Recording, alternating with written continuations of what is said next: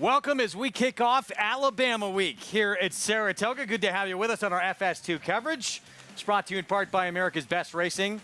For the love of the race, visit americasbestracing.net today.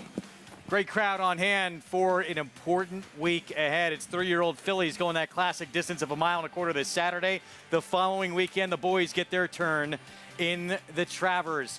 Hello, everybody. I'm Greg Wolf. Great to have you with us on our FS2 coverage. And later today, the featured race, Susie O'Kane, which is probably the most competitive race we have on this card this afternoon. Wide open turf race. We'll get into more about who Susie O'Kane was in just a little bit here.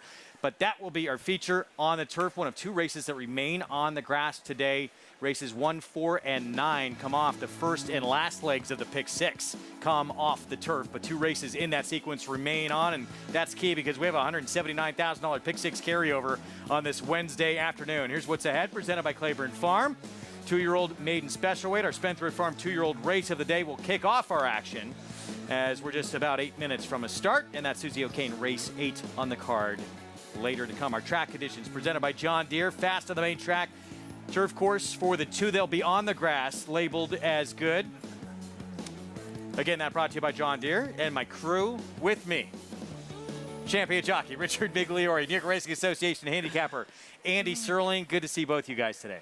Yeah, it's great to be here. Another beautiful day in Saratoga. We're some of the most fortunate people in the world to be able to do this every day, and always great spending time with you guys. I don't know, you've been misbehaving this morning. I don't know. Usually it's good to be with you. You're going to start behaving better? I'm misbehaving. Throwing things around the set. I know. I have a lot of energy today. A lot of energy.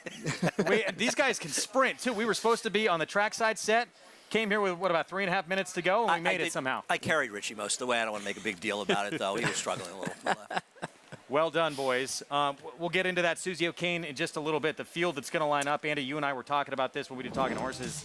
Seems like almost anybody can win this race. One of the most recognizable faces and unique personalities in the game, named after the late Susie O'Kane. And here's who will line up in the race. Silver Skillet, 2-1 morning line. Christophe Clement, Joel Rosario. Yeah, Silver Skillet's been in good form. Won here earlier at the meet, looking for a second straight win. I'll tell you what, Greg, I wouldn't take 2-1 on any horse in this race. She's obviously a player in here, but she's not the only one for the same connections for Clement and the Reeves Thoroughbreds as well. And the 2 Smoky Eyes, who I think, and I think you agree, is at least a little bit interesting. A lot of interesting horses. I like the 3. I'm just kidding. Wide open turf race. We're looking forward to it. That's going to be part of this big pick 6 carryover, named after, as I mentioned, someone who was very big in this industry, certainly in the New York thoroughbred industry, passed away January 2002 from a battle with breast cancer. Served the industry in many capacities, including the Thoroughbred Retirement Foundation Board of Directors, and funded Find a Cure stable that campaigned horses to benefit Breast Cancer Research Foundation. Did a lot of good, and we're going to run that race in Susie O'Kane's honor to come later today. It's our 2-year-old race of the day, though, to kick things off. Here right off the bat, brought to you by Spendthrift Farm. Home of North America's 4-time reigning champion General Sire in Temistus. So this was one of the races, one of the 3, Andy, meant for the grass that has come off. New York bred maiden special weight. We start with Denver's Alley. Yeah, I left Denver's Alley in there. I think you have to. Mrs. Son of Algorithms is really more of a dirtish-looking pedigree, so that could help. 9-2 right now in that remaining half of the entry. Bernie takes charge. Second start, Dominic Schettino, the trainer. Yeah, I like this horse. The mare was a stakes winner on dirt, Burning Rose, and I think this horse is going to appreciate the surface switch. Seems like a sprint pedigree for this first-time starter, Downtown Channel.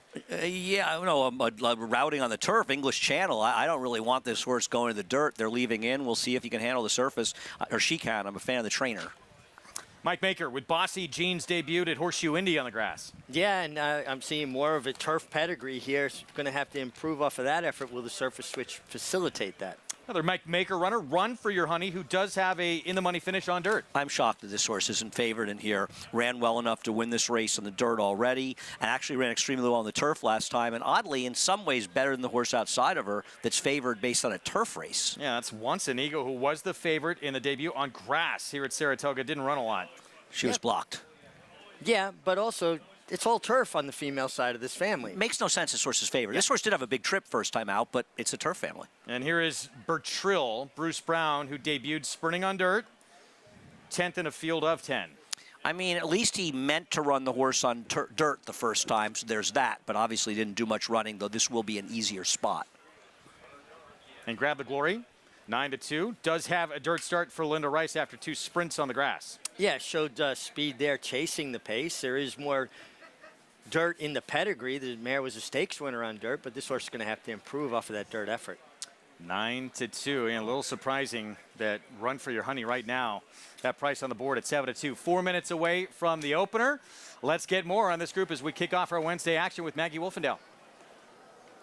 Thanks, Greg. And we'll take a look at the horse who's taking the money here off the turf with number 6. That is Once an Eagle. And look, I picked her first time out, but on the turf, as you heard Andy say, and made more of a turf pedigree. Furthermore, she's just really revved up. I don't like to see this, especially with these young fillies, them get so worked up for their second start. And many of these coming back off that somewhat short layoff from the August 2nd effort to here today. And she's definitely the one that's responding in the most negative way to it. Now, it could mean that she's really sharp. She'll show more speed, but I don't know. I don't love to see it. It's almost more nervous than sharpness. So we'll move on to number 1, who I actually really like. The Denver's Alley in here. As you heard Andy say, daughter of algorithms. There's some dirt in the pedigree. Really interesting second dam. Ippy Toombi, or Toom, however you want to say it. A Zimbabwe bred who's a greatest stakes winner, albeit on turf in South Africa,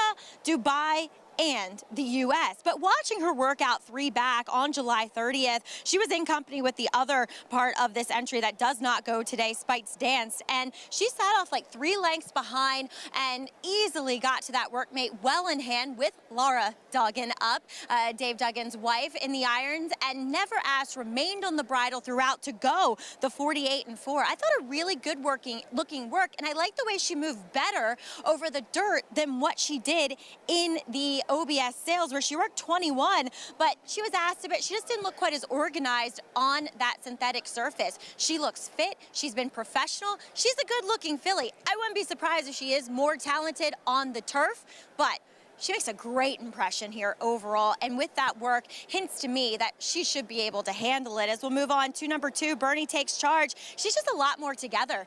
I thought she ran well. Yes, she was complimented by the fact that it was a bit of a pace meltdown in that August 2nd race, but she, unlike Once an Eagle, really calm, really focused, a little bit more clued in, and fitter. And like Mick said, there's pedigree to handle this surface.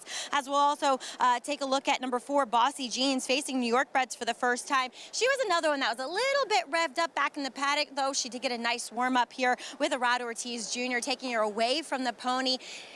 Despite having some pedigree that says she might be okay on this surface, she does predominantly have more of a turf look to her, but does look very good heading into this effort, and a generous 6-1. But Greg, I'm really interested in this first-time starter, Denver's Alley. Yeah, looking forward to this. I was really looking forward to it on the grass with that pedigree, and certainly that second dam. It was 16 for 19 on the lawn in her career. Yeah, Abby Tommy's one of those horses that we didn't see very much in the States. She ran once at Churchill Downs in the Locust Grove, I believe, and won with a 99 buyer, but she had won the Dubai Duty Free, but had an incredible record over South Africa. And Richie, I believe she ran for Team Valor? Yes, yeah, exactly. Pat Day rode her that day at Churchill Downs, and she was a world traveler and very accomplished on turf. Well, right now, we'll be on dirt this one here, 4-1 for the debut coming up with Julian Leperoux in the irons. You can play this pick 5. About to jump over that $300,000 mark here to kick off our coverage. New members get that $200 deposit match sign-up bonus with that code SPOT200 at sign-up, and go to NYRABets.com to take advantage. Bet any track, anywhere, anytime. I'm boxing 4 or 5 and then using the 1 as well. Maggie mentioned, I think you're supposed to be betting against the 6 at 5-2. I know there's some dirt as far as tonalist, but the dam herself was a very good turf horse, and it's really a turf pedigree. Now, Christophe Clement stays in a lot of off-the-turf races, and I don't think we'll be shocked if this horse effective. She was totally blocked behind horse in that race and never had a fair chance to run. How she would have done, there's no way of knowing. But she's being bet on the dirt as though this race is on the turf, in my opinion, where she would have been favored. And when you have a horse like the 5, Run for Your Honey, who has run well on the dirt, you have a horse like the 1, who Maggie mentioned has a dirt pedigree, and even Bossy Jeans has a dirt pedigree, I think those horses are more interesting. And I just think Run for Your Honey is supposed to be favored here, win or lose. I like the two-horse Andy Bernie Take Charge. I just think from a pedigree standpoint, the dirt will actually suit her better.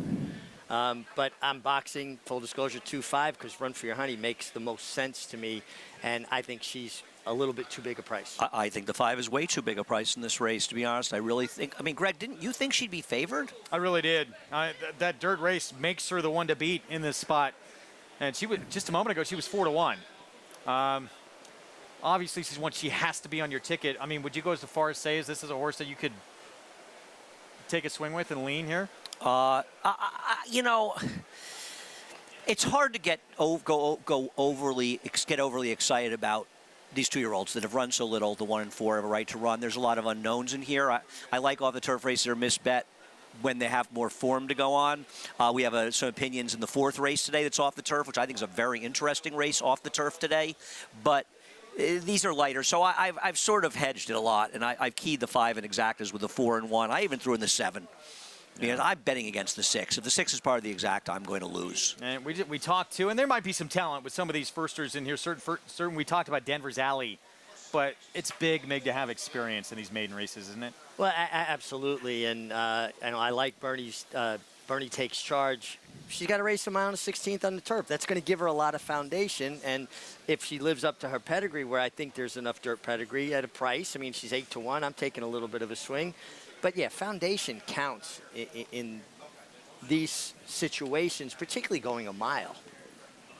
Again, races 1, 4, 9 come off the grass today. Races 5 and 8 stay on the turf. They're both part of that big pick 6 carryover.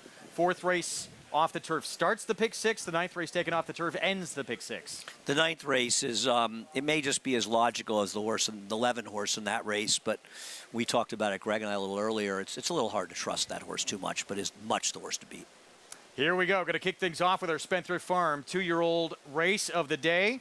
1 mile out of the Wilson Chute, now moved to the main track with a surface switch here. Let's go upstairs to Frank Miramati to kick off our Wednesday coverage. Hello, Greg. Andy and Mig. Denver's Alley going in. Grab the Glory to the outside. They're in the gate. They're off. Bernie Takes Charge from the inside, is very quick into stride, opens up a length and a half in the first few jumps. Bossy Jeans, Once an Eagle is up close to. Bertrill 4th, 4 wide, a length and a half off the lead. Grab the Glory is further out. Down on the inside, downtown channel. Run for Your Honey shuffles back in between rivals as they make their way onto the backstretch. And now Denver's Alley starts to tug her way forward. It's a very compact field. Grab the Glory on the outside and Bernie Takes Charge. Those two are on even terms. It's 2 more lengths. On the inside, Bossy Jeans and Denver's Alley stride for stride, 24 and 4 for the opening quarter mile. Downtown channel is asked for a little bit of run along the inside. Run for Your Honey in traffic between horses. Bertrill, and on the outside, Once an Eagle. Once an Eagle moving up 3 wide now and only 4 lengths off the lead as they head toward the 3/8 pole. It's Grab the Glory taking the lead away from Bernie Takes Charge. Denver's Alley in the thick of it. On the outside of them in 3rd. They're followed by Once an Eagle in 4th. Another 2 clear sailing now for Run for Your Honey as the field turns for home. Bernie Takes Charge, hugs the rail, trying to shrug off Grab the Glory in 2nd. In the center of the racetrack, Once an Eagle, Denver's Alley, and down on the inside, Run for Your Honey. There's an 8th to go, and Bernie Takes Charge has opened up and left this field behind. Bernie Takes Charge and Katie Davis romping home to the easiest of wins. Bernie Takes Charge by almost 7 lengths. Photo for 2nd goes to Run for Your Honey on the inside of Once an Eagle. Grab the Glory, a distant 4th. 8-1 start on the surface switch here to kick off this card on this Wednesday afternoon. Katie Davis, Dominic Schettino. Katie Davis, 5th win of the meet, was aggressive from the inside. Bernie Takes Charge. Well, Katie took charge right from the start, and this horse was very game. And I thought there was pedigree there that could, potentially say that this horse would handle dirt. She handled dirt just fine. Good job by Dominic Citino. Yeah, absolutely nice to see Dominic get the win here as well as first of the meet. And Katie gets another win, I think her 5th win of the meet. She's having a terrific meet with limited chances, and she did what you would have thought her brother would have done. Now, her brother was riding Run For Your Honey, who looked like a speed on paper. This was engaged in a really quick pace last time, a fast-paced sprinting the time before that. Somehow Run For Your Honey, who finished second, a distant second, was probably never winning. Sure. But somehow she was last early, and there was Katie setting the pace, and a very tepid pace it was. So a nice job by Katie, who continues to really ride well. You know, she rode so well at Akron in the winter, but sometimes you say, well, it's the winter, it's a little bit easier, but she's riding great up here. Terrific meet she's having. In fact, there was 3 days in a row that she won a race as well. She passed her husband down the stretch one day. She passed her sister down the stretch another day. And now she beat her brother here. Yeah. The problem is, though, she's such a drag when you interview her in the winner's circle after the race, you know? She's so downbeat. Yeah, you would love to see more enthusiasm. Yeah, you really would. Nobody more. And we have Kendrick on a lot. We say that about him. We love She Katie. surpasses him. No one is happier to be doing what they're doing, seems like, than Katie Davis. She can ride. She can flat out ride. She really can. Just hasn't had the chances, really, and she's shown it when she's been in New York. And she rode a lot more in Maryland, but she's riding great. Terrific Saratoga summer season at the most competitive jockey colony there is in the sport. And talk about more than holding your own. Katie Davis starting to turn heads. 8-1 start. Teams up with Dominic Citino. And 2-year-old filly by Take Charge Indy kicks things off on our Wednesday coverage. We'll have the prices for you when we return. We'll get into the pick 4. The summer of Katie continues. We'll be back right after this.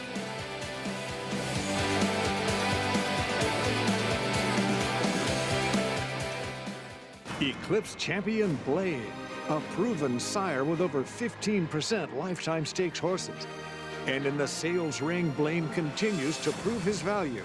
Now 50, 550, 550,000. I'm at a period 85, 85 to the back, 485,000. Thank you.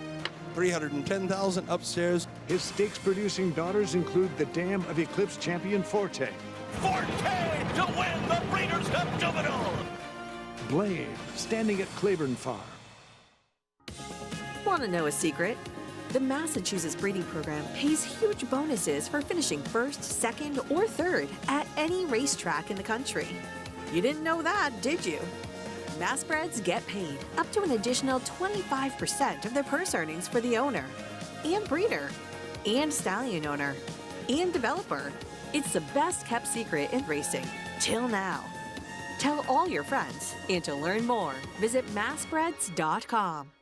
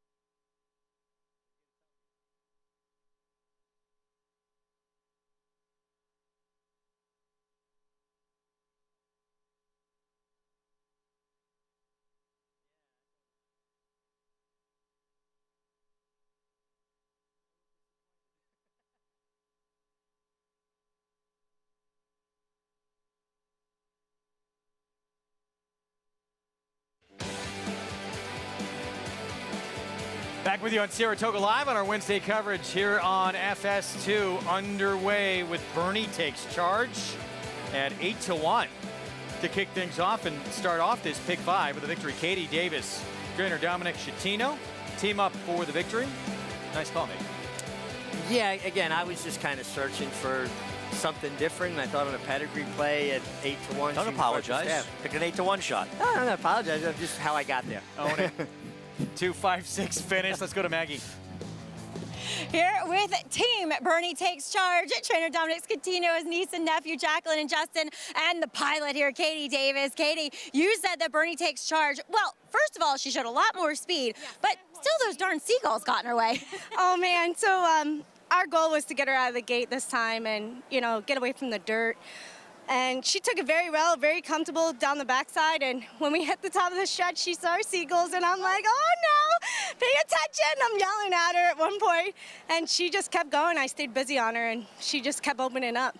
See, I just thought you were smiling. It turns out you were talking to her. Yeah, at one point I was. Katie, just the success that we've seen you have with limited opportunities, I think really speaks volumes. How's it been going for you, this meet? It's been really, it's hard to explain. Just wonderful, and thankful for all the support from my trainers, Dom, and everybody else. You know, I couldn't have done it without them, and them believing in me, which makes me believe in myself even more. So it's been fun and a blessing, and I'm just running with it, honestly. Well, Katie will let you get back because I know you have to sign many autographs and takes lots of pictures. Justin, I want to ask you a quick question. How cool is it to win here in Saratoga with your sister? Cool. It was very cool. She got very excited at the end. Yeah, she was very happy. It was a good moment. Well, Dom, congratulations. Huge win. And Jacqueline, make sure you cheer some more horses home. Well done. We'll have 2 more running today. Well done. Well done. Yes, guys, back to you. Thank you, guys. Popular victory there. Well done. Spendthrift Farm 2-year-old race of the day. Katie Davis is just, do horses feed off that incredible positive energy? I don't have any concrete proof of that, but my experience over my many years working with horses is that positive energy, horses feed on it, and they'll outperform themselves or perform up to their best when a rider gives them every opportunity. Katie gives every horse, whether they're 50-1 or 2-1, that opportunity to run their best race. Yeah, I think anytime you're talking about women riders, especially ones that are successful, you think about Julie Crone, because she is always going to be the person to stand the highest standard. Benchmark. She was an incredible rider. And one of the things about Julie's horses ran for her. They just responded to her. She didn't have the most orthodox style of riding. Horses responded to her, and no knock on Katie, she's not Julie Crone, but I think horses respond to her in a similar way. She's making all the right moves. You can see her confidence level's good. And you've got a horse from the inside, a 2-year-old. You break well, take control of the race. That's what she did. And that's when a rider, you know, feels unencumbered by outside pressures, and they get in that place where it's just them and the horse, and they react to the moment. Locked in. Katie Davis has been just that this entire summer here at Saratoga. That was our Spendthrift Farm 2-year-old race of the day. Now it's time for some 2-year-olds to watch, presented by Keeneland Sales, and everybody watching what Rhyme Schemes has been doing the last couple of starts for Norm Cassidy, Saratoga Special winner. Yeah, I mean, this was a powerful performance, coming off of a power performance at Ellis Park. Andy, I didn't know what to make of that Ellis effort. I mean, obviously it was impressive from a speed figure standpoint and visually, but everybody talks so much about the inside bias at Ellis Park. I didn't know if it was just so aided by that. I didn't know what to expect. Well, this is what we got. Yeah, and maybe, you know, it was maybe the number was an 86, ran a 94 the other time, and it may have been a bit of help by the racetrack. I'm not sure it was that significant. He's just better than these horses. I mean, for me, I thought that the one horse for Steve Asmussen coming from Ellis was kind of a phony. I didn't like Ellis' race. I wasn't sure why Todd Pletcher's horse attracted so much attention in there. That horse didn't run particularly well in finishing third, so there was a combination of this horses being better than these horses. Listen, I'm hoping this horse goes on and does extremely well. Norm Cassidy's a good friend of mine, and I want to see him do well, and he is certainly in the conversation with some of the faster 2-year-olds we have seen in Saratoga. One of the most exciting 2-year-olds, and some of it was his doing, came in a little bit, but he got bumped too coming out of the gate and did not slow this horse down at all. Yeah, I mean, you're going to see that. You know, starts, it's even more prevalent with young horses, just being a little green, ducking left or right. But it's nice to know you have a horse that can not only throw a punch, but can take a punch, proverbially speaking, right? Not just a one-hit wonder at Ellis. Maggie, Rhyme Schemes, comes here to Saratoga, takes a grade 2, and assuming all goes well, Norm Cassidy says we're going to see this horse in the hopeful. Yeah, and that's what his co-owner, Deuce Greathouse, says too. Greg, you know what I like most about Rhyme Schemes is the mechanics of his stride. There's no wasted action. This horse lowers himself down when asked for that finishing gear, and really just so fluid in the way that he moves. And just, you watch that lead change, there's no bobble, there's just kick on. And that's what you like to see with these developing young 2-year-olds. They're already a little bit ahead of the game when it comes to that, just based upon their pure athleticism. So another horse that I'm looking forward to is already a stakes winner heading into this week's stakes, the Skidmore, albeit this one, hopefully, fingers crossed, on turf. As No Name Mets, he will emerge out of a stakes victory in the Tyro that we're checking out here. He's just fast.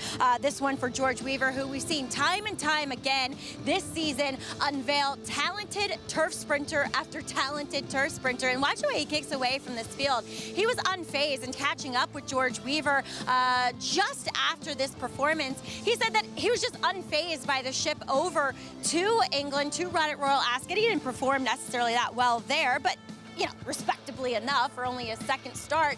And he's really excited about this horse and what he has to offer. Obviously, we'll see if it remains on the turf heading forward, but 7-5, this guy looks to remain undefeated in his turf sprints here in the States. Greg? George Weaver, runner, looks like has a lot of talent. Thank you, Maggie. We'll get more on that as we get closer to the Friday action, but we always look forward to the Skidmore. Weather, hopefully, stays good for us the rest of this week. We're going to get into the early pick 4 coming up, and of course, we're going to look back at a big weekend that we had here this past week. Casa Creed, 7 years old. He has not slowed down a step. In fact, maybe the best race he has ever run. We'll tell you where he is headed next. Look back again at going back-to-back in the Grade 1 4-star Dave, doing his best impersonation of the Sultan of Saratoga. Stay with us.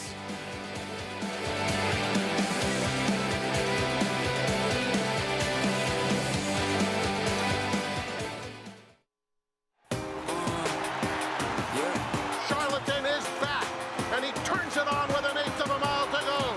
Express Train moves into second. Nashville dropping out of it, and then Collusion Illusion. What a spectacular return for Charlatan, who will romp in the run-happy Malibu Stakes by 4.5 emphatic lengths. Charlatan, ultra impressive. It's a new day for a new king. Experience the adrenaline-pumping, suspense-filled action of the Sport of Kings no matter where you are with Naira Bets. It's fast, easy, and secure. Download the app today and start winning with our lucrative weekly promotions, thrilling handicapping contests, and a one-of-a-kind VIP rewards program. Don't just watch horse racing, be a part of the action with Naira Bets.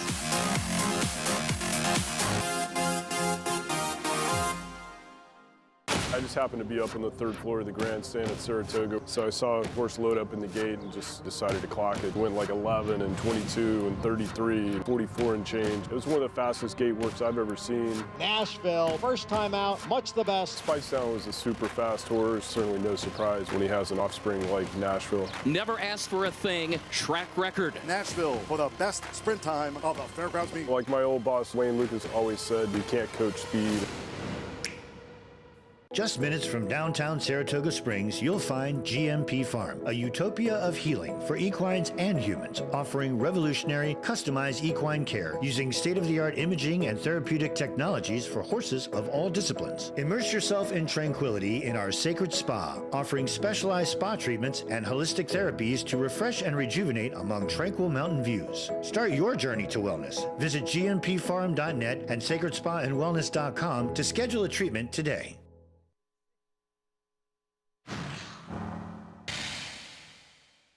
Venti Valentine and Timeless Journey are right together at the back of the field. In the center of the track, Venti Valentine is making steady headway, and Venti Valentine wins it by a half length. Granny's Connection, though, with that natural early foot, comes and takes command. Granny's Connection took a brief bid from Can't Hurry Love, but opens up once again. Can't Hurry Love is very game, trying oh so hard, but Granny's Connection turns the tables and is back on top in the Union Avenue.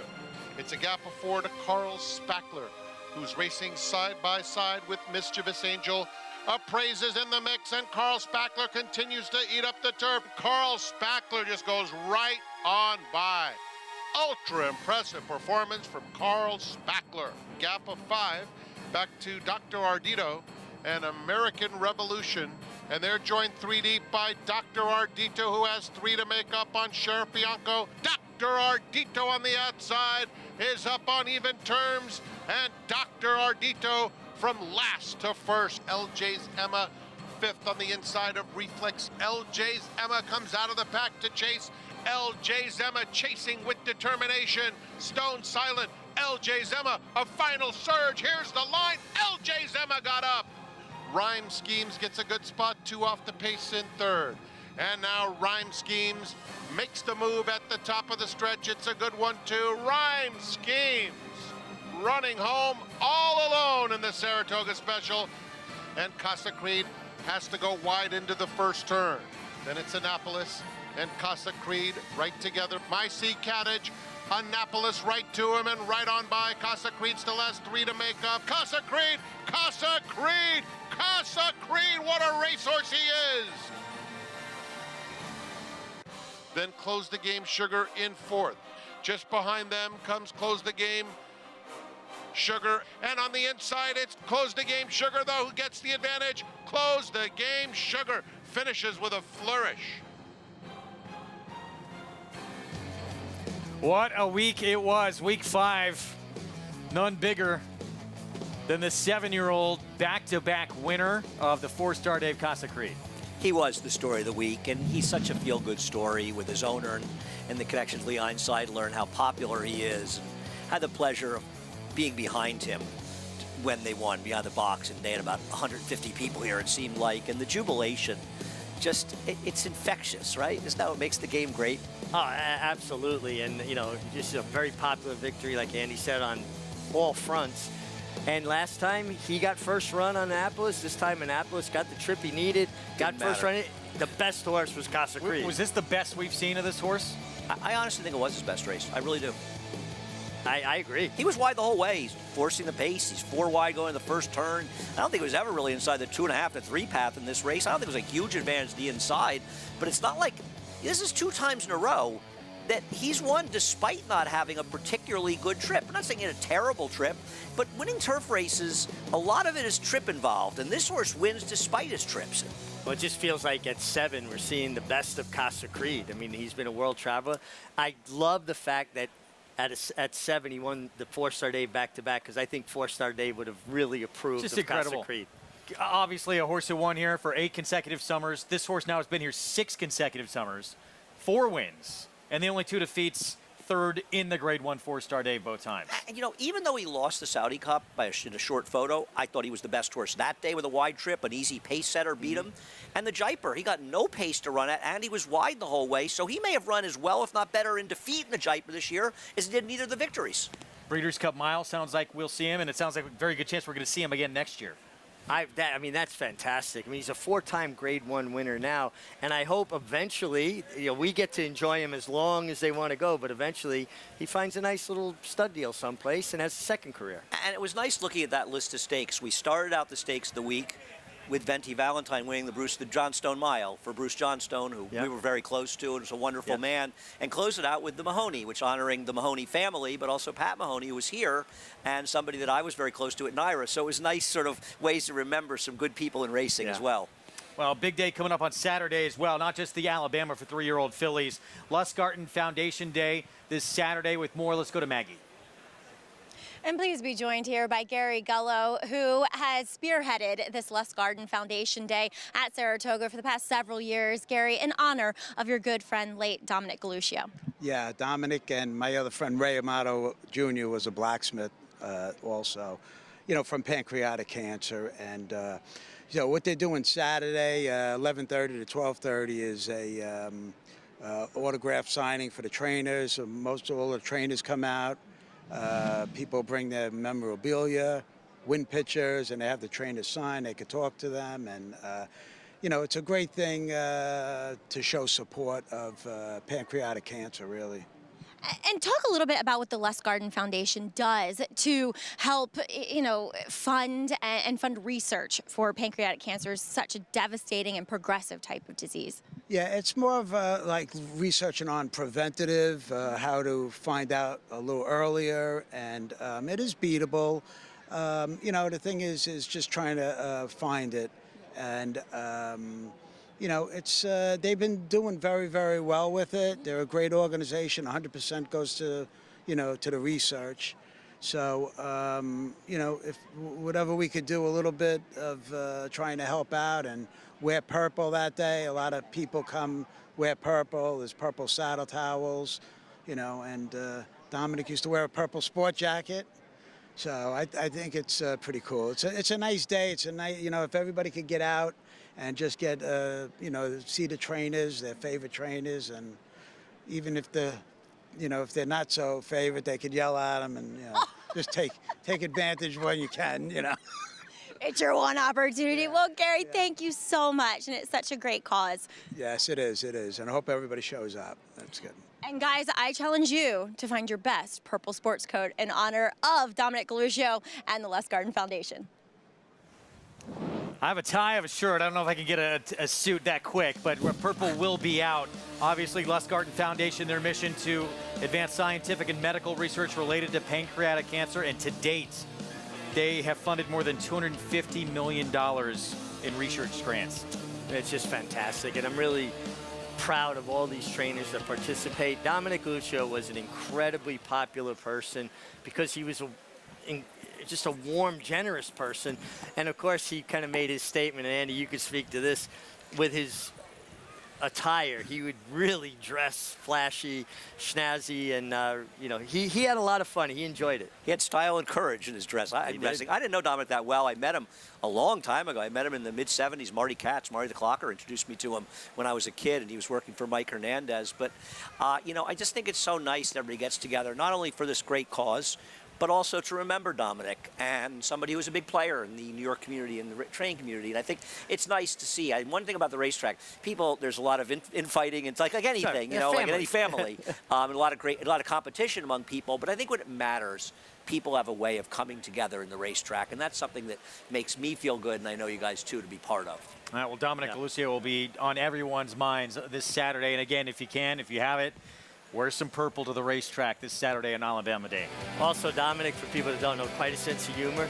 He always had it in the media guide. He was born in Palermo, Italy, and he loved The Godfather, Corleone, Italy, in one of the media guides. He was born in Germantown, New York. Not surprising. And let me say something else. That guy could train. Oh, man, could he ever. And good friend, loved to ride for him.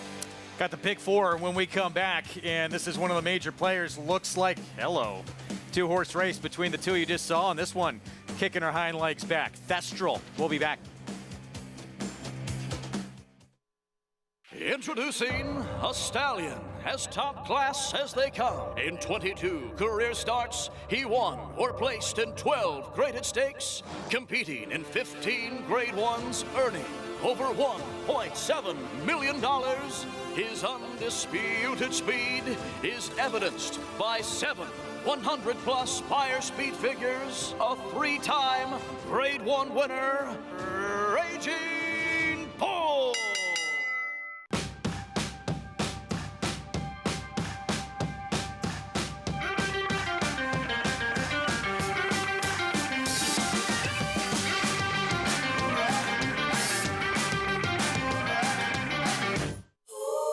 Join us at Saratoga Racecourse for the 3rd annual New York Thoroughbred Aftercare Day. This special live race day celebrates retired racehorses and fun for the whole family. Free with paid admission on Thursday, August 17th.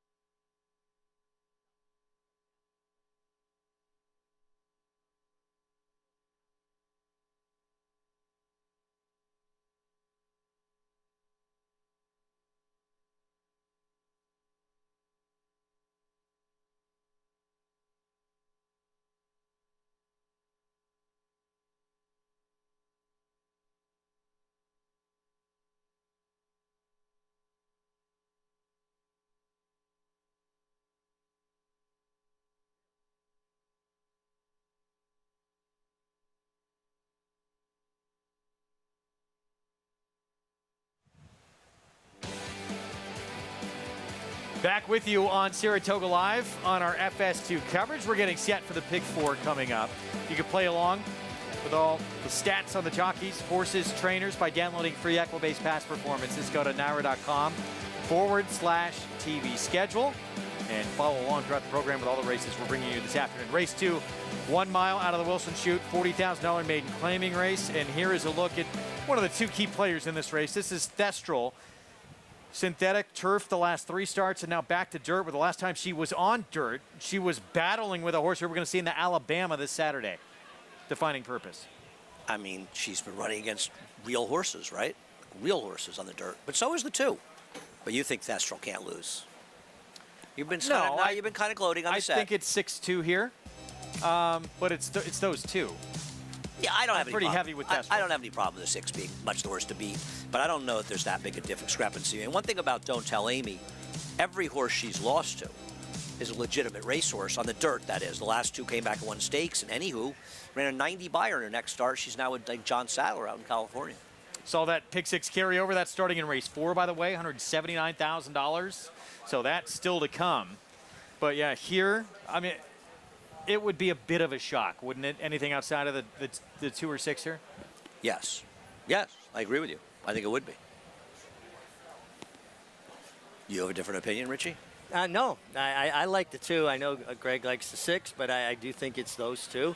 I have a question, Andy, and I actually did want to pose this to you with the 3, Graceful. Does have a race or 2 that makes her competitive here, no? She does, from a speed figure standpoint.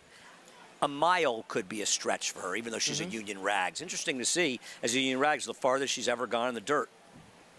Let's go to Maggie.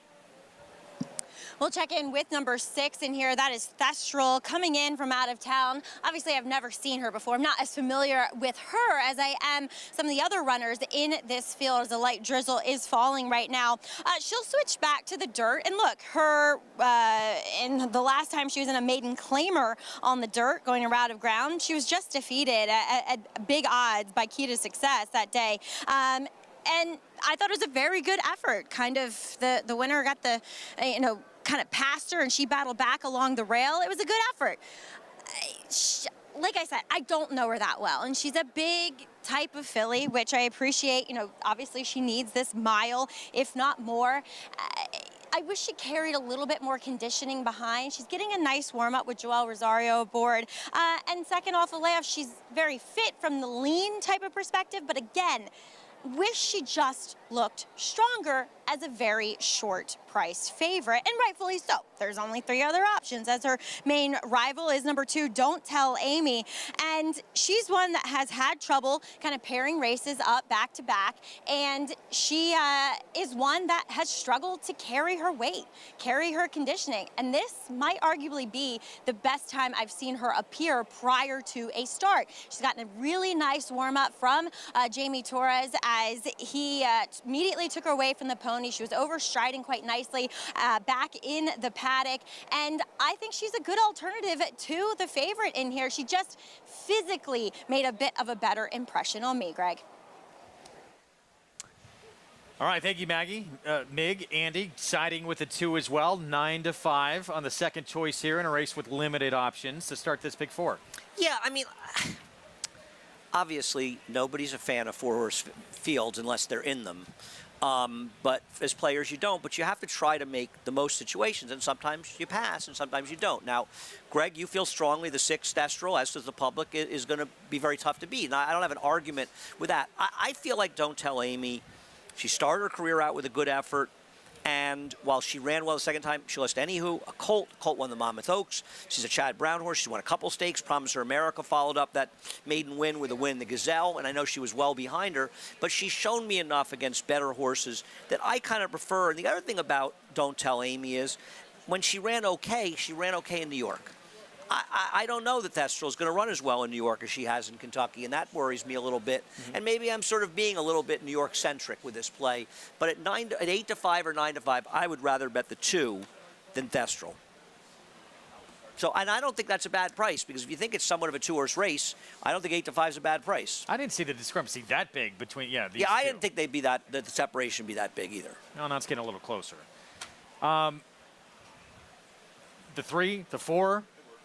They would be a bit of a surprise, certainly, in this spot. A middle pick 4, by the way, does start in this race here in the second. No, the middle's in the third. This is the first pick 4. Or a pick 4, sorry. Yeah. Okay. The middle pick 4 is I gotta get my terminology very close right. to my near and dear to my heart, considering I'm the only person on earth that talks about it on a daily basis. This is, we were talking about this at show day. This is the first scheduled 9-race card at Saratoga because we knew the steeplechase race didn't fill and we ran a 9. We think some we used to run on Mondays going back a few years when we used to run the 6-day weeks. Yeah. Joel Rosario on Thestral. 4-5 was as low as 3-5. It's the 2 and the 6 taking all the money in this spot. See what happens in a race that kicks off a pick 4 here. Let's go upstairs to Frank Miramati for the call. Thestral will be the last one to load. She walks up.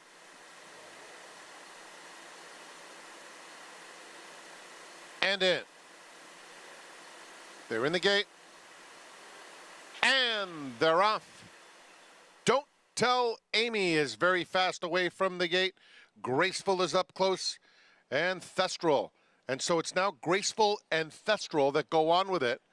Don't Tell Amy, who broke like a rocket, sits 2.5 off them in third, and then Touche at the back of the field. They swing onto the backstretch, and it's Graceful just in front.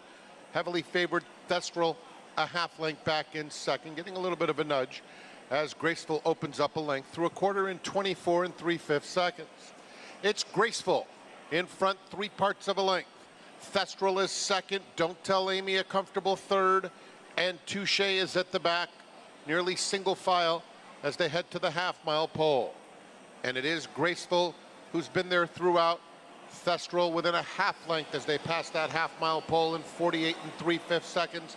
And now Thestral is up to take the lead. Away from Graceful. Don't Tell Amy has had a good trip, angles out to come after the favorite, and these two are about to square off. Touche has trailed throughout. They're coming to the quarter pole. Thestral, Don't Tell Amy within a neck. 3 lengths back, Touche takes third, and then Graceful, they're at the top of the stretch. Touche has room on the inside of these two that are head and head. Don't Tell Amy on the outside, and Thestral in between. Touche has come through. Only a neck behind Thestral as they come toward the 16th pole. Thestral set down. Touche on the inside, and Don't Tell Amy.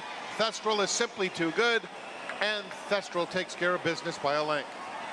Touche made it interesting for a moment. Don't Tell Amy third. Thestral, Joel Rosario, and the maiden breaking win here, start number 7 with a drop in class. Well, the money was right, and Greg, you were right, and this horse was looked like she was under pressure from about the 3/8 pole out, Andy, but she kept finding the two. Don't Tell Amy had a perfect trip, dead aim. She flattened out, and Touche with a nice ride from Katie Davis to make your exact at 9-1. And if you knew nothing what they looked like on the PPs or anything coming the stretch, you just said, I'll take the one on the far outside, because Joel, uncharacteristically, Joel Rosario was sort of pumping away on the eventual win around the turn, and nobody sits chillier than Joel. Sometimes in the frustration of players, me not being one of them, because, you know, I take everything in stride. It's just like Don't Tell Amy was going the best of them, but in the stretch didn't really matter. Thestral was best. Wins it back down to 3-5, by the way, when the gates opened. And how about, Katie Davis ruining what many thought was a slam dunk exacta, myself included. 9-1 underneath in second. Yeah, the longest price in a short field, 9-1 in a 4-horse field, and another good ride from Katie. But Thestral gets it done as your favorite, and first starter of the meet for the conditioners. And nice to get that Saratoga win right away, Andy. Yeah, nice to see them get the winners right. And the struggles, you know, it's just been a frustrating meet for Flying P, and they had that scratch later today. But I think they have some live runners as well. So we'll see how things play out. So 3-5 favorite to start off a pick 4 here. Joel Rosario and Thestral in career start number 7. Actually had been in for maiden 30 before. Keeneland just missed. And this time in for maiden 40, that maiden breaker at an odds on price. We'll have the prices for you when we come back. It is Alabama week. We're going to preview the big one at that classic distance of 1.25 miles for 3-year-old fillies and the Coaching Club American Oaks winner. wet paint. Trying to pull off that CCA Oaks Alabama double for Godolphin. We'll preview it next.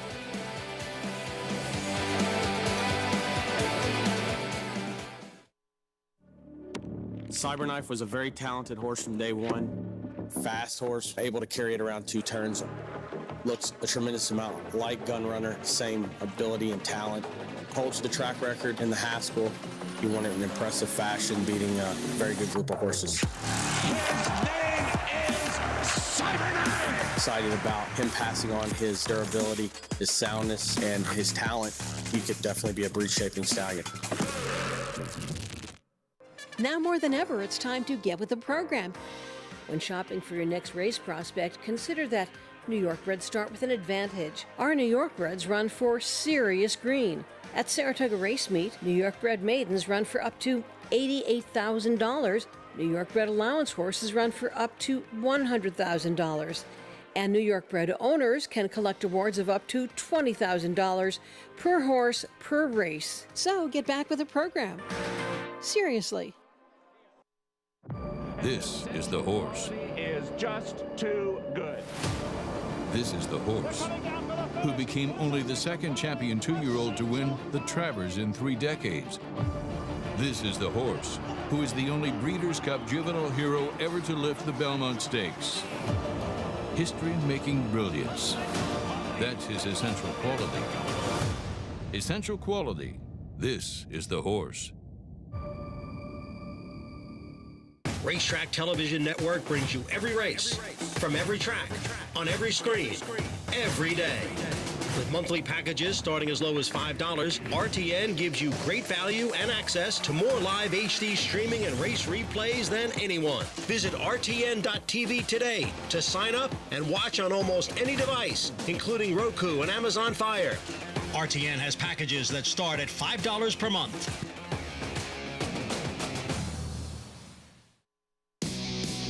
This summer, the thrill of horse racing comes to your home on Fox. Live from historic Saratoga Racecourse, don't miss the Alabama Stakes. Only on Fox Saratoga Saturday.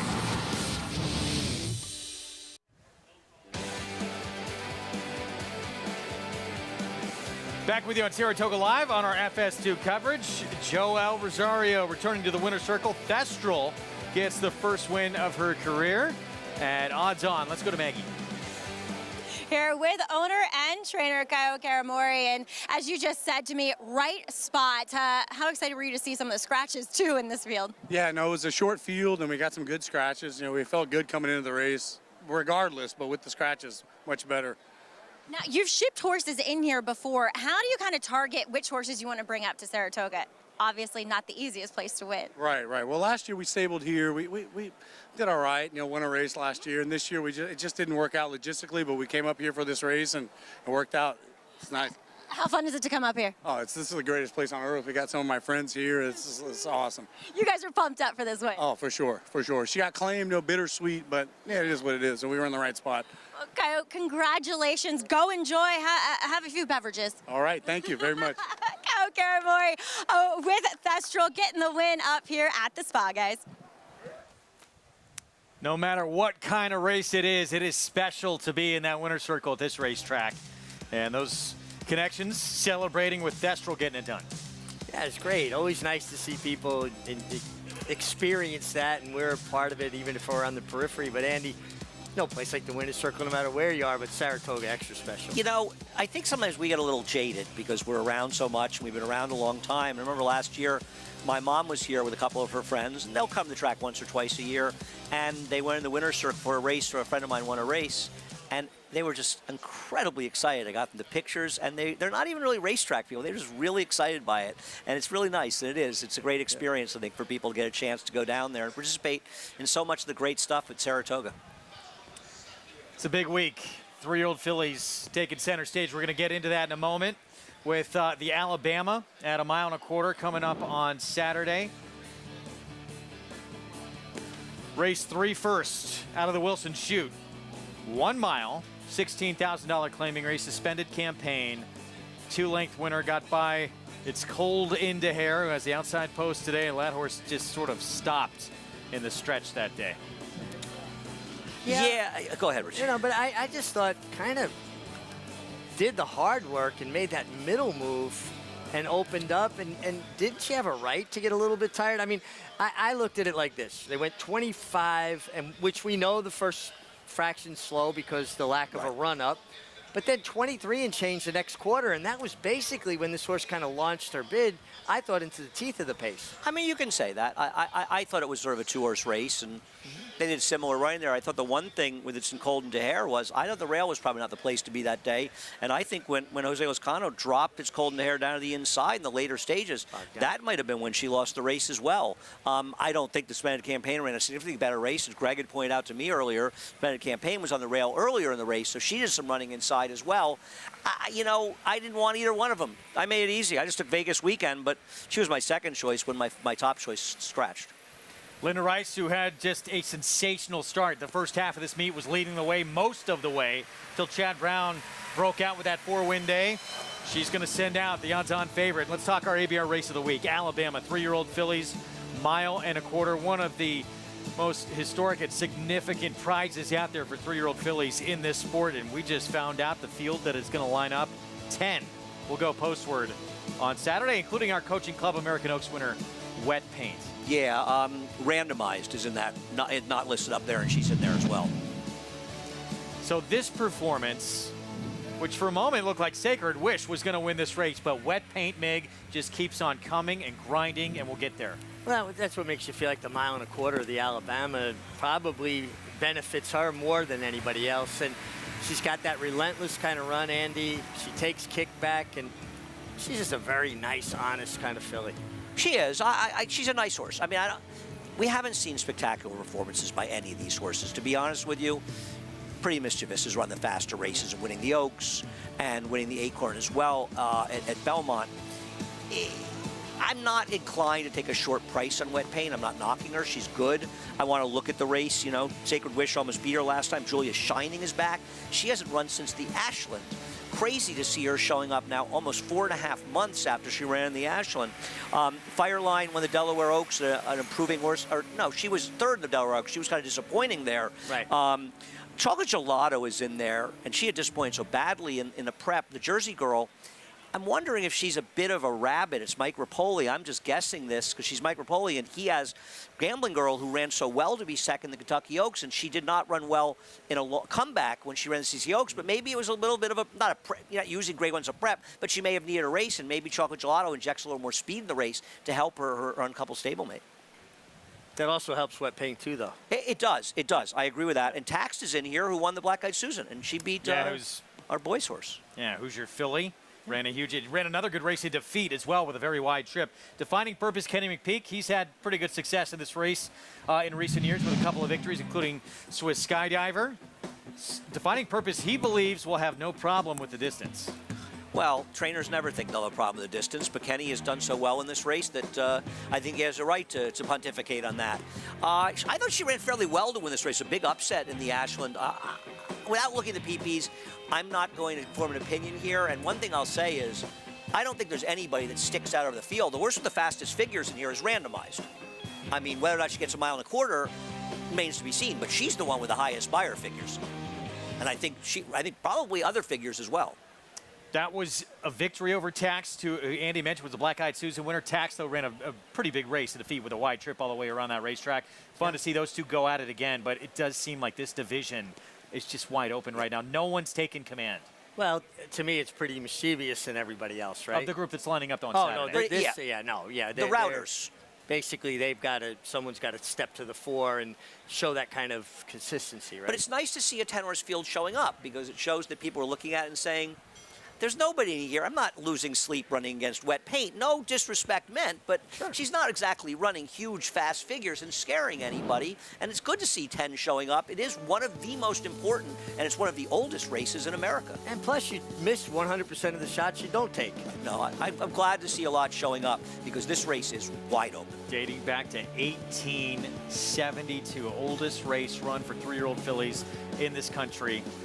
And there's only 2 races in the country run at that distance. 1873, Andy had the winner and had the pick. I blew the late the play pick 5 actually, but I was there. You're ahead of your time with that. I was there. Yeah, I was actually making book. Going to talk about the sales across the street. Another successful sales for Facing Tipton New York bred yearlings. We'll talk about their record gross and the median figures, both up, and some of the big names that went through the ring when we come back.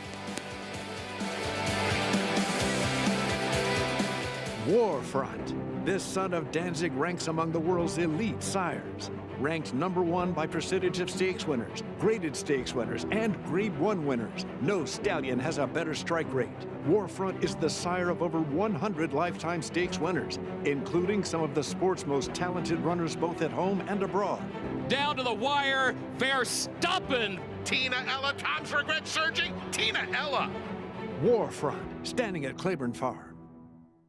How do you become the gold standard in racing partnerships?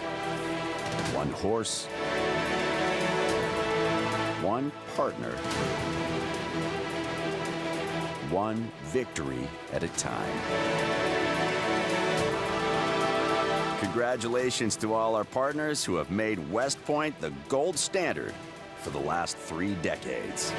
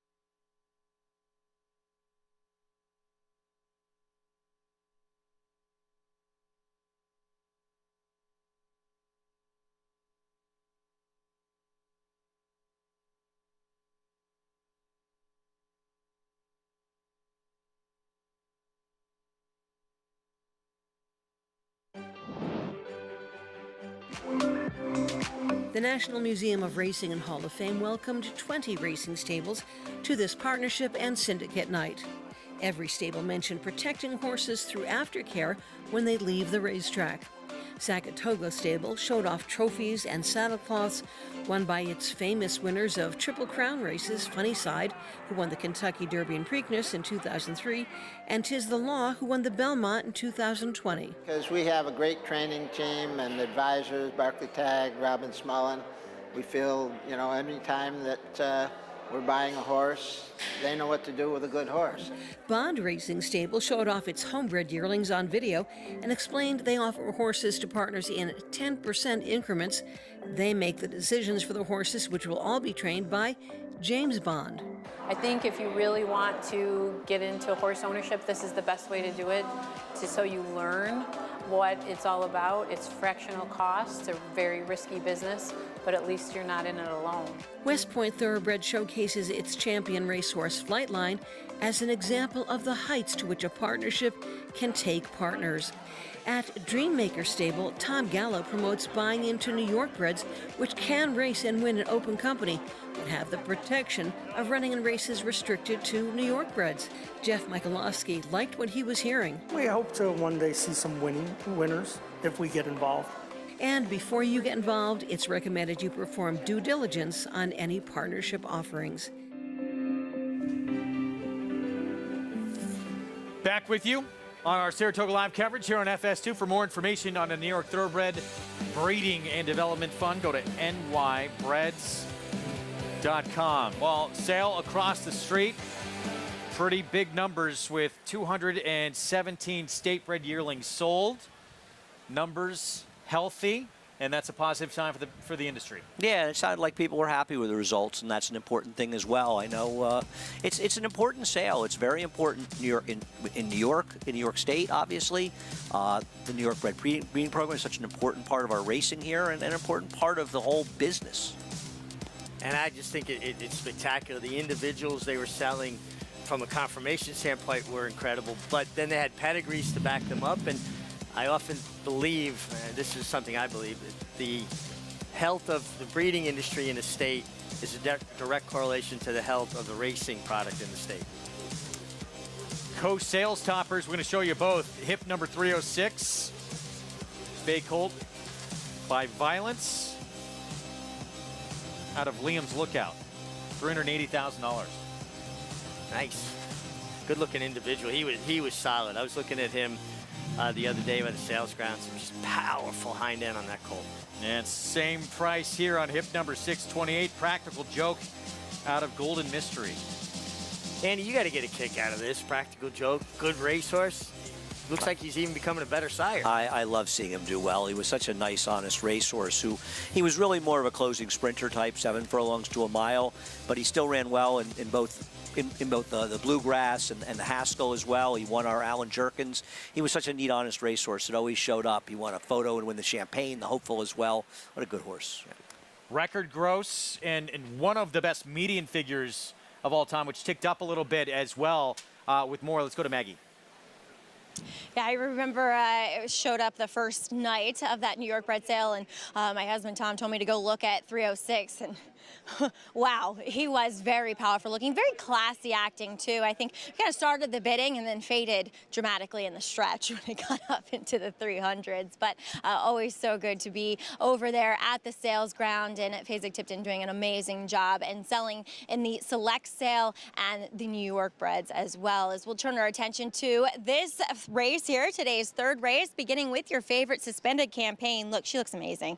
Her biggest problem is the fact that she is devoid of any kind of early pace, and it kind of suits her personality too. She's just very laid back, looks like one that does incredibly well in her feed tub too. But look, she looks so utterly healthy here. She's dappled just all over and carrying great weight. She looks like a happy horse too, and sometimes that's all you need to be at this level. As we'll move on to one coming back from a bit of a layoff is number 5, Vegas Weekend. Whoa, she woke up. She was kind of quiet at first. She was forward, but now with the tack on, with the blinkers on, she knows it's game time. And I like to see this with her, just a little bit more lively, coming back as a fresh horse. She looks fit here for Charlie Baker, who, you know, he's very good at this, I think. When he realizes I mean, it could go either way. She might, have an issue she can't overcome. But when he does this and realizes that one needs just a little bit more time, it usually pays off in the long run for him. And I think he is bringing a fresh, live horse back to the races today, Greg. All right, Maggie, thank you. We're going to get to our post parade here coming up.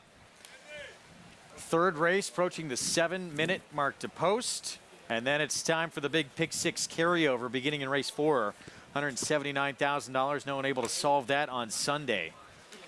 As we get a look here at Vegas Weekend, 5-2 for Charlie Baker. Looked really sharp in the paddock, Andy. You know, my feeling was after the scratches that I don't want either the 1 or 7 out of that last race.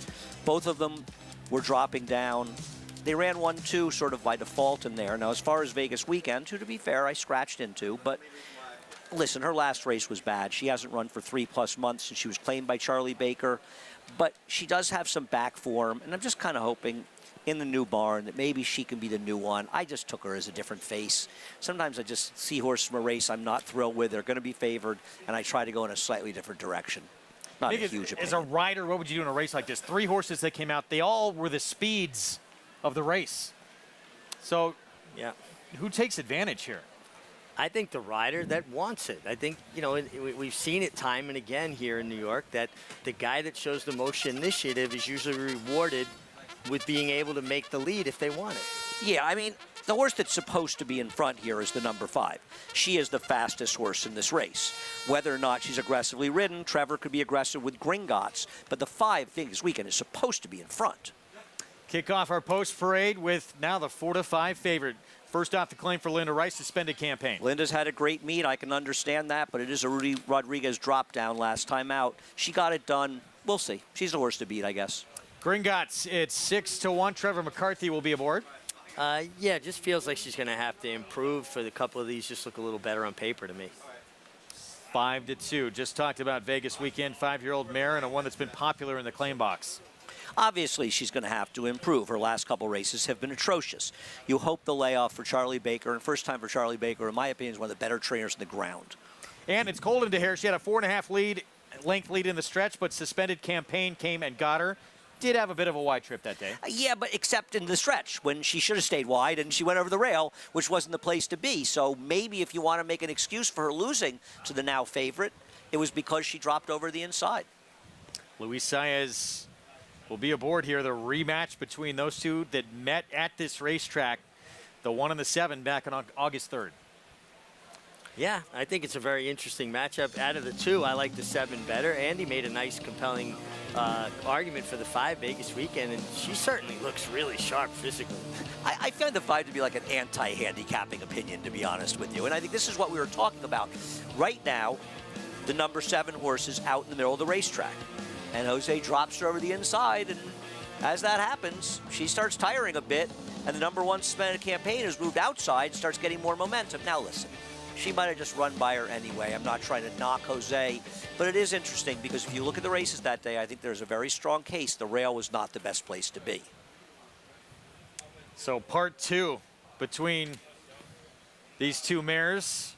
Go at it again, and we'll see if this one can turn the tables. Luis Saez taking over for his Jose Lezcano for a new barn. Claimed by John Toscano, was with Linda Rice. Meanwhile, the 5, Price, just became a little bit better on Vegas weekend. Wow. Oh, somebody, one just went to 3-5, and both the 5 and 7 jumped up. 7-2, I am betting on Vegas weekend in this race. I was going to bet her at 5-2, but 7-2, I'm in. So Jose Lezcano, who was on It's Cold Into Here last time out, he'll be on this one here. He's getting a big warm-up here, and the one Andy expects to see in front. Yeah, and when you see a warm like this, you know, I think that reinforces that idea. You guys don't warm horses up this aggressively unless they want them on their feet. They want them forward. I just wonder what the 7, It's Cold in the Hair, who made that middle move, not naturally a speed type, but gets Luis Saez. We've seen horses show improved speed with Luis. Yeah, no, you're right. Luis Saez, one of the reasons Luis does so well is that he's a very aggressive rider. So, I mean, yes, you're right, though. Naturally, if you were riding Vegas weekend, Richie, I would be certain that she would be in front.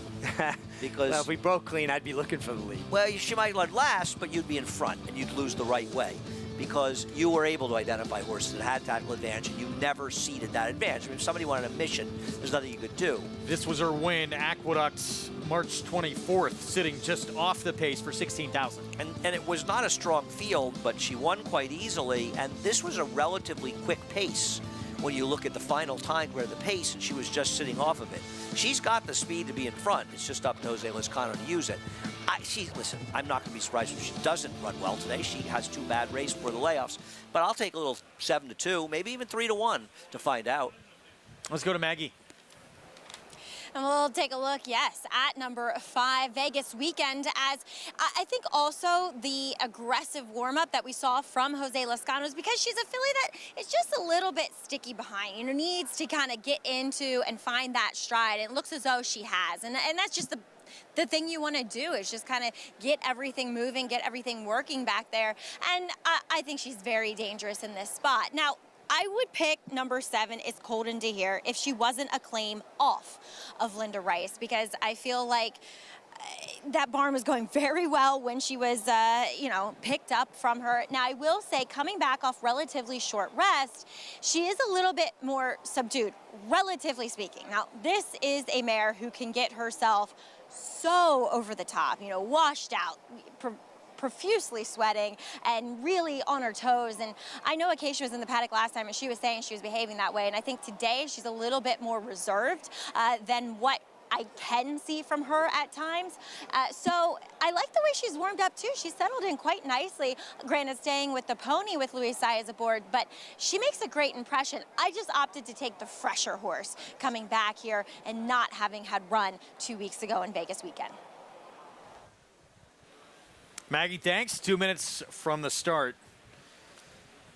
of a pick four that begins here as well. Races 3 through 6, but public still siding with the Linda Rice barn and suspended Campaign. We'll see if she can do it again. Not going to get much pace to run at in this race. But I think that's a very interesting point that Maggie was making about the claim away from Linda Rice. It's not a knock on the Toscanos.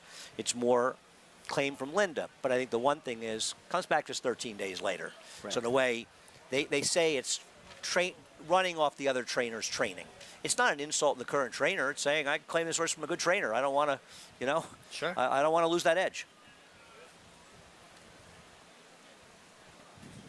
So Jose Ortiz going to have that inside post with suspended Campaign. And, you know, with this 5-year-old mare, Mig, there's not a lot you can do. This is not someone that wants to be involved forward early on in a race.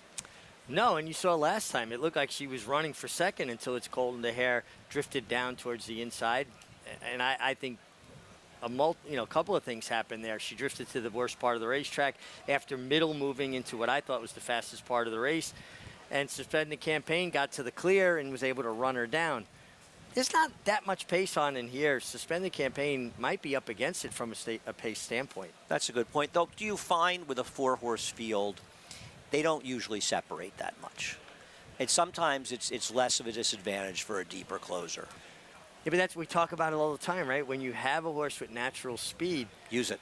Use it. The worst thing you could do is allow horses that have a natural closing kick to be in closer proximity to you without using themselves. It just makes their kick better. No argument.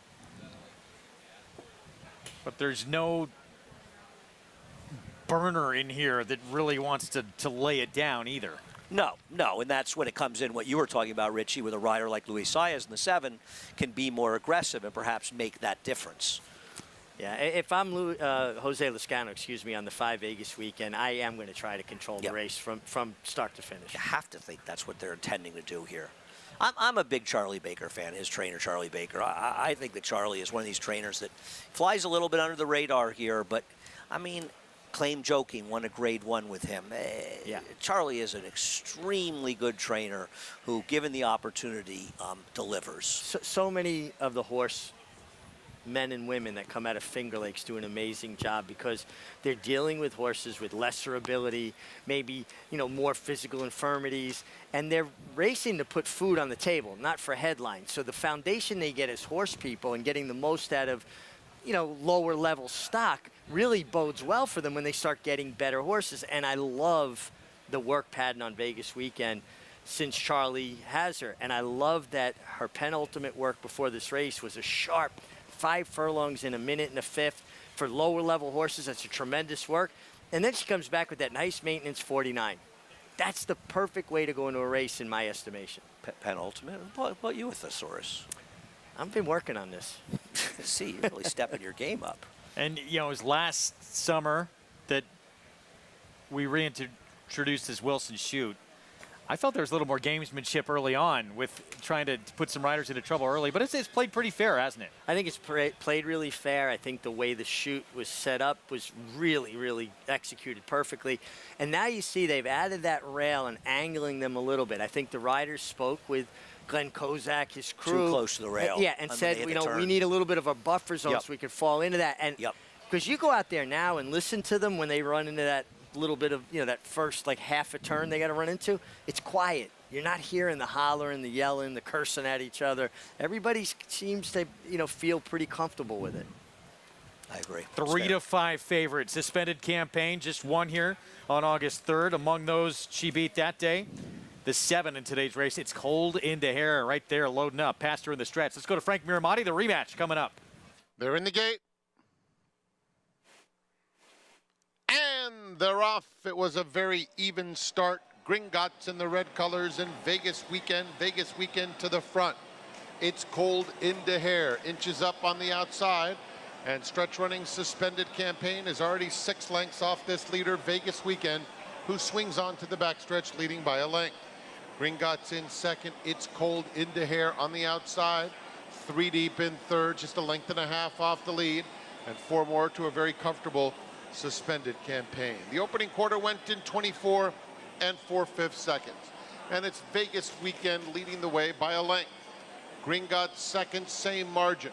It's Cold into Hair, and now Suspended Campaign just 3 lengths off the lead, coming toward the half-mile pole. Vegas Weekend has been there every step of the way. Leads at 3/4 of a length through 49 1/5 seconds for the half. Then it's Cold into Hair third, 2.5 off the lead. And after getting closer, Suspended Campaign has lost some ground. Suspended Campaign, the heavy favorite, going in the wrong direction with 1/4 mile to go. Vegas Weekend, the leader. It's Cold into Hair, makes the move on the outside, and Gringotts in between them. 5 back to Suspended Campaign. They're in the final 1/8 of a mile, and it's Vegas Weekend who opens up. 4-length cushion now as they come toward the 16th. Gringotts, it's Cold into Hair. Vegas Weekend, 3-length lead close to home, and Vegas Weekend just dominated in front-running fashion. Scores by 4. Gringotts second, it's Cold into Hair and Suspended Campaign. Charlie Baker, first win of the meet here off the claim. Jose Lezcano did send this horse to the front, and it pays off. You could see it right from the gate. If you show the head on or the start, I mean, he came out with a purpose. He clearly did, and I turned to you, Richie, and I said, she might not win, but at least we can give Jose Lezcano credit. He's doing what he's supposed to.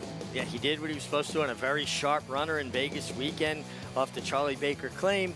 And the only disappointment for me was the 7. I thought was Gin to be second. I didn't think she was going to get to the winner Vegas Weekend. And she flattened out, and Gringotts, your longest price in the field at 12-1 in a 4-horse field.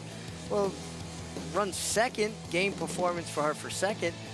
Trevor McCarthy maybe watching Katie finish second on a big long shot in the last 4-horse field and said, I can't let my wife keep showing me up. And I didn't think it was going to be this demonstrative, but you're throwing out the 1 and 7, Greg. That race just completely didn't show up at all. Third choice on the board with a victory in a 4-horse field. Let's look at the start here and the intention on the 5, Jose Lezcano. Keep your eye on Jose Lezcano. See him tap Norris in the shoulder now with his left rein. He's kind of breaking that hold, and that's inciting a horse to go forward. He went on a great send for about 70 yards there, established the lead, and then got her to settle down. Yeah, no, he did what he had to. Listen, Vegas Weekend did the rest, and a lot of credit to Charlie Baker as well, but Jose did his part. Setting the lead was the key element. 5-2 here, but again, third choice in a 4-horse field at 5-2. And Vegas Weekend, 7th win of her career, and she just keeps moving to different barns and showing up. Absolutely. She's There's honest. Charlie Baker in the red shirt. Charlie Baker, and again, just a really good horseman. And how about Jose Lezcano? Quietly continuing to have a terrific meeting here, winning at about 20%. That was his 16th win of the meet. I mean, he doesn't get maybe the accolades that some other riders do, but he deserves them. Right, he quietly gets the job done. Yeah. And one of the elite turf riders in the game. Yeah, he's a very smart rider, very positional, knows how to, get his position the right way. And, hey, he rode Chad Brown's first Breeders' Cup winner. That's right, Maram. He ran Broker Maiden in a maiden claim up here. I thought his ride to win that allowance in the turf, I think the first week might have been the ride of the meet. Sri DeVoe horse, I believe. It's a pro's pro. And he gets the job done here on the front end with Vegas Weekend. Prices for you when we come back. We'll set up the start of the Pick 6 next.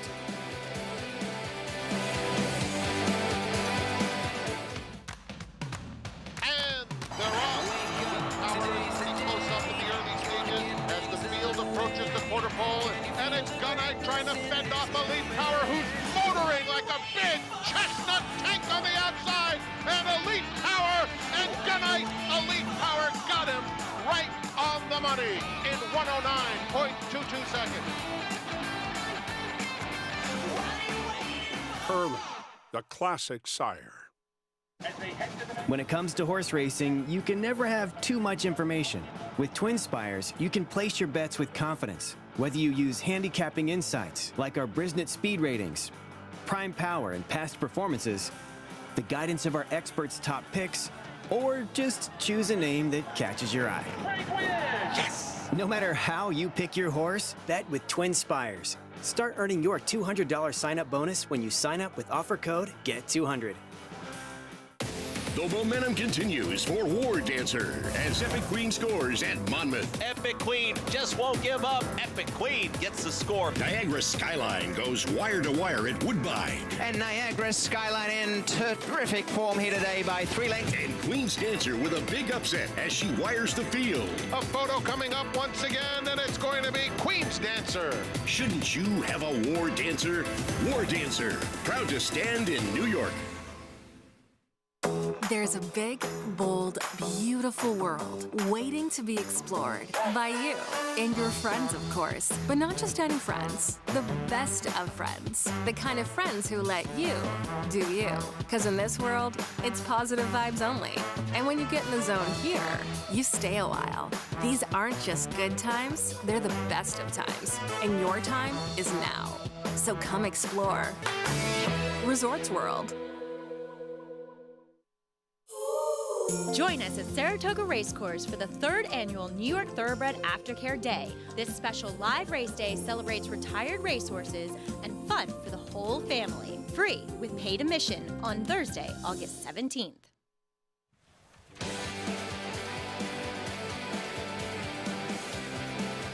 Back with you on Saratoga Live on our FS2 coverage. Thanks for being with us here at the premier meet in the country. Program brought to you in part by Hillendale at Alapa. Vegas weekend. Taking the 3rd on the card, Jose Lezcano. First off to claim win for Charlie Baker. Owns his 5-year-old mare as well. Let's go to Maggie. Pleased to be here with winning owner and trainer. Seems to be a theme here on the show. But Charlie, for a mare that has won nearly a third now of her lifetime starts, claiming her, I'm sure, claiming her in not so good form, but I find that you do this so well. You find these horses that have that back class and try to get it out in them. Yeah, well, sometimes I try to get it out of them. Sometimes you just can't get it out of them. But she came to me in a little sore behind, and she got better as we went. Took me a while to get her better, but once she was getting better, we figured we'd be okay with her. And she kind of run to what I expected her to run, but we got help from all these scratches, so it was great.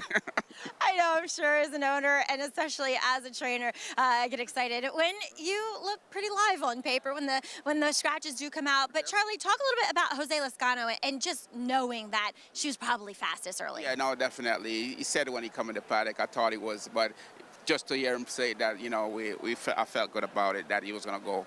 Because sometimes you get riders that doesn't want to go that aggressively. So it was good that he went that aggressively to take command and do what he had to do from there. Well, just as a trainer, how much confidence does it instill in you when your jock comes out and tells you what they want to do? No, definitely. It's great. When a jockey read a form, see what it, and exactly when he sees what I see, it's super. It's a good fit because the confidence goes up a little bit more, definitely. It's all copacetic and it all worked out. Congratulations, Charlie. Thank you. We needed our win. Thanks. I'm sure breathing a sigh of relief as well. First win of the meet, Charlie Baker with Vegas weekend. Mig said penultimate. Maggie said copacetic. A lot of thesauruses flying around here. Everyone's up in their game, Andy. Better no doubt get you a thesaurus for Christmas. $7.90 for the win. So good to see him win because, as you said earlier, he is, for those that don't follow the circuit on a daily basis, exceptional trainer that does such a good job. And it was just a matter of time until we saw him break through here. Yeah, absolutely. Listen, it's a tough place. You got to have the right kind of horses that fit the races that we run up here. But Charlie Baker's a winner, and he's a winner because his horses are well cared for, and they look terrific, and they perform well. You ready? I'm ready. Carryover time. Pick 6, $179,000. First leg of the sequence in a race that was meant for the grass, comes off. Last race of the sequence, meant for the grass, comes off. 2 races in the middle remain on, including the Susie O'Kane. Begins with this. 5.5 furlongs now main track, 50,000 starter allowance, and Proud Foot. Linda Rice for those ARTs right now, the 9-5 favorite. Yeah, I mean, Proudfoot and Need Some Money are the 2 horses that have the dirt for them. And they're the 2 horses that should be favored in here. And I think, and we talked about this earlier, you and I, Greg, I think they're supposed to be on your tickets in the pick six. The question is, who else, if anyone, might you use in the pick six? For me, it would be the 5 World Traveler I picked on top. Last time this horse raced on the dirt at May 27th at Monmouth was on a dead rail.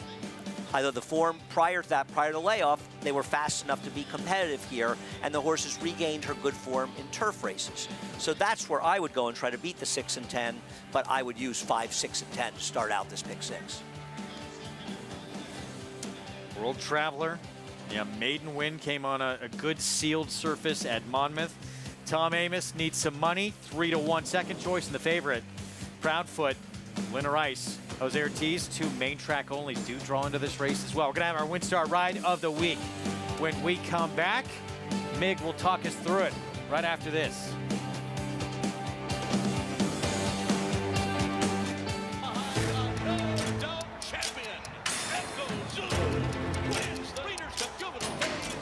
To win the Grade 1 Spinaway. Spinaway at Saratoga, and she wins the first set here at Belmont. Echo Zulu takes command. They come to the 16th pole. It's a sizzling performance for Echo Zulu. What an effort. Echo Zulu enters in by 8 widening lengths. Join us at Saratoga Racecourse for the 3rd annual New York Thoroughbred Aftercare Day. This special live race day celebrates retired racehorses and fun for the whole family. Free with paid admission on Thursday, August 17th. RaceLens is the most in-depth product in horse racing with unique features found nowhere else. True odds, predictive analysis, and pace projection. RaceLens. It will change the way you follow horse racing and take your game to the next level.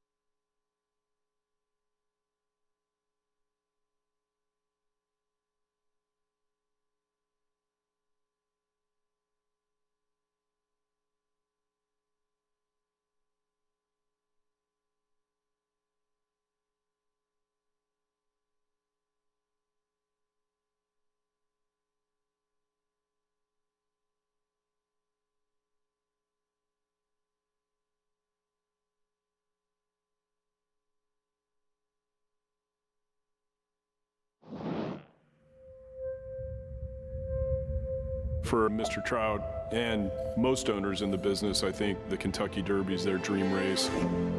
To have that first Derby win for him and for our team with Super Sabre, that was a huge moment. To see horses that you've trained go on and have successful stallion careers is probably the most rewarding part.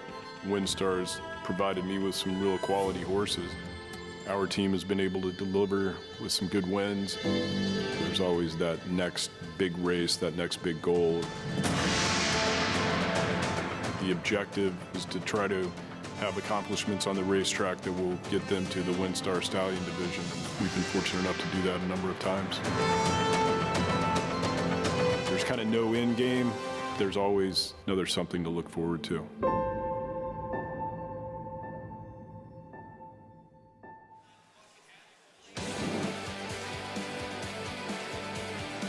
Time for our WinStar Ride of the Week, and it's Manny Franco on Magical Ways. And one thing about Manny Franco, and we've come to expect it from him, and I enjoy watching it, is just how strong a finisher he is. He really gets in sync with his horses, wonderful rhythm. He sets his horse down and has plenty left to kick on through the stretch. But again, all of his infinite strength is on display here. I mean, it looks like, you know, he's beat. Raylu Gutierrez went by him here, opened up. Now he comes back, and Andy kind of reminiscent in a small way of Hidden Lake and Flat Fleet Feet. If I hadn't bet the 5, I'd really be enjoying this a lot more. Just wanted to get that out there right then. But I appreciate the Ride of the Week being a horse that beat me. Flat Fleet Feet and Hidden Lake, I don't know, man. She had you beat. You really came back. You this really one was came beat back. too. Yeah, I know. I remember it all too well. But thanks. Good week for Manny Franco. Saratoga's Ride of the Week brought to you by WinStar Farm. Dream big by WinStar. Pick 6 time. Here we go. 15 minutes away from $179,000 carryover. Begins with a 5.5 furlong sprint move to the main track. Races 4 and 9 come off. Races 5 and 8 stay on the turf. We'll be back right after this.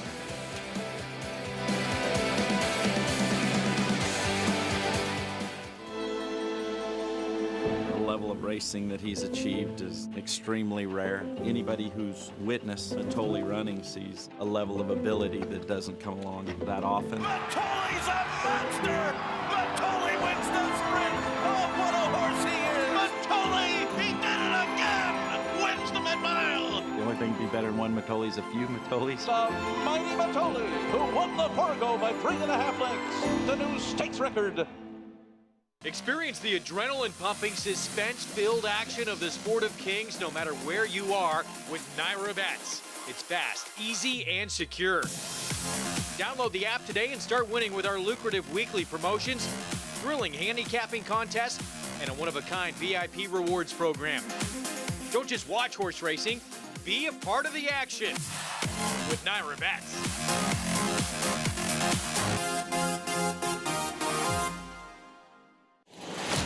Into Perryville, all alone as he turns for home. Nashville under no stress whatsoever. What's it going to take to win the Breeders' Cup Sprint, and could this horse have toyed with a group in the Breeders' Cup Sprint? I'm going to say yes. This was sensational. 107.89 track record. This is one of the most impressive sprint performances that we have seen. This is a horse to get really excited about. Never asked for a thing, track record. Racetrack Television Network brings you every race, from every track, on every screen, every day. With monthly packages starting as low as $5, RTN gives you great value and access to more live HD streaming and race replays than anyone. Visit RTN.tv today to sign up and watch on almost any device, including Roku and Amazon Fire. RTN has packages that start at $5 per month.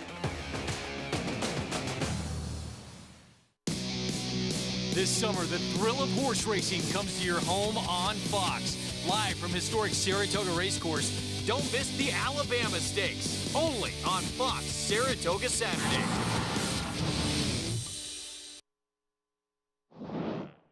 If you're looking for winners, a program is an essential tool, but it can only tell you so much. When you're at the track, take full advantage of the paddock to try to find a horse who's ready to win. Here are 4 things to look for in the paddock. Number 1, watch the horse as it walks in.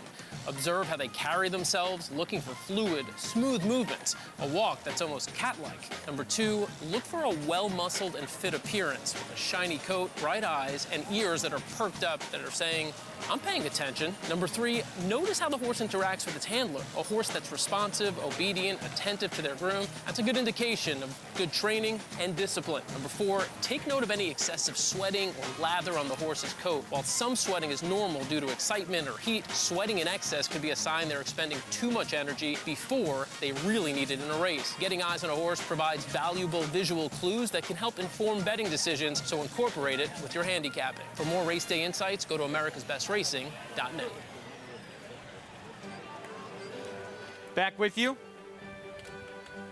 on Saratoga Live on our FS2 coverage.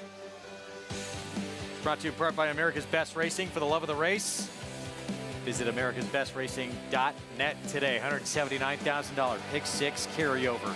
Starts here in this 4th coming up, and that's our current favorite for Linda Rice, Proud Foot. Let's go to Maggie.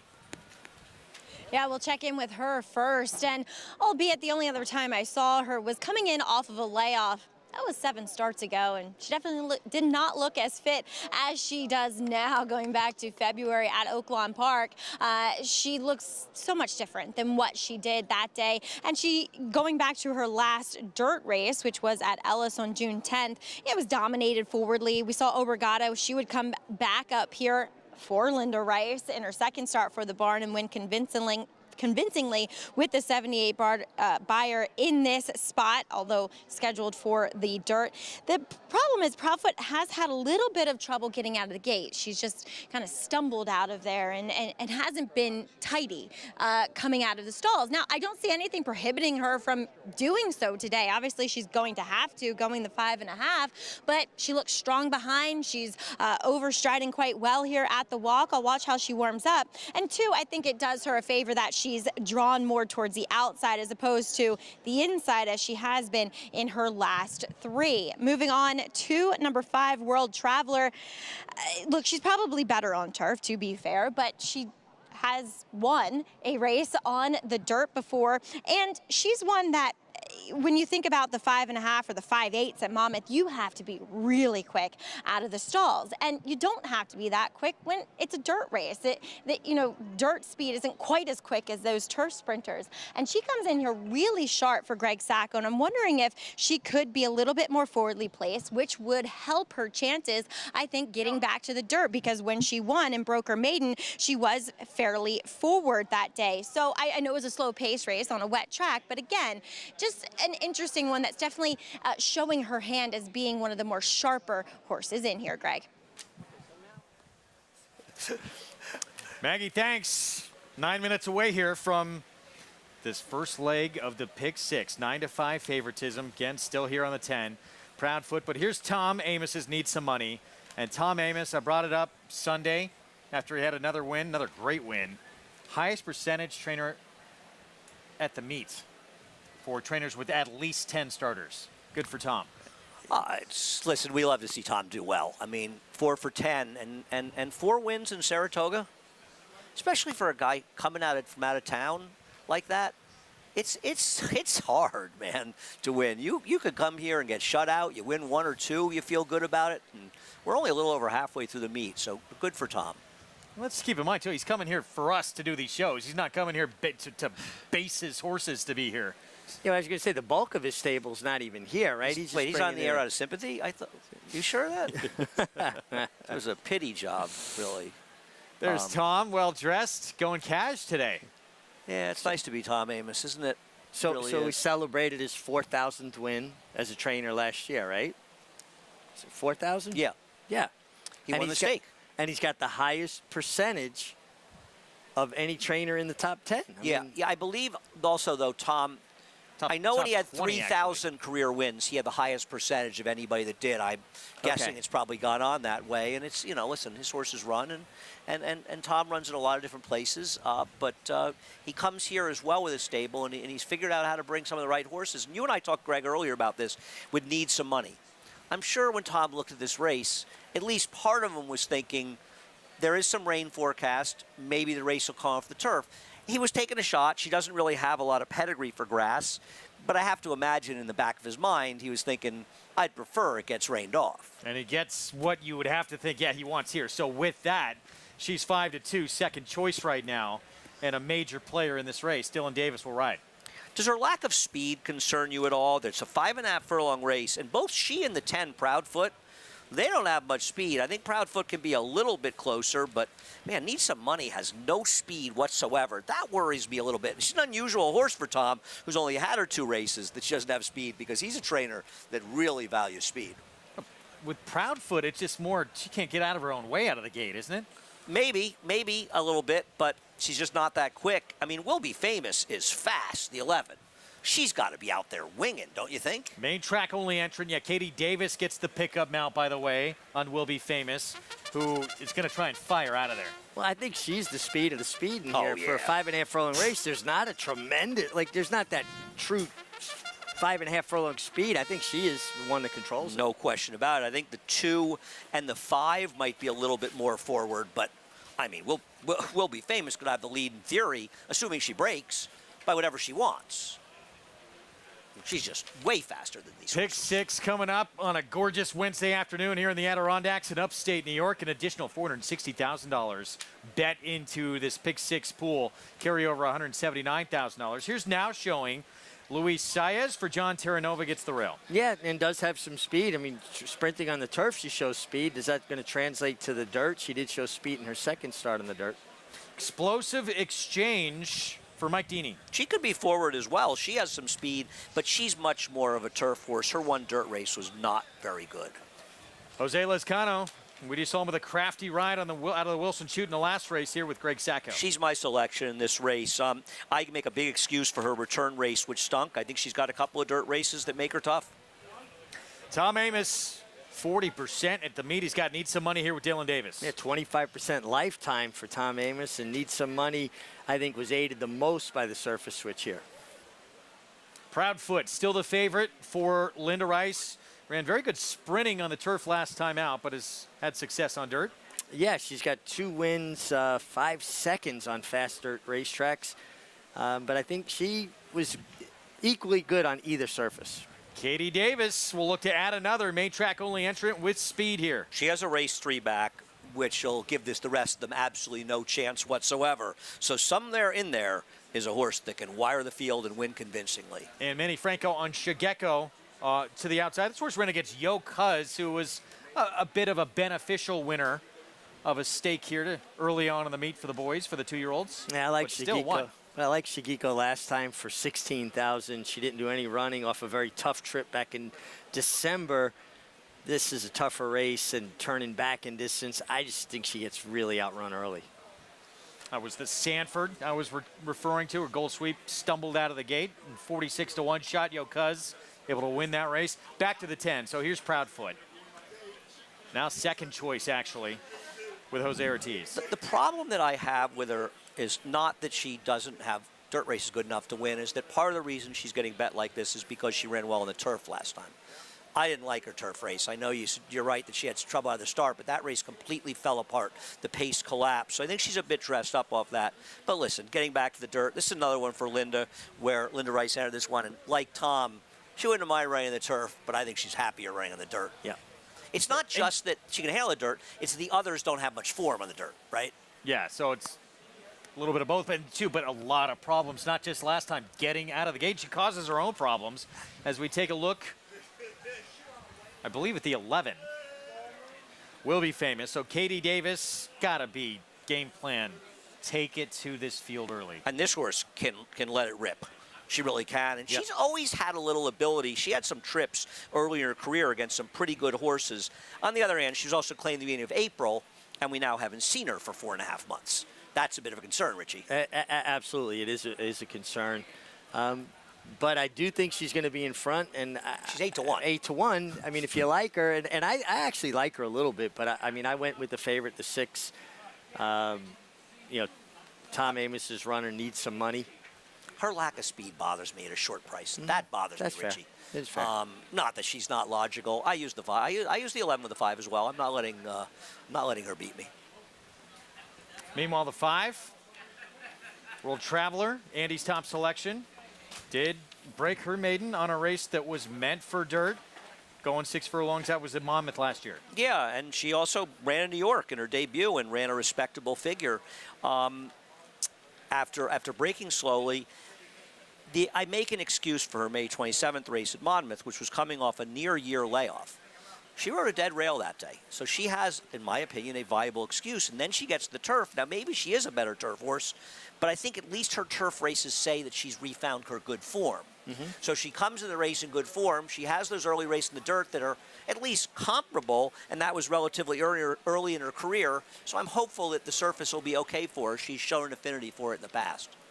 Let's go to Maggie. Yeah, look, she's warmed up really well too, World Traveler. But let's take a look at the horse coming back off of a layoff. That could be your out-and-out speed here in number 11, Will Be Famous. She's overruled World Traveler for sharpest horse in this field, as Katie Davis going out to the racetrack said to the crowd that was waiting to get past, saying, guys, you better back up. She might kick, because she was really, really revved up, like sitting on a keg of dynamite. She settled in nicely in her warm-up. She's not doing too much, so not concerned about that. But she comes in looking fit for trainer John Toscano off of the layoff here. So she's an interesting cog in this machine at 8-1 when it comes to this race, because she looks ready to go off the bench. I just don't know how good she is ultimately, as your current favorite needs some money.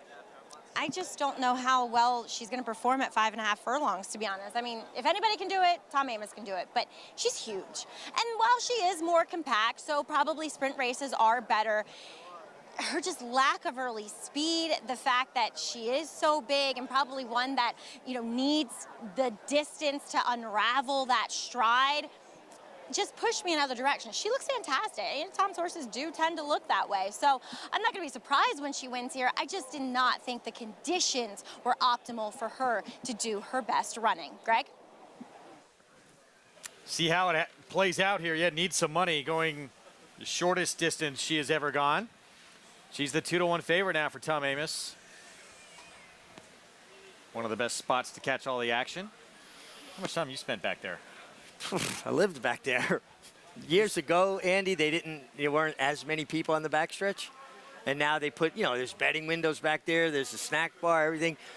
I got fined when people started filling up back there because I got shut off leaving the gate and I cursed another rider out. And Frank Calvarese told me, you got to be careful. There's families back there, young kids. So a week later, I got shut off again leaving the gate and the language was worse. I got fined. I'm shocked to hear that kind of behavior coming from you, Richie. I'm shocked and appalled. But how can you monitor that in the midst of competition for your language? It's also a little. Yeah, I'm not getting involved in this conversation. It's just going to go bad for me. I thought are you commuting to your place at Belmont in the backstretch at Belmont up to Saratoga? No, not right now, no. She has a nice little home. I hear there's a lot of improvements going on there from what I've heard. Has the shower head been taken care of yet? Nice Thomas conversation, Andy. Trying to get out of that one any way possible. Yeah, I don't want to get involved in that. I know myself, I would never use curse words. I carry myself with dignity at all times. Some of the time. Should we go to break right now? Occasionally. 2-1 favorites going back and forth between the 6 and the 10. And look ahead quickly, Andy. Where, if you were playing this pick 6 today, did you see potential to say, obviously that 7th race, it seems like many, and I'm not saying this horse is going to win, but South Street is going to take a ton of money, probably going to be the shortest price favorite of the day. Yes, you're right about that. Now, I picked against him. I picked him second. I would certainly use him as an A, and I would use him in freeze pop. You know, I honestly, myself, if I had to single somewhere, it'd probably be the 11 in the last race. And I don't trust that horse at all. But, I mean, I would... I think that horse and South Street are the two most shorter priced horses, logical single places, I think, for people. If somebody said you have to single somewhere, I would rather single that horse than South Street. And I think in the pick 6, every decision you make hinges on decisions you make in other races. If you're clear you like 2 in 2 different races, and you'd like that a third, but you can only do it in one race, you've got to decide which race to do it in. You know, which one do you think is a better place to do it? It's not easy, and you have to remember that all decisions are dependent on other decisions. You know what I love about this team we work with? Just everyone looks out for each other. You know, the next crew coming on, they know we're under the lights. Yeah. It's warm. They're taking care of us. Just, yeah, no, it is everyone touching. Doing everything they can. I can even feel how much it's gotten better. Thank God Loading for Paula up. Start of the pick Duke, 6. waving a fig leaf over here at us. 2-1 favorite, Proud Foot. Frond. Linda Rice, Jose Ortiz, Tom Amoss. There's his 6 loading in. Needs some money. Was this the surface they originally wanted with this filly? Big pick 6 carryover, $179,000 coming into today. It starts here.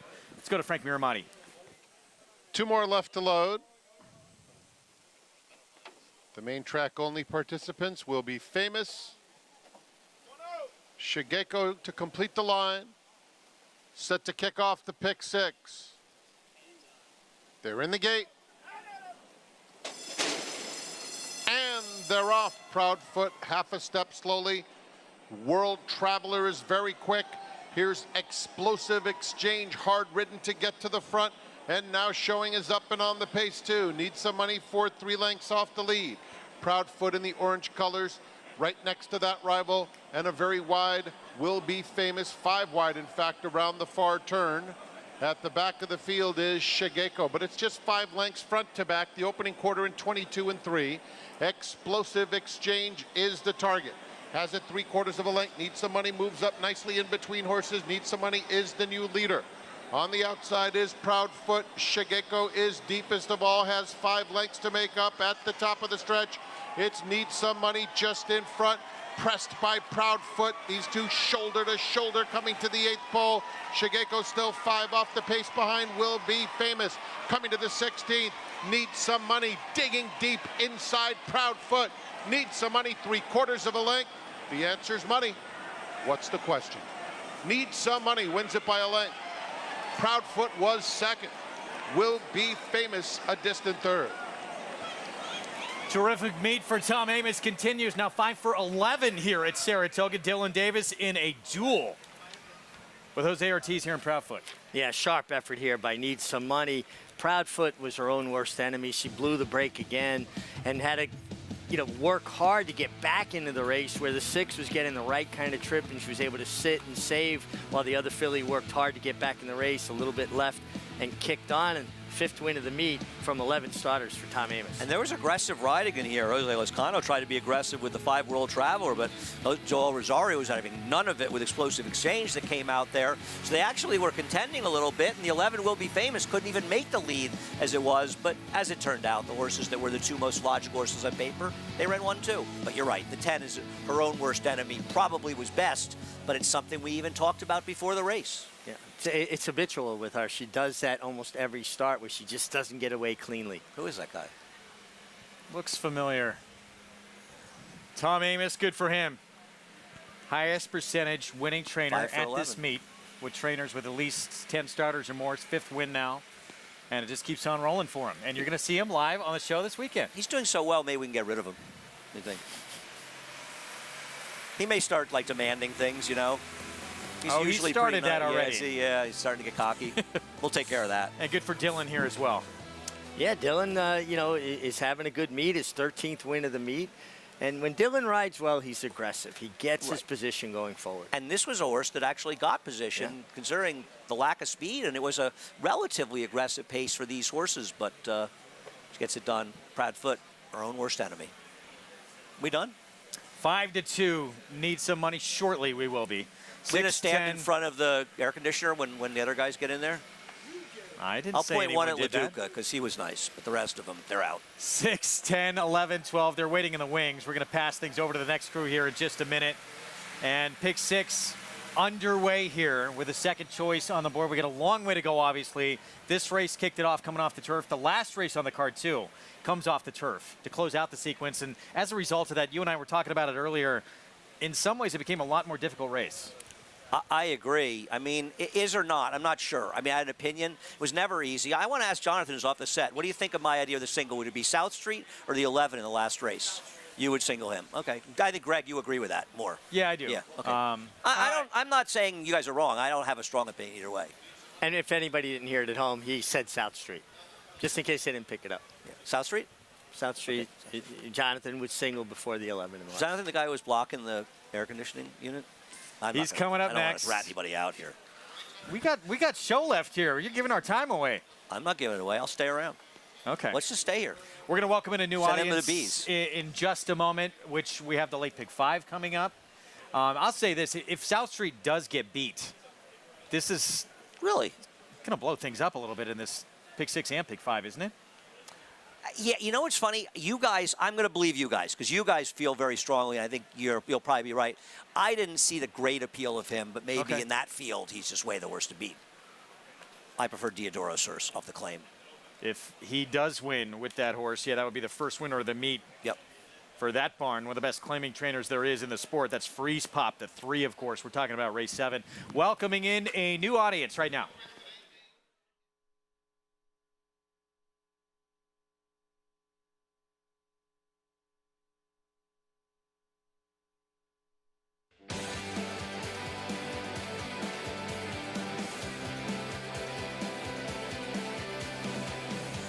Welcome to those just joining us on Valley Sports SoCal and San Diego. Those already with us on FS2. You're watching Saratoga Live. Here at the premier meet in the country. Pick 6 carryover already underway.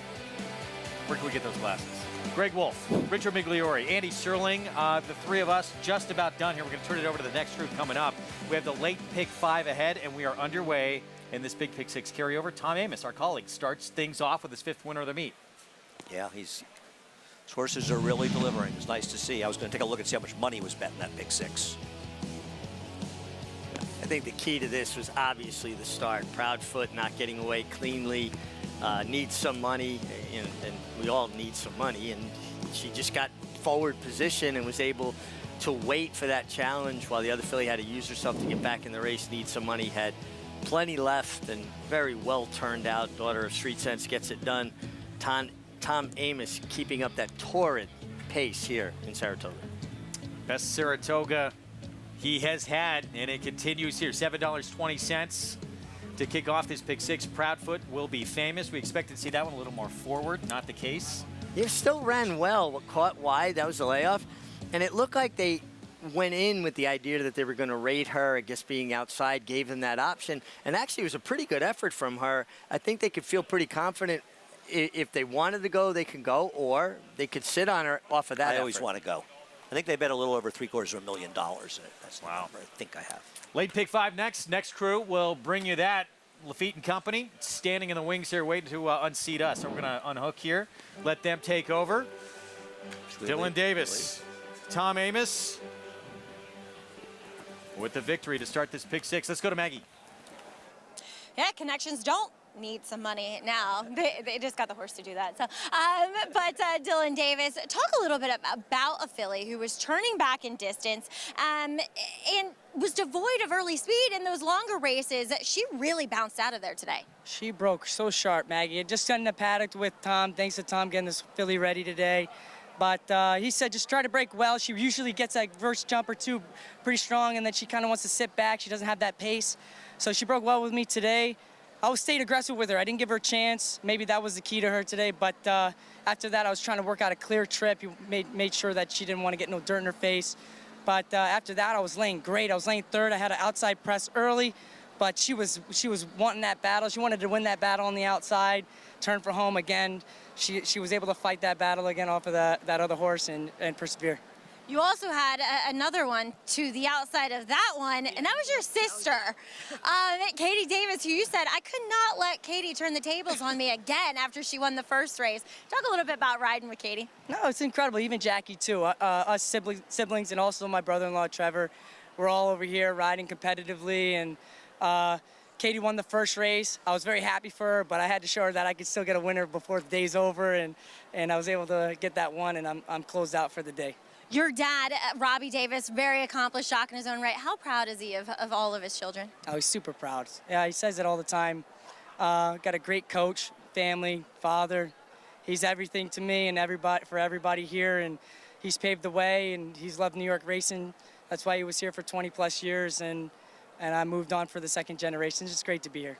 Well, Dylan, job well done. Great ride here with Need Some Money. Thanks, Maggie. Great. All right, Dylan Davis gets the win. We'll be right back. We're going to take a quick time out here as we have a lot more racing to come, including the featured Susie O'Kane and also the late pick 5 kicking off race number 5 on Saratoga Live.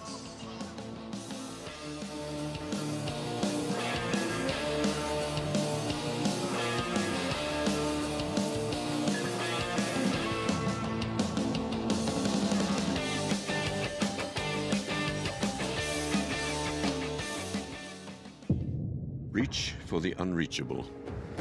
Race to new horizons. The artisan's quest for beauty burns in the heart of Japan, forging strength like no other, with love and honed to perfection. Noble, authentic, and only here. The legacy of strength. Grade 1 winner and track record setter Lee. Like their sire, his runners have excelled on both dirt and turf, including these standout performers. Poppy Flowers putting in a late burst here. They come for the finish. Here is Nagarok, who takes off. Nagarok will roll. Nagarok. Out of a Galileo mare, this dual-surface star has sired juvenile stakes winners on both dirt and turf. Lee, standing at Claiborne Farm.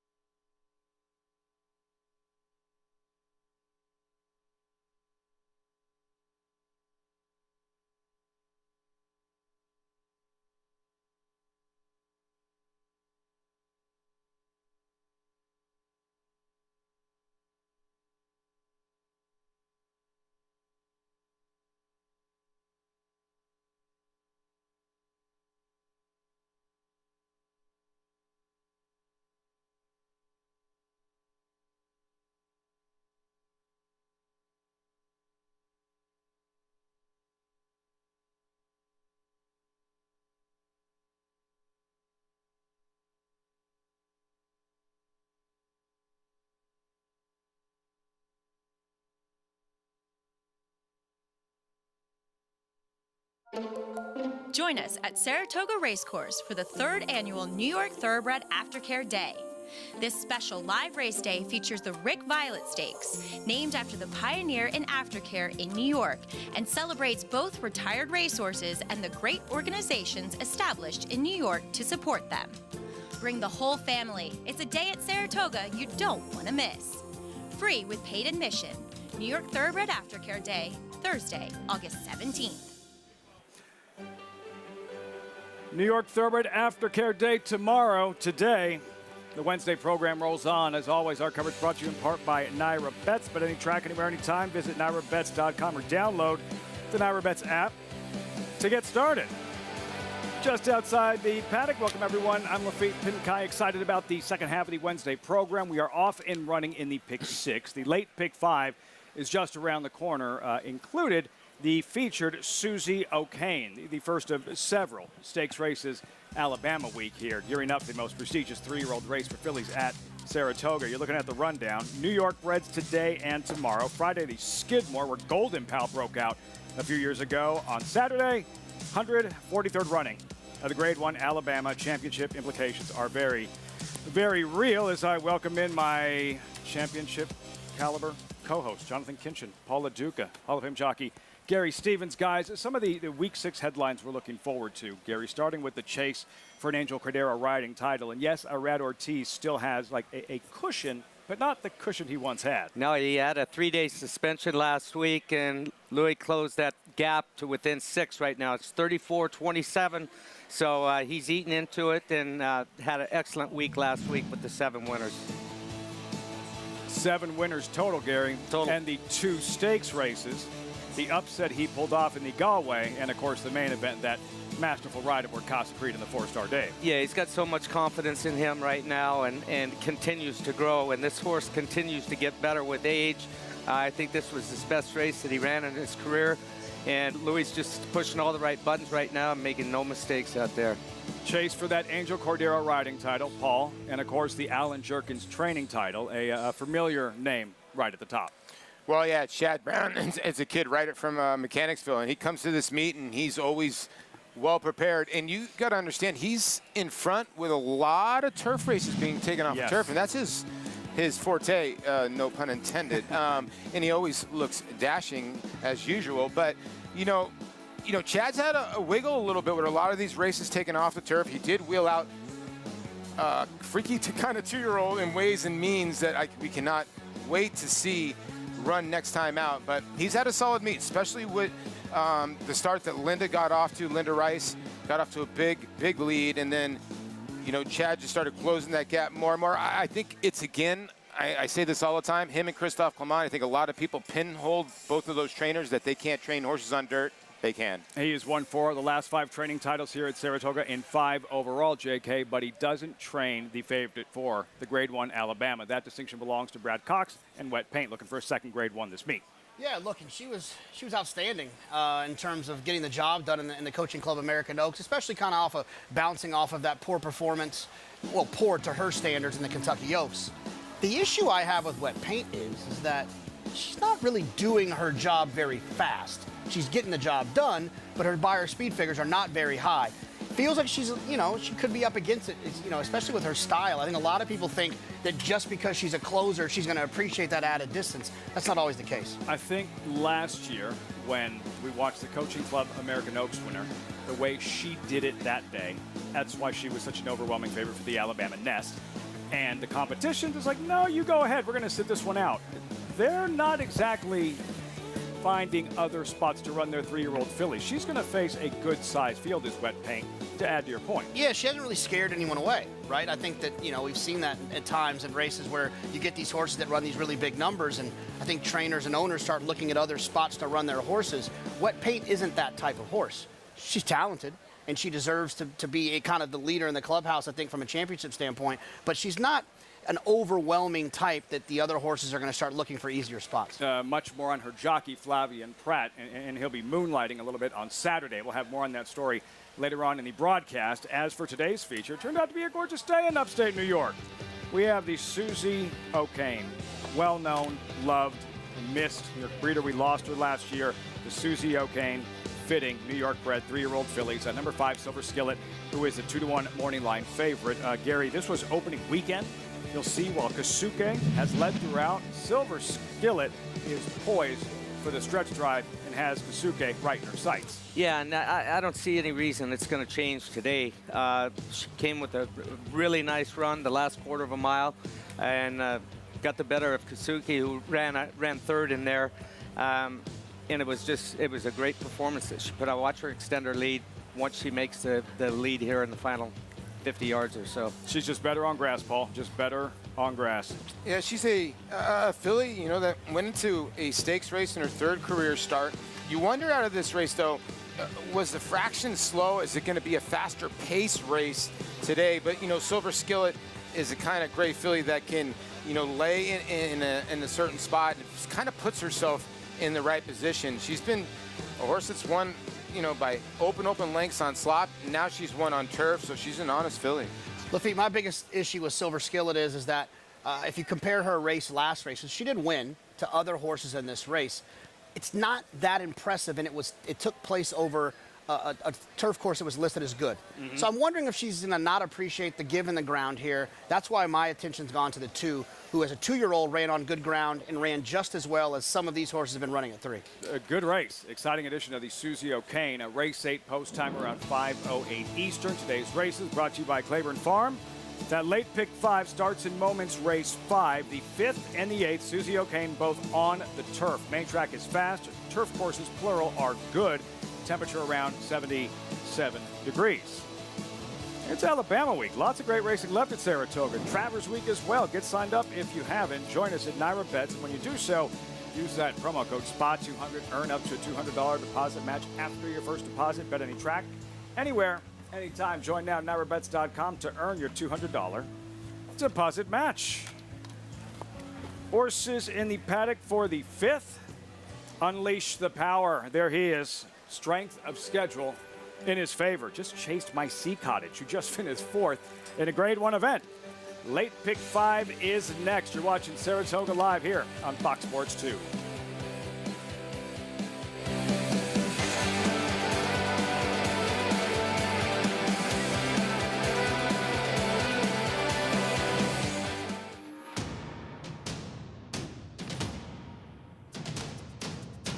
Drain the clock will win and win by as much as he wants. He'll win by 6 in the end. It is Drain the Clock who will bound home the winner in the Bay Short. Drain the Clock, Jackie's Warrior, a terrific finish in the Woody Stevens that goes to Drain the Clock by a head.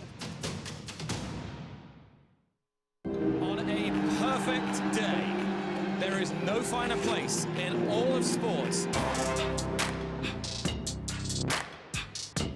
Nerves, excitement, and anticipation. Than beautiful, truly stunning.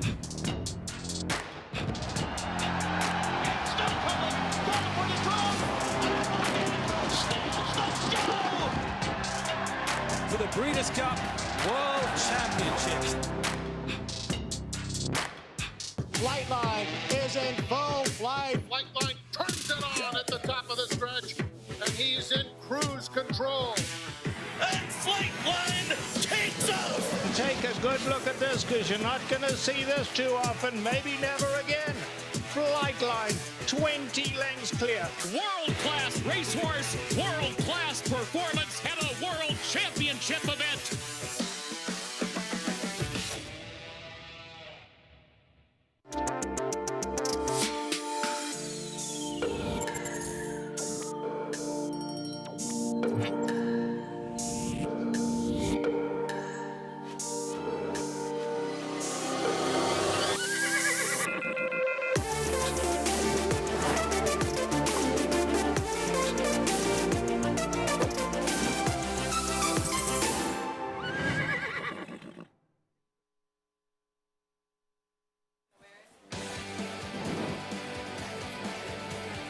Welcome back to Saratoga Live. Updated odds race number 5. Start of the late pick 5. You see the favorite down at the bottom and Unleash the Power 5-2. Maggie standing by in the paddock. Maggie, the bad news, just 1 for 10 lifetime. The good news coming out of a live race and a very good effort. Yeah, it feels like it, right, Lafitte? As he was wired by my sea cottage that day, and just the way the race unfolded, it was that true quote-unquote merry-go-round race where nobody really changed positions. Now, he's going to have to do it from the outside post, and he does have that tactical speed. I'm hoping his rider, Luis Saez, can work out some sort of trip, but at least you get a decent run into that turn as we start nearly on the clubhouse turn, or excuse me, the far turn. So there's a nice run to sort things out. He looks phenomenal here. Look, he was my pick last time. He just looks so good for Al Stall. We'll see how he negotiates in 9 furlongs. The only other time he tried it was when he was coming back off of a layoff at Fairgrounds, which was an odd course this year, to say the least. Moving on to number 7, I think Giroux does pose the biggest threat. He's kind of a new face, a fresh face coming in here for Mike Maker and getting some class relief, I think, overall. He was in a tough post position, but he did get over to save ground, and he really had a good trip. I thought Christian Torres did a great job with him. He had no response, and he has yet to really kind of put in a good effort, at least in his last 2, albeit the one being on a wet track. But there's some go-back races with this horse who does ship in here looking tremendous for connections. I mean, just really healthy, superb coat to him, very calm and focused, and he feels like the one that is possibly the most convincing when it comes to the 9 furlongs, as we have many horses that might find it on the challenging side, Lafitte. Maggie, thanks so much. Giroux at 7-2. And a reminder before the post parade, weekends, $1 million late pick 5 bonus. Play the late pick 5 Naira bets. Hit the late pick 5 Naira bets.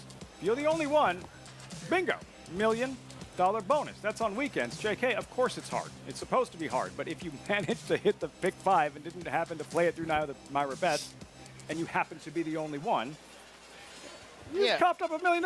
Yeah, look, you're gonna, if you're the single ticket anyways, you're gonna score out. But like, what's wrong with an extra $1 million?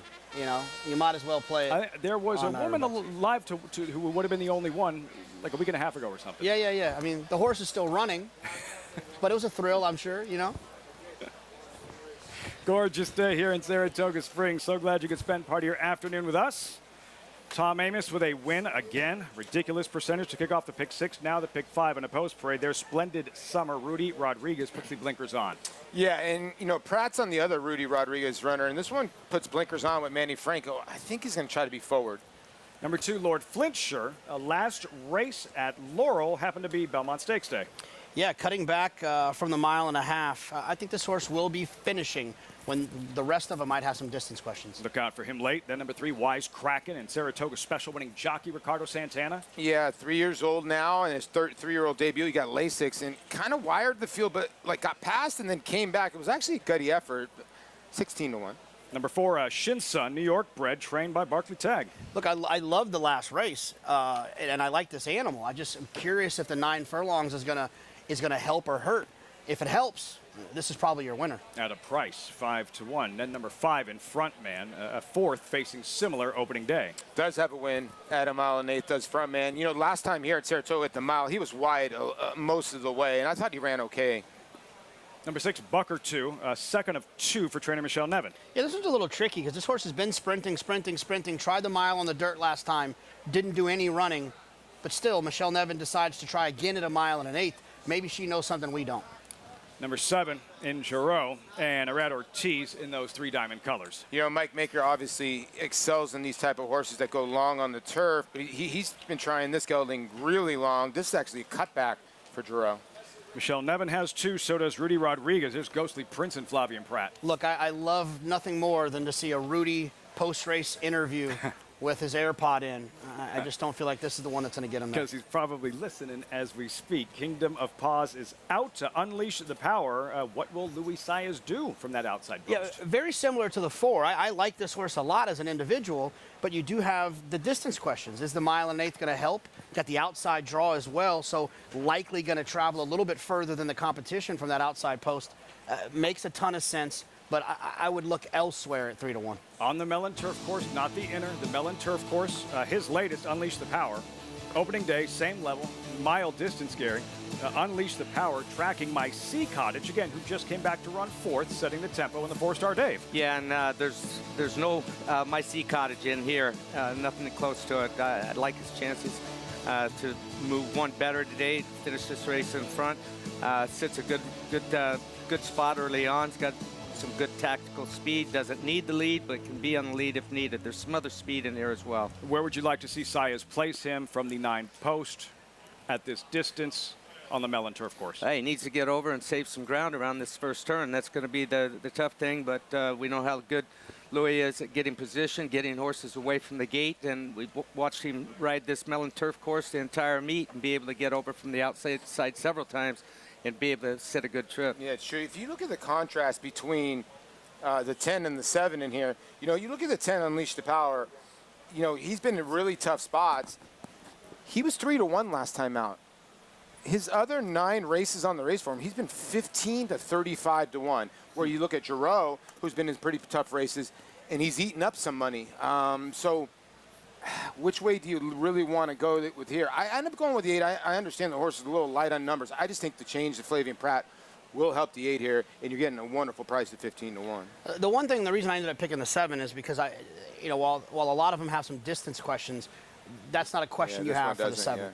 Yeah. So when if we can work out a trip, I'm going to still say whoever works out the best trip's going to win. But at least I know the 7 is not going to be tired when the rest of them might be. You're talking Giroux. We're looking at Shinsun, Gary. His most recent, this was early July. Belmont, same level. And you're going to see Shinsun from far, far back. But watch this steady rally on the rail to finish 2nd to Timbuktu. Yeah, well, he's going to have to work out a trip here because it's going to be a long ways back again. He doesn't have any early speed whatsoever. Kendrick Garmouche, he can get one away from the gate. He's the one who rode him last time. Got to know him in his last 2 races and figured a few things out on him. He came back after he'd ridden him the first time. It was 2nd off the layoff. Today's 3rd off the layoff for Barclay Tagg. So, if he can work out the right trip and get through in some places, he could get lucky. Like the way, Maggie, he just kept plugging away to get that 2nd place finish in his latest Shinsun, who we're looking at. Right, and it lends itself well to him trying this 9 furlongs at 3rd off of the layoff, Lafitte. And 2, well, yes, he got to save more ground than anybody, I think, that day, which is optimal. I don't know if as an individual he was necessarily that comfortable down in there. As you see, when Kendrick looked at his options and realized his only one was to go to the fence, Shinsun kind of cocked his head to the outside, kind of looking at the other horses like, I don't know if I want to be down here. And but then he kind of got him straight and he ran on with it. Now, distance from a physical perspective doesn't seem to be a question at all. He's very long, tubular. He's not my type of horse. You know, I like him to carry a bit of conditioning, and that's just not the case with Shinsun, as he has gotten very hot out there on the racetrack, too. That wasn't the case necessarily back in the paddock, and it's not that hot today. So you see Kendrick Carmouche scraping some of that sweat off of his neck as they approach the gate. Let's check in with number 6, Bucker 2. It feels like there's several horses that could go here. Now, Bucker 2, coming out of sprints, should be quickest with Jose Gomez aboard, and he'll be a big price in here. I just thought he was an interesting cog in this race complexion in that he actually looks physically like he could be effective going longer. He is a little bit more short a couple when it comes to his barrel, but he's not predominantly built downhill or very much of a turf sprinter frame. He's quite a big, robust horse. So I thought he was a little bit interesting, but I feel like there's some other horses that have intention to go here, like the one putting the blinkers on, Splendid Summer, who's run his best races, Win Forward. Now let's check in with number 2, Lord Flincher. He saved ground most of the way in that June 10th effort at Laurel, going the 1.5 miles. And you were talking about a beautiful ride, the winner that day, Awesome Man, my girl Forrest Boyce aboard, just worked out a beautiful trip and really delivered a beautiful ride. And ultimately, I think Lord Fincher was just second best. You know he's going to get the distance. He ships in here looking fantastic for Kerry Bryan. So he's just another one that at least you know the distance is not a question, Lafitte. Javier Castellano aboard, 10 days till a date with Arcangelo. Travers Stakes, distance will not be a question in the Travers either for the Belmont Stakes winner, Gary Stevens. What are we looking for early on? Pace, race shape.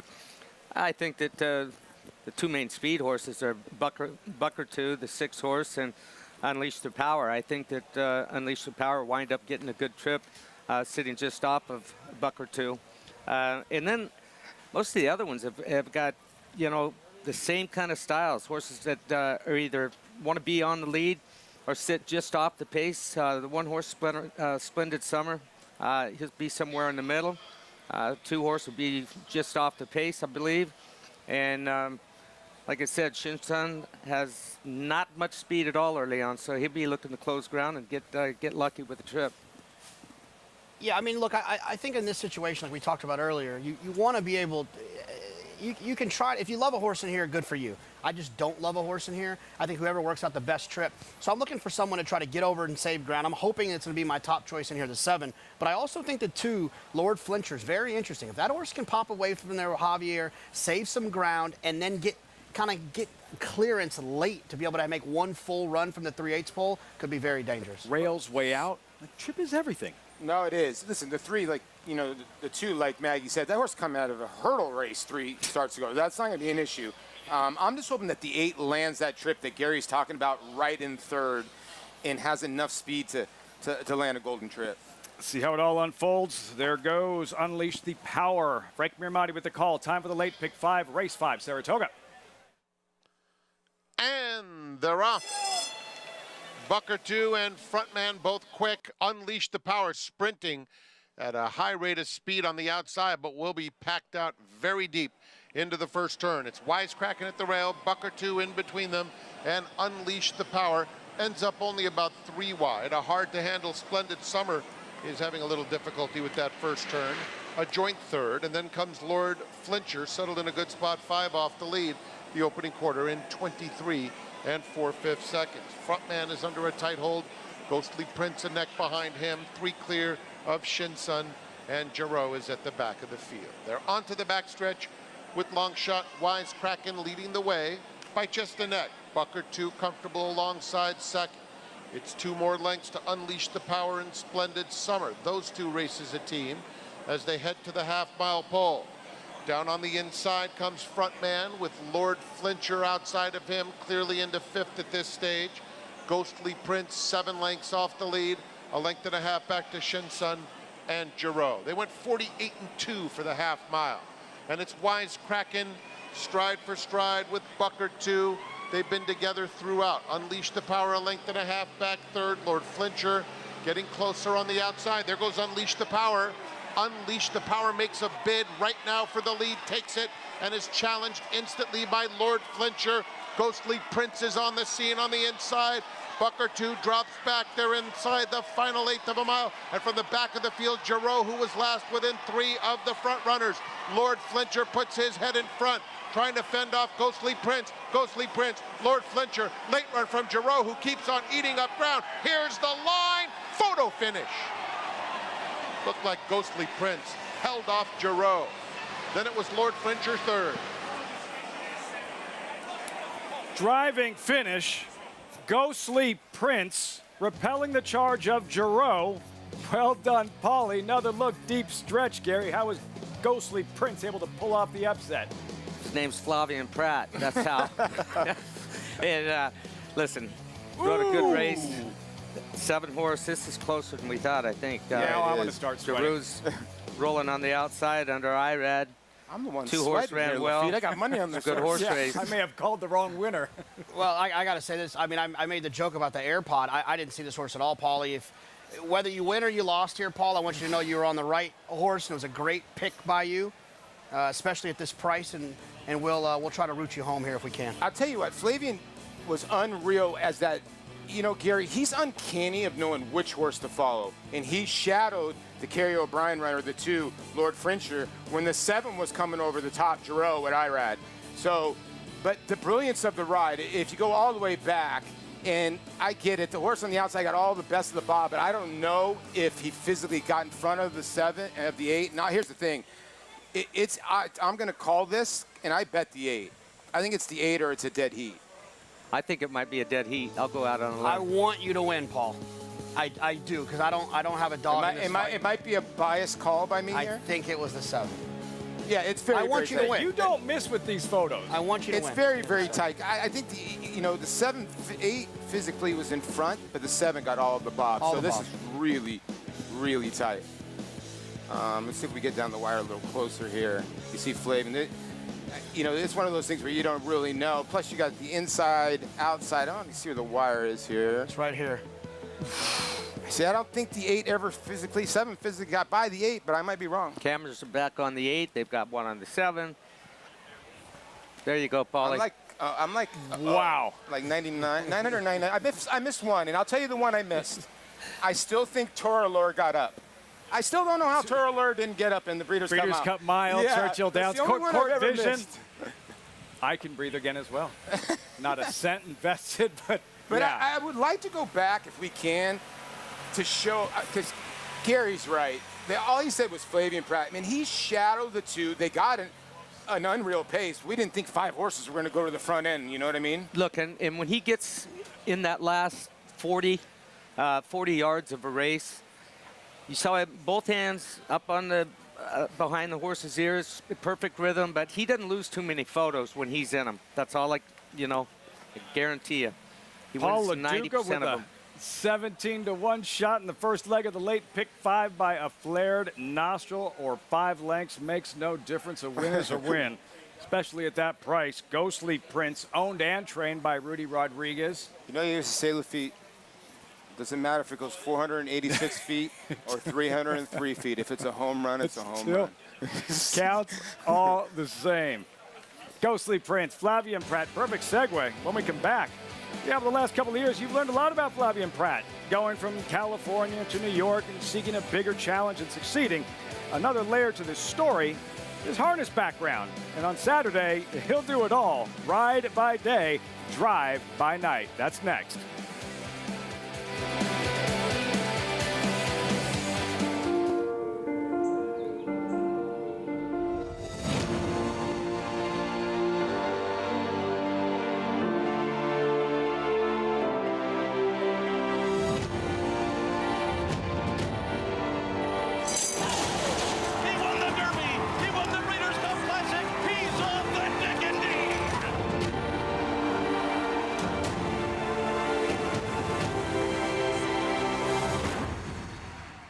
Just minutes from downtown Saratoga Springs, you'll find GMP Farm, a utopia of healing for equines and humans, offering revolutionary, customized equine care using state-of-the-art imaging and therapeutic technologies for horses of all disciplines. Immerse yourself in tranquility in our sacred spa, offering specialized spa treatments and holistic therapies to refresh and rejuvenate among tranquil mountain views. Start your journey to wellness. Visit gmpfarm.net and sacredspaandwellness.com to schedule a treatment today.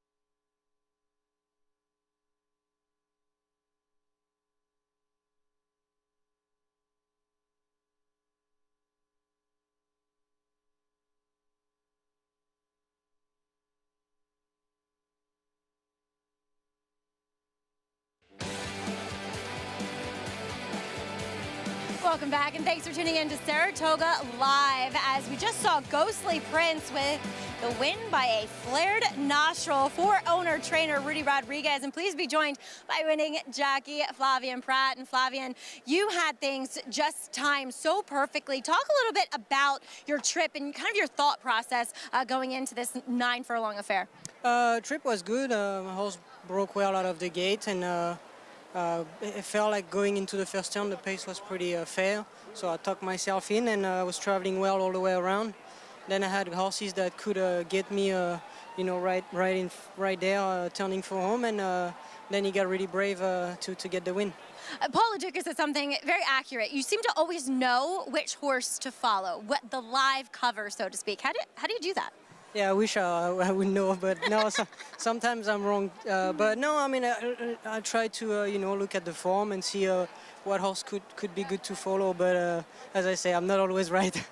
Neither are we. But let's talk a little bit about Saturday, putting on the charity pace, if you will, as you'll be driving a standardbred across the street at Saratoga Harness. Talk a little bit about how excited you are to get back to your roots, so to speak. Yeah, no, I'm very excited. I had the chance to actually drive the filly behind the gate last week, and it went well. So no, I'm very excited. It's for two good charities, so it's always a pleasure, you know, to you know, see if you know, if people can have fun and as well be present for a charity. I have a question. Is there like a weight type of thing that goes on? Because obviously you're a little bit lighter than Mr. Beckwith.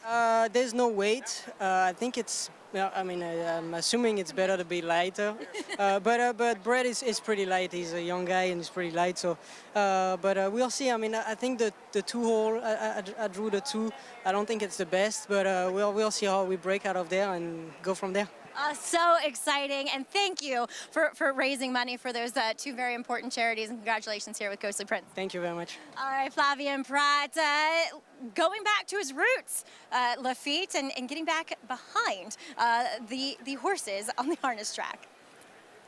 Billed as the sulky match race of the summer. We'll have much more on that in just a moment, Gary. But Flavien in general, driving, riding, whatever it is, he just the right temperament, never too high, never too low, regardless of what the outcome is of any given race. He reminds me so much of Bill Shoemaker in the jocks room. He could go out there on the track and run second in $1 million race like this or win $1 million race by that kind of margin. And he was always the same. Deal him, boys. They come back in the jocks room. We're about to play cards if he had a race off. And just an even-keeled temperament, sort of like me. Yeah, right. All we need now I was going to leave that alone. Yeah, if we can get Flavien, obviously, and we need Nikolai Jokic, that would be great. I mean, we obviously saw Jokic celebrate more when he won a big horse race than he won the NBA Finals. But you see, Ghostly Prince gets the job done with Flavien, which is a brilliant ride. Shaking up the pick six. Well done, Paulie.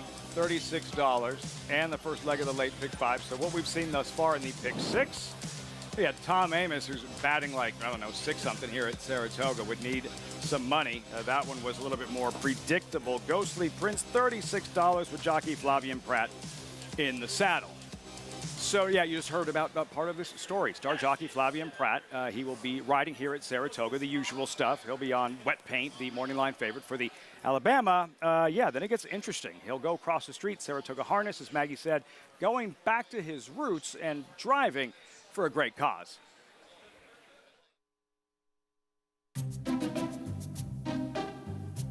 We're out here for a match race with Flavien Prat and Brett Beckwith on August 19th, Saturday night. It's a match race for two charities, the BCA Faith House of Saratoga and the Franklin Community Center of Saratoga.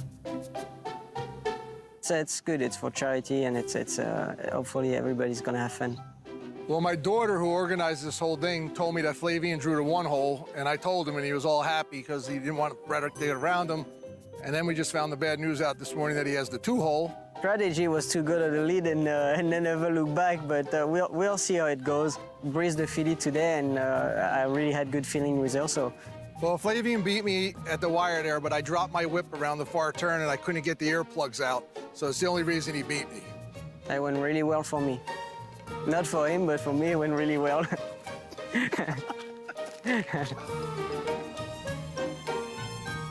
I actually didn't have earplugs in. He beat me fair and square.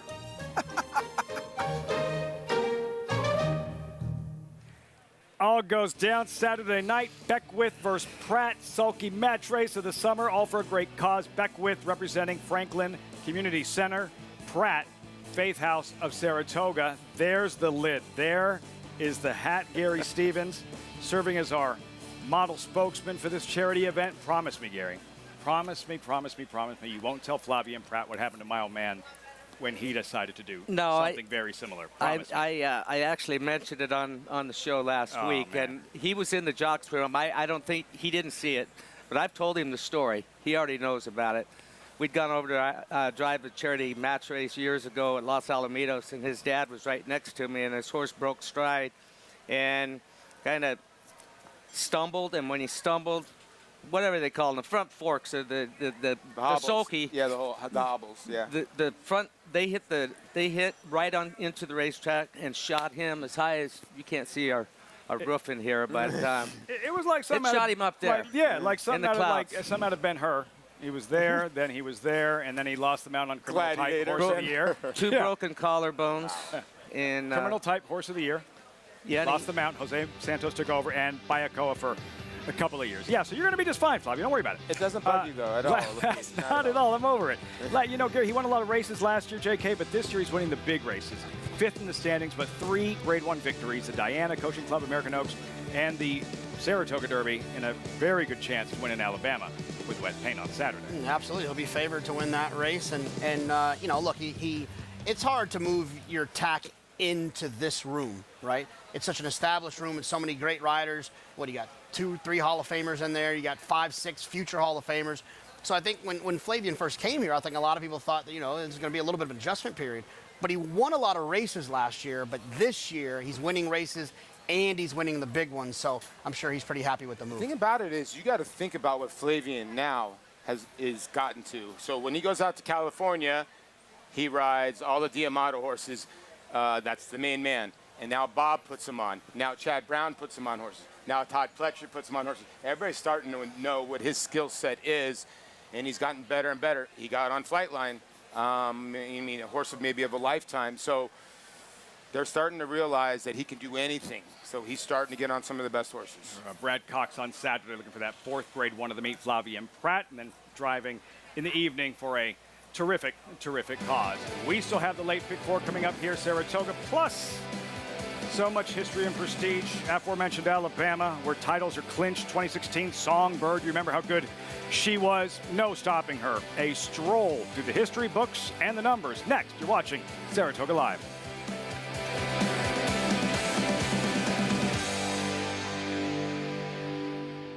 Spun to Run. His brilliant speed figures were among the fastest of any 3-year-old at a mile or more, and he hails from the legendary Danzig sire line. Now, this multiple graded stakes winner, millionaire, and Breeders' Cup champion is passing his remarkable talent along to his progeny. 95, 5, 200, 200 down, 2, in the back, Patrick, 200,000, thank you. Spun to Run, standing at Gainesway. When it comes to horse racing, you can never have too much information. With Twin Spires, you can place your bets with confidence. Whether you use handicapping insights, like our Brisnet speed ratings, prime power and past performances, the guidance of our experts' top picks, or just choose a name that catches your eye. Yes! No matter how you pick your horse, bet with Twin Spires. Start earning your $200 sign-up bonus when you sign up with offer code GET200.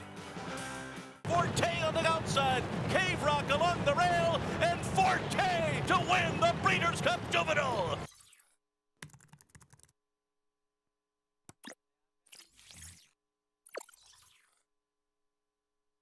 RaceLens is the most in-depth product in horse racing, with unique features found nowhere else. True odds, predictive analysis, and pace projection. RaceLens. It will change the way you follow horse racing and take your game to the next level. Racetrack Television Network brings you every race, from every track, on every screen, every day. With monthly packages starting as low as $5, RTN gives you great value and access to more live HD streaming and race replays than anyone. Visit RTN.tv today to sign up and watch on almost any device, including Roku and Amazon Fire. RTN has packages that start at $5 per month. This summer, the thrill of horse racing comes to your home on Fox. Live from historic Saratoga Racecourse, don't miss the Alabama Stakes. Only on Fox, Saratoga Saturday.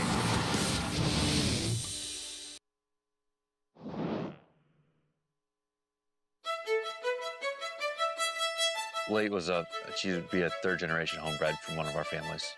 I mean, she broke her maiden impressively at 2. She was briefly on the Oaks Trail, then came back as a 3-year-old later in the year and won the Alabama and the Belle Dame. And then as a 4-year-old, I won the Delaware Handicap, had that famous stretch battle at Saratoga with Abel Tasman. And then she came back as a 5-year-old and had another famous stretch battle in Saratoga with Midnight Pursuit. She got bested both times, but it wasn't for lack of trying. So she was a fantastic race mare, and we just hope that she can carry on her tenacity in her foals. So she has a Tappet colt, she has a Spice Song yearling colt, and a 2-year-old Warfront filly. My dad purchased Wild Applause back in the early 90s, and she's been an outstanding mare for us. A lot of our families have come from her, including like Praise, Flatter. Wild Applause has been fantastic, which has gone on to a Yell, which has had many daughters, and they're starting to produce really top-level runners as well. So Late's continuing on. The family's been unbelievable to us. She's obviously helped make it for doing what she did. Hopefully it won't end anytime soon, and she will have plenty of foals and daughters that will carry on her legacy.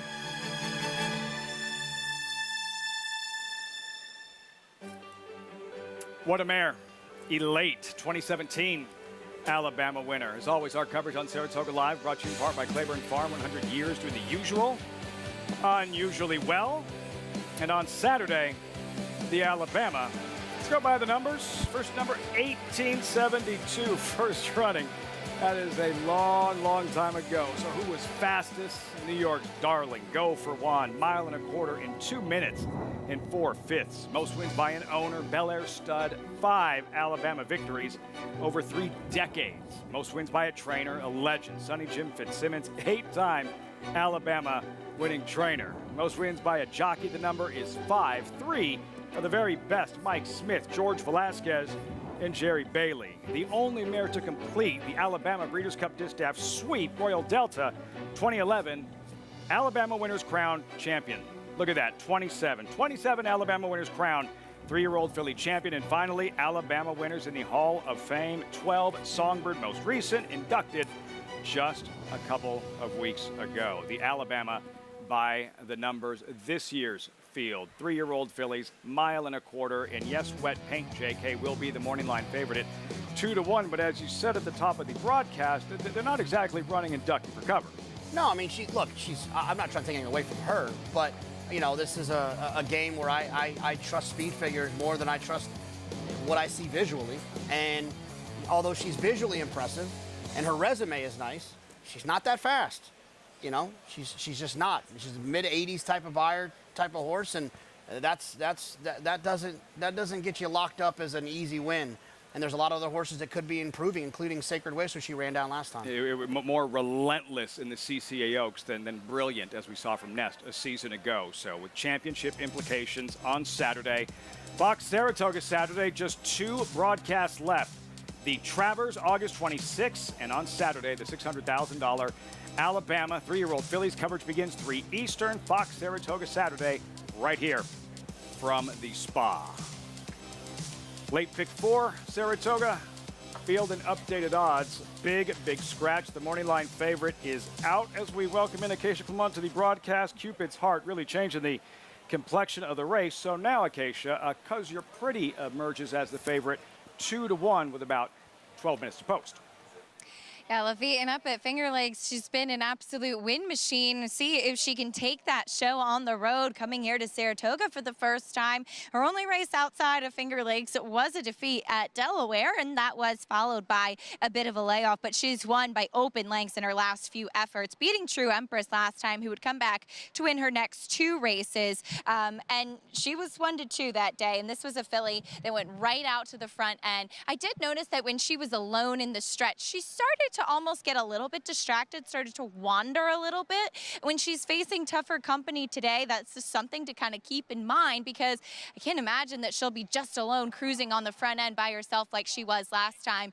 To my eye, with looking closely at the replays, it looks like the same equipment that she had up at Finger Lakes, and that very kind of soft as far as her what's on her face. She does wear a ring bit, giving her rider a little bit more control, but she's very fit and does stack up favorably from a physical standpoint. Now, taking a look at the 5-3 Rivers to her outside, who just won her maiden and has only raced once before, so she is stepping up to face winners for the first time. But I really like her. I wasn't in the paddock for her first race, but she's strong, she's well muscled. She broke sharply, but then was able to rate kindly when there was another horse keen on having the lead. And while she's kind of marching around the paddock in a way that a demeanor you like to see for a sprinter, she's done everything right so far. The number 8 Portage comes off of a win as well. That was going 7 furlongs. So talk about drifting. She did drift last time out, but she was clear. Now, she's a daughter of Tonalist, went 1 mile 2 back and 7/8 last time. She cuts back to the 6 furlongs today,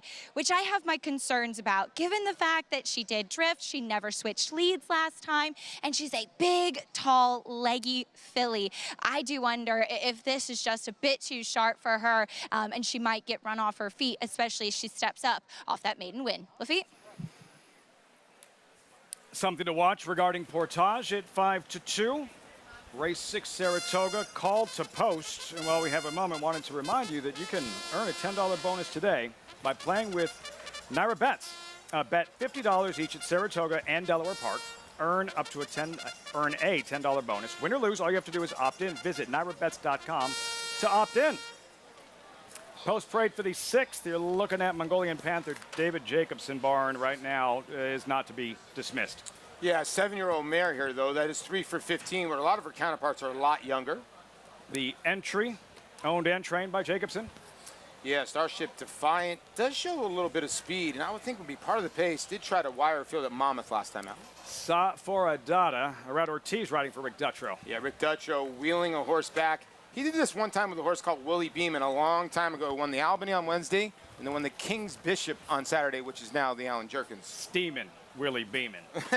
Cuz You're Pretty favored 8-5. They're the sharp Finger Lakes invader. Absolutely fast speed figure. But the good news is the horse that ran second in the last race came back and has run faster figures in 2 consecutive starts.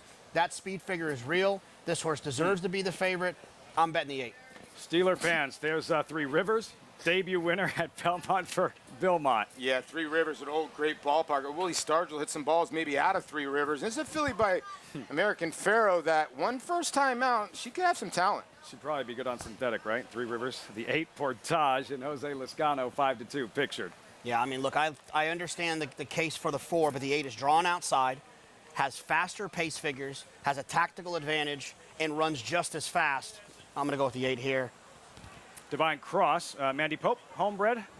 Yeah, it just has to get faster. I mean, just from a speed figure standpoint, doesn't match up with the top 2, the 4 and the 8. Straight to the gate you see there with Javier Castellano, Divine Cross in her 4th career starting on her toes here, JK. Yeah, he also didn't get on her until right until they were about to get out. Well, he got on her, and I was turned around, and then he got off of her and walked down the path with her. But he was on her back, and she was kind of jumping around like you saw it doing there, and just wanted to get out on the racetrack and keep the old kidneys from getting bounced around.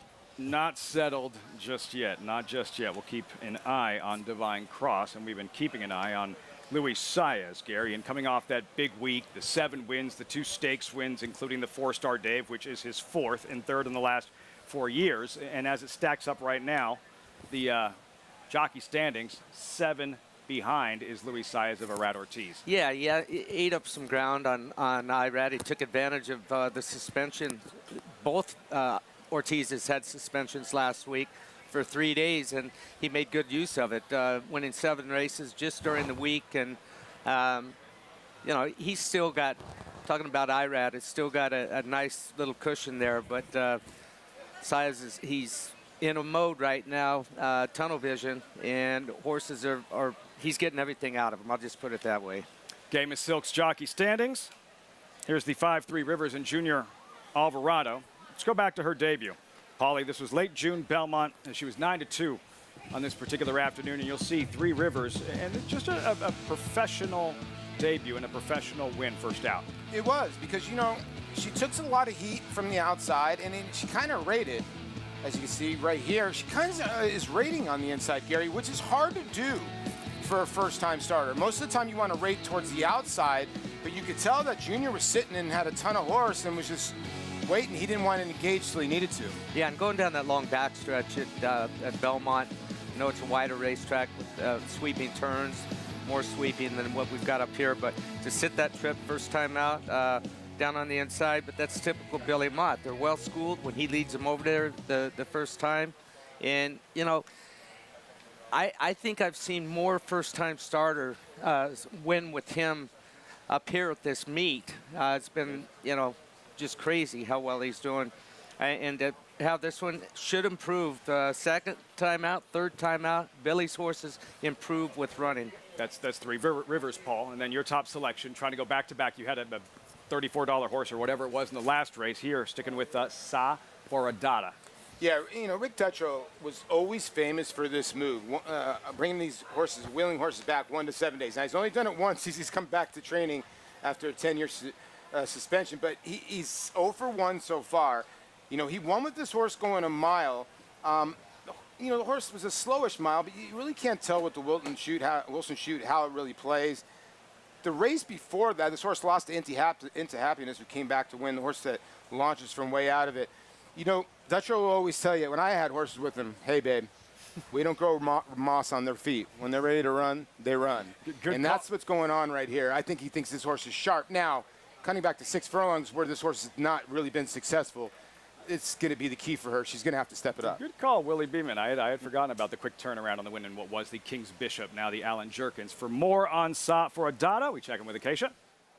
Yeah, and it's a great point brought up by Paul, and I wanted to reserve judgment on this horse until I saw her out on the racetrack, because I covered her last race, which was just 4 days ago, and she by far looked the best in the preliminaries, the way that she was warming up out on the track. And you kind of go through the list when you see a horse coming back quickly. How's their weight? How's their energy? She looks terrific, just as she did back on the 12th. She's dappled from head to toe. At first, I was a touch concerned because she was a little bit quieter back in the paddock, but Irad Ortiz took her away from the pony, and once again, she had a lovely warm-up, and she perked up quite a bit. I agree with Paul, the cutback in distance is a touch of a concern, but from a physical perspective, I'm not concerned about the quick turnaround. The number 6, Divine Cross, as you guys were touching on, she was a real handful. And she was like that last year as a 2-year-old. My notes from back in December when she actually won were that she had strengthened up in her second start, but there was no change in her mentally. She was still really green beforehand. And unfortunately, it doesn't look like she's changed much mentally coming back as a 3-year-old. While she has no excess weight coming back off of the layoff, I do think that she's just lacking a bit of strength, particularly across her top line and her hindquarters as far as being ready to go first off the bench. You see that cotton in her ears. That's to try and keep her settled. And now that she's linked back with the lead pony, she's been a little bit better, but she is one that will kind of proverbially run her race before it's even began, Lafitte. Sounds like a lot of fun, Gary, for Javier Castellano. You know, that towards the end of my last retirement, final retirement, when the knees were totally pretty much shot, that's what bothered me more than anything. It wasn't riding the races. It was sitting on them in the post parade when they were doing the jiggy jogging like that, and I would just break out in the wintertime in a cold sweat, and in the summertime in a hot sweat. It'd just be pouring off of me. But look, when you're younger, you kind of know going in. You got it. Well, and I saw the look on Javier's face, and I know that look. And I saw it in the paddock here when he got back off of the horse, when she started the jiggy jog, and I'm thinking, oh, been there, done that. And as long as Javier's been doing this, it can be frustrating because you feel them using their energy up, and you're like, man, you're using everything that I need, all the petrol I need for this race. You're going through it pretty quickly right now. Thinking, Mandy, I know you have some better than this. Like, I know you have some better than this. I better wind up on a couple of them. Yeah, I've seen you at the sales. Look, the 4, Cause You're Pretty. You know, a lot of times horses that run at Finger Lakes, they come down here, they don't get the respect that they deserve. This horse ran a fast number, and that number has been confirmed by the horse that ran second, coming back and running faster races in consecutive races. Not just once, but twice. However, the 8 is drawn outside that has faster pace figures, means this horse can run faster earlier, drawn outside of the main competition. I think if they let the 8 go off as a second choice here, it's a great betting opportunity. If either strike the front, as Acacia mentioned, watch out for Cause You're Pretty, who did wander in that last win. Same with Portage, who was drifting in the maiden win. So just something to keep in mind as they continue to file in and get set to kick off this late pick 4 race number 6. Frank Miramonte standing by with a call post time from Saratoga. Thank you, Lafitte. They're working on number 1A, Starship Defiant, to get her in, 5-year-old mare. And there are the famous colors of the Whisper Hill Farm, Divine Cross. And Portage now 3-1 as she comes forward. They're in the gate.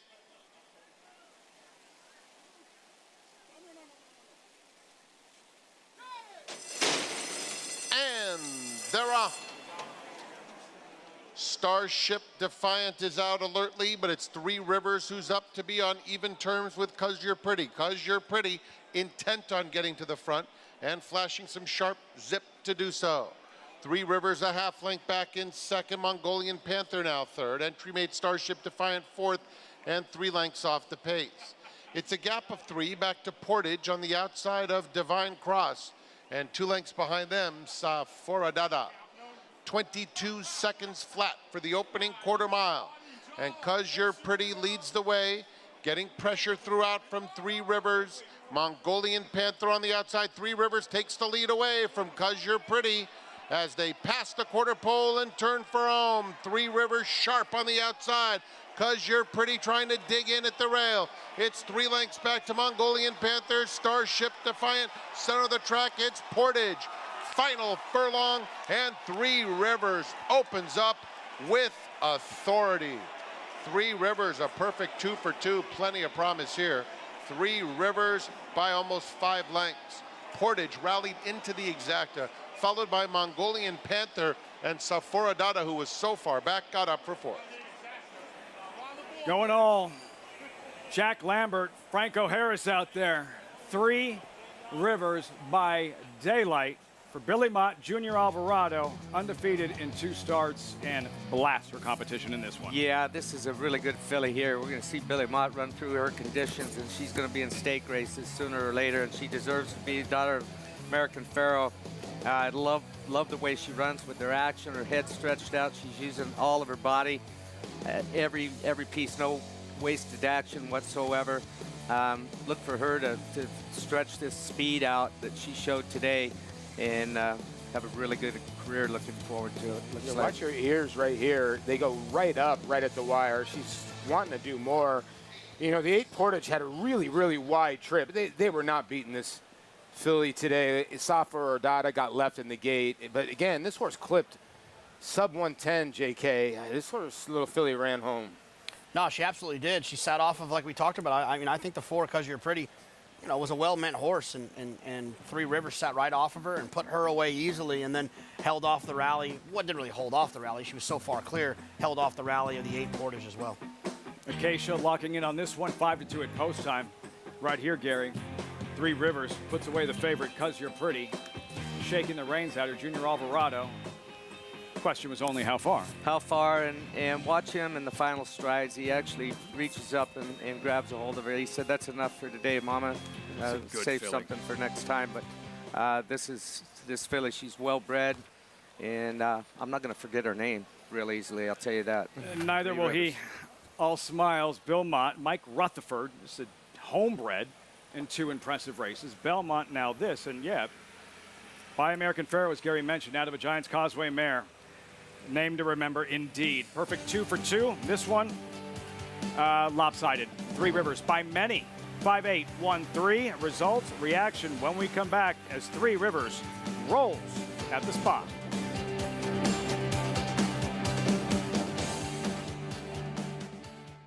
A Grade 1 winner on both dirt and turf, War of Will became a classic winner with this victory in the Preakness Stakes. He added turf credentials to his resume with a determined victory in the Grade 1 Maker's Mark Mile. Now his progeny are bringing top dollar in the sales rate. 280,000 just way. In the back, 191,000. 150,000, Nader Tomas, thank you.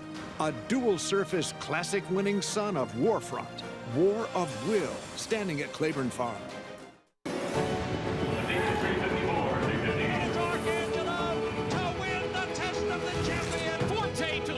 Breeders' Cup Juvenile. And Trice wins fully over Bluegrass.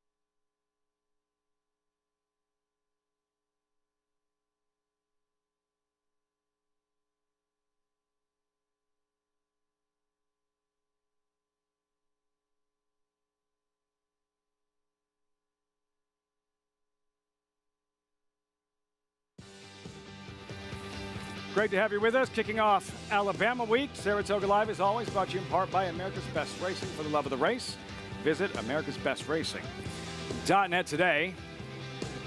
Not sure how much there is to dissect Gary Stevens. Just a really nice developing young prospect here. 3 Rivers, 3-year-old filly, 2 wins. This one even better than the debut. And for Junior Alvarado, just having to steer her in the right direction. Standing by with Acacia in the winner's circle. And we've got the whole family here as well, with Adeline and Axel joining too. Adrian, your other son, went back to work. He works for the Mack truck. Always fun spending the day with the family here, Junior. Yeah, definitely. You know, getting a win, I always say, is a plus for us in the day. And, you know, I just get to enjoy this with my family. It's extra special for sure. Oh, 3 Rivers, very impressive today. I mean, I know you just kind of shook the reins at her, and she took off nicely. What does that feel like?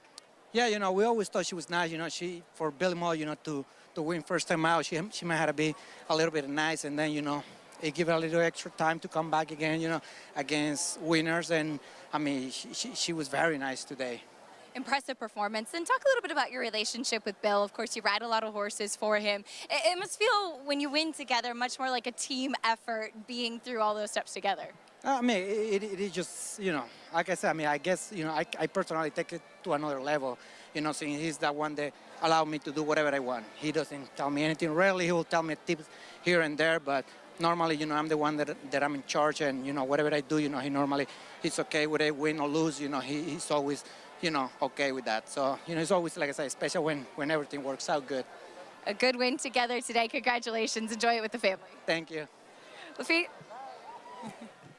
Gary, for you, it was riding for the Whittinghams and Frankels and Lucas. The confidence that gives a rider, in this case for Junior Alvarado, riding for a world-class trainer in Bill Mott. Oh, absolutely. When you ride for those guys and they turn you loose, even Bob Baffert, when I was riding for Bob, when he came over from the quarter horses, he would literally just turn me loose, and it's a good feeling. And you're going to make mistakes here and there, but you learn from your mistakes, and you tell them when you come back, man, I did this, and it didn't work today. I'm sorry. Correct the problem next time. So he's in that situation. And when you get a trainer that believes in you and gives you that feeling, it takes pressure off of you. Philly with a bright future, guys. Oh, absolutely. I mean, look, you win like that, you know, you're always going to, you know, especially in the hands of someone like Bill Mott, with the pedigree that she has, you'd like to think that there's got to be more down the line. So 770 in the pick 6 with 3 left. The total pool up over 930,000. Paul, JK, what was your thoughts on the heavily favored South Street in this one? Trustworthy, 8-5 early on? Yeah, I mean, I don't know if I'd use the word trustworthy, but definitely the class of this field feels like the type that on paper doesn't like necessarily stand out from a speed figure standpoint or a style standpoint, but does feel like the type of horse that's going to you know, range up at the 3/8 pole and win by 4 just on a class alone. But, you know, that's why they got to run the race. There's not much pace in the race. That's probably what hinders her from, or him from being probably like 3-5 in this race, because Freeze Pop, if Robertino Diodoro wasn't 0 for 17 in this meet, I think Freeze Pop might be the favorite in this race. But, you know, Linda's going hot and Robertino's not. And at this level, trust hard to come by. Just $25,000 claimers, all for sale, all one for something, non-winners to lifetime. And that's next year at Saratoga. Also, when we return, tomorrow's Rick Violet. It's all coming together. Looking for a second stakes win of the meet. New York Stallion Series winner, Cap Calloway Division. That's next.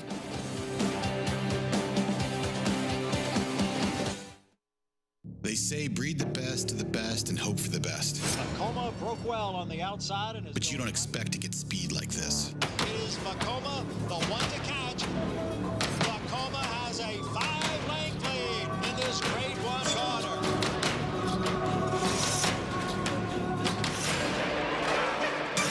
Vacoma continues to battle on down at the rail. It is Vacoma who's going to win the Met Mile. Experience the adrenaline-pumping, suspense-filled action of the Sport of Kings no matter where you are with Naira Bets. It's fast, easy, and secure. Download the app today and start winning with our lucrative weekly promotions, thrilling handicapping contests, and a one-of-a-kind VIP rewards program. Don't just watch horse racing, be a part of the action with Naira Bets.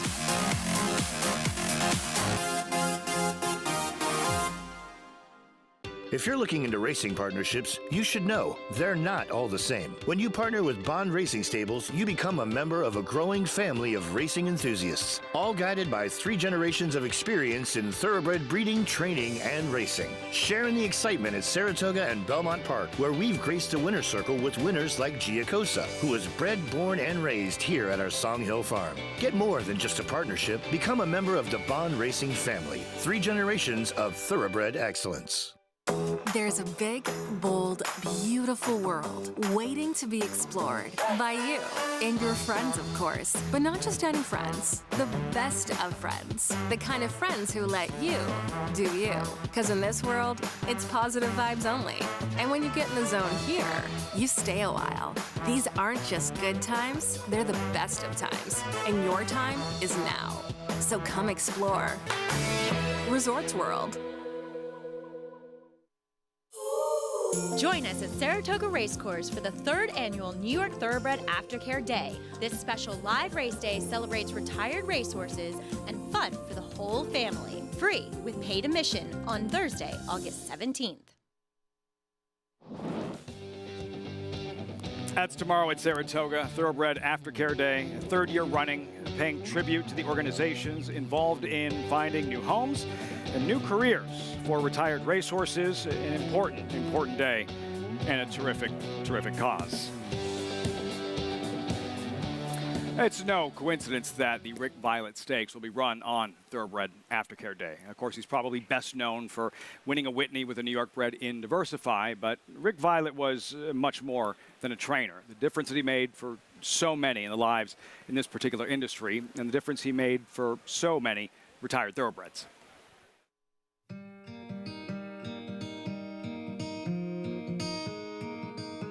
I started with him in Saratoga, 2003. I was just a working employee and just did the best I could, and I appreciated how much knowledge he had and how much I had to learn every single day. It was wonderful. I spent 6 years on the ninth aboard with him, and so we talked about a lot of issues all the time. And he was married to our industry. It was just amazing the amount of hours. I didn't know how he did both, train horses and to run NYTHA, but he was great at both. When I first came on the board in 2011, I really got to see the true Rick Violet at his best, which was fighting for the rights and advocating for not only the horsemen, the trainers, the owners, but the horses and the backstretch workers. He knew what they were all going through because he'd been through it all. He was a rider, he was a trainer, he was a groom, he was the head of a huge organization. He was going to make it happen, and you were either going to get on board or get out of the way. He just was very, very passionate about our sport and medications. We talked a lot about the rules and regulations, and I would think that will stay with me forever, the stopping clenbuterol and different types of medicines, and really has brought the game to the forefront on a lot of issues. I mean, it was always on his mind, always. It was, he'd go to bed thinking about it, he'd wake up thinking about it. It was all the problems as far as LASIX and workman's comp and just anything. I mean, it was always racking his brain, trying to fix it. He was so smart, he had so much foresight to see what was going to happen 10 or 20 years down the road. With aftercare, you see these horses here, their racing careers maybe 3-4 years. They lived at 20. So we got most of their life is going to be aftercare or a second career. So to have the foresight of that magnitude, I was just in awe because I don't have it. And I maybe have it now because I learned through him. In this wet Whitney, it is Diversify. Diversify has won the Whitney in style. Winning the Whitney is one of the most amazing moments, not just for Rick. I mean, Rick was, he was thrilled, over the moon to win a race like that. But to win the Whitney for Mr. Evans, for Mr. Evans' daughter, with, his team of Melissa and Fausto and everybody that worked, like that was what was really special to him. I mean, you couldn't have drawn up Whitney Day any more perfectly. It was magic. I couldn't have been any better. I mean, it was like a fairy tale to be with the rainbow and everything. And it was all that hard work and dedication, and it finally paid off. And all the hardship that he went through with his health and everything, but he was never felt sorry for himself or never wanted anybody to feel sorry for himself. And it just showed that he still had it in him. I mean, to the very end. I mean, he still was able to get horses to the top level and get the job done. It was amazing.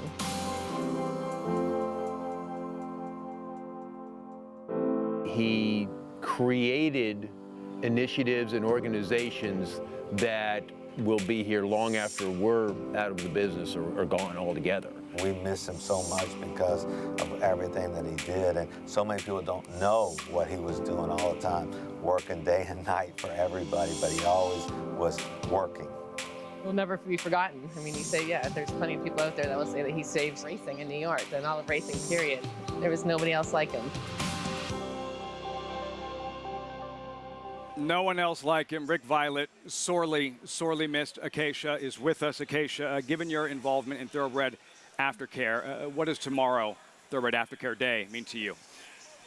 It's so special, and I give such a big hats off to Rick Schosberg and Andy Belfiore and the whole team of people that make Aftercare Day possible at Saratoga, and to the powers that be for making it an idea, become a reality here at the track. There's so many wonderful organizations that work tirelessly day in and day out to find homes and new careers for our retired racing athletes. I think all of us on the show and everybody involved in the industry can say wholeheartedly that horses have given us everything, and I really do think that it's our responsibility to look after them the best that we can. And of course, being the president of Racing for Home with my mom, Sherry, we're really proud and excited to be represented at Aftercare Day tomorrow for the first time. So if you come on over to the community booth before the first race, you can have an opportunity to come chat with my mom. She isn't, rightfully so, more popular than I am walking around the track here. But it's been so rewarding having the opportunity to see how much Aftercare has grown over the last 10 years or so. We still have a long way to go, Lafitte, but I'm really, really proud of the strides that our industry has made, including with days like we're going to see tomorrow. Really looking forward to that tomorrow, Acacia.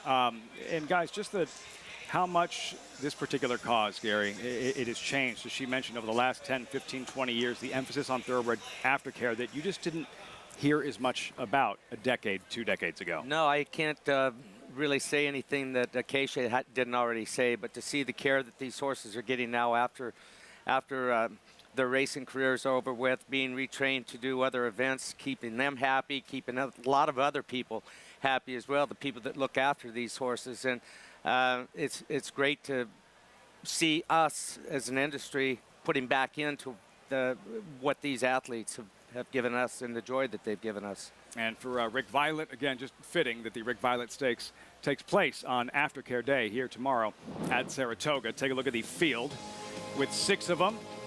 New York bred, Ramblin' Wreck, 9-5, the morning line favorite. It's all coming together already with the stakes win at the meet. Let's go back. This was the Cab Calloway New York Stallion Series, week 2 of the meet, Paul. And how was It's All Coming Together able to wire this field and upset the heavily backed Ramblin' Wreck? Well, at 9-1, they let this colt by Weekend Hideaway, and Jose Gomez gave this horse an unbelievable ride. And they let this colt go 1:13-2, which is very slow for 6 furlongs. And Ramblin' Wreck came with his usual run, but he just could not get there. It was a heady ride by Gomez on that day at 9-1, but I think there's going to be more pressure put on It's All Coming Together. But you got to give this colt credit. He dug in deep late. Ramblin' Wreck, JK, you expecting him to turn the tables? Yeah, I think that he might turn the tables, but I think part of the reason is because Let's Go Big Blue for August on Farm. Speed. Coach Parcells has some speed in there, coming back off of 14 days rest.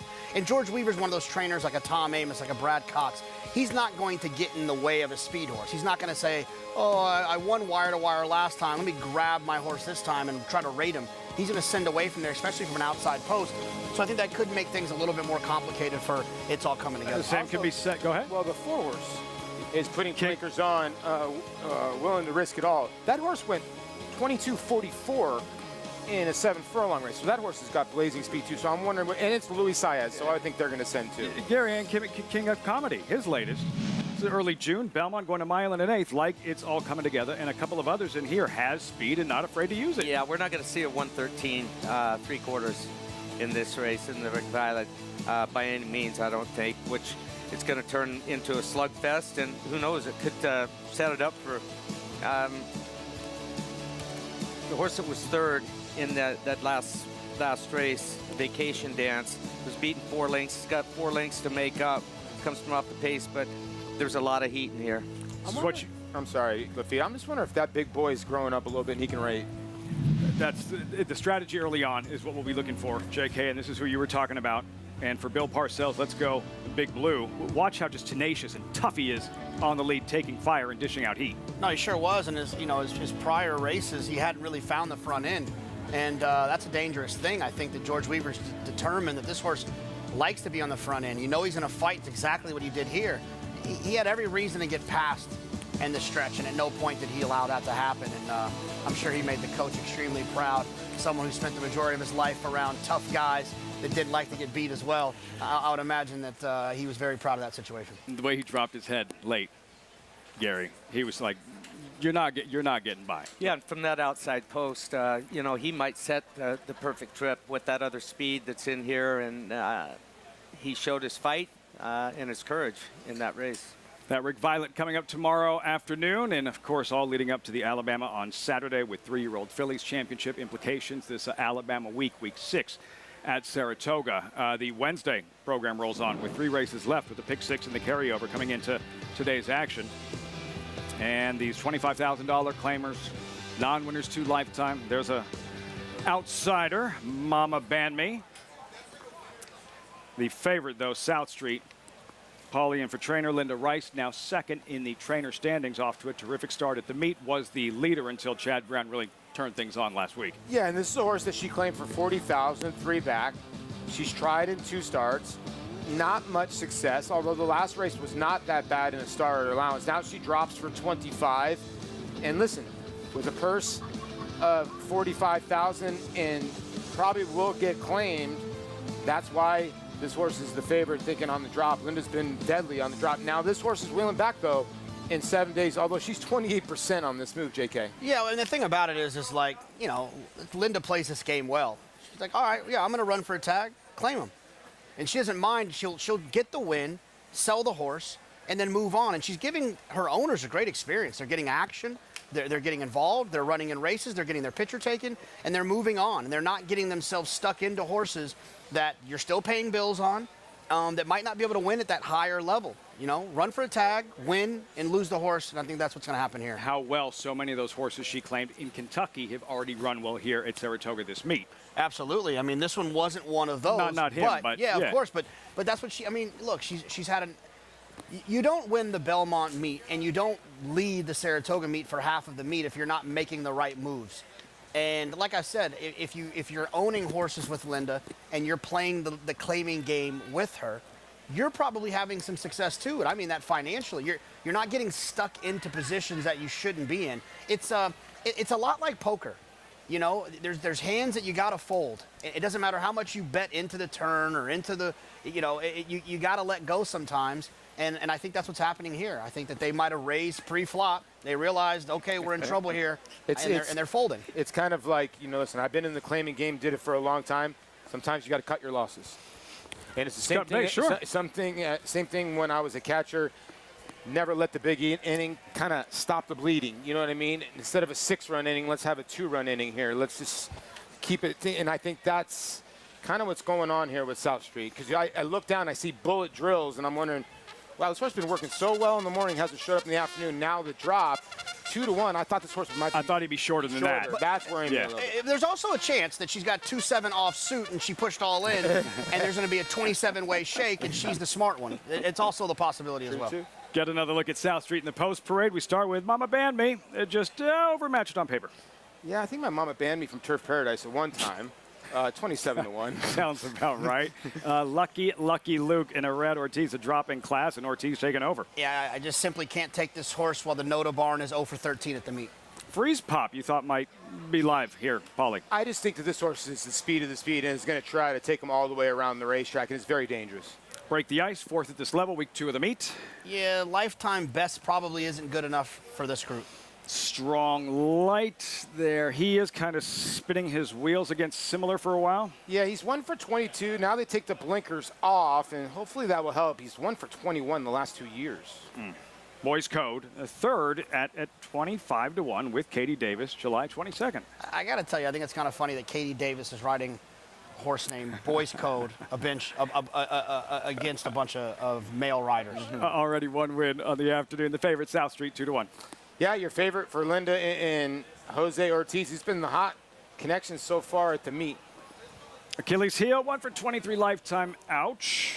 Yeah, beaten 13 last time, beaten 31 the time before that, 6 links the time before that, 8 links the time before that. Happy Bob, though, claimed from Linda Rice by Dominic Schettino. Yeah, and he was appropriately lame because he got the Bob of all Bobs in his last effort on the mud. I'm surprised he's 9-2. He's first time against winners. He broke his maiden last time in the 20. He does have some figures that do fit in this race. I just don't know about 9-2. I think it's the Flavian Pratt angle here. That could be that. Flavian Pratt riding. Or Katie Davis aboard Boys Code and the meet that Katie has been having. Her first ever win at Saratoga. It took place on the 28th of July, Gary. It was River Tay on that afternoon, and then she just got on this roll. 3 consecutive wins, 3 consecutive days, all done with a big smile on her Yeah, face. listen, she's really gained her confidence here, and she's getting opportunities, better opportunities now. She had a winner on the card earlier today, and I was sitting at home watching it, didn't have the form out or anything, and I thought it was her brother early in the race. I really did, and coming into the lane, I said, oh, hold on a second, this is Katie here. And it's the first, good horse that I've seen her ride that was winning with authority, that she rode the horse perfectly, and she looked different. Bernie Takes Charge is the horse's name that she won on in the first, and she put on a brilliant ride, and she's been winning on these horses, but that don't really figure. They've all paid prices. And when you gain that kind of confidence and you're having fun out there, you see the smile on her face. She doesn't have a bad day, it doesn't seem like anyway. Right. But these days she almost cost an upset in race 2, yes. too, with Touche at a big price. So, I mean, she's riding tremendous. She's got 5 wins at this meet, which is amazing. And she's already, I think, 2nd or 3rd plenty of times. So she finishes well. She gave Touche an unbelievable ride. And you're right, Gary. She was married to the rail with the 2 in the first race, and it was a brilliant ride. The sense I got in the post-race interview and her mannerisms and how she's carrying herself is that she feels like she belongs. That's exactly the sense that I get. When you walk into a jockey's quarters or the common area in the kitchen, the jockey's kitchen or whatever, and you get that sense that you belong, it's a relaxing, great feeling. You're included in conversations. They tease you tease them back, and it's just a good place to be in. We know Ricardo Santana belongs. Paulie and Freeze Pop, see if he can shake things up a little bit. Here's the second choice at 3-1. I just think he goes to the front end. Now, Robertino Diodoro's having a rough meet. He's 0 for 17. The horse off Eric Foster is a good conditioner. But now this horse hasn't seen him since June. Now, Robertino's the kind of guy that will drop even lower. So the fact that he finds this spot, I just think this horse is naturally the fastest horse in the field and finds maybe a field that he can maybe run off their feet. That's if the 7 doesn't show up, JK. The only reason I kind of leaned away from the 3 Paulie is you mentioned it in the post parade, or maybe it was a little bit before that Diodoro, a high percentage trainer, is 0 for 17 for the meet. And then also looking at the workout report, I like to look at the DRF workout report, just kind of giving a little bit of a better breakdown of what's happening in the morning. Both of those last works for the 3 freeze pops were C+. So you take the C+, you take the 0 for 17. That was enough for me to get off the horse at 3-1. I'm not saying that the horse can't win. I'm just saying that was enough for me to get off. The negatives potentially for Freeze Pop. And Acacia, what are we seeing from South Street here now? 9-5, 3 minutes out.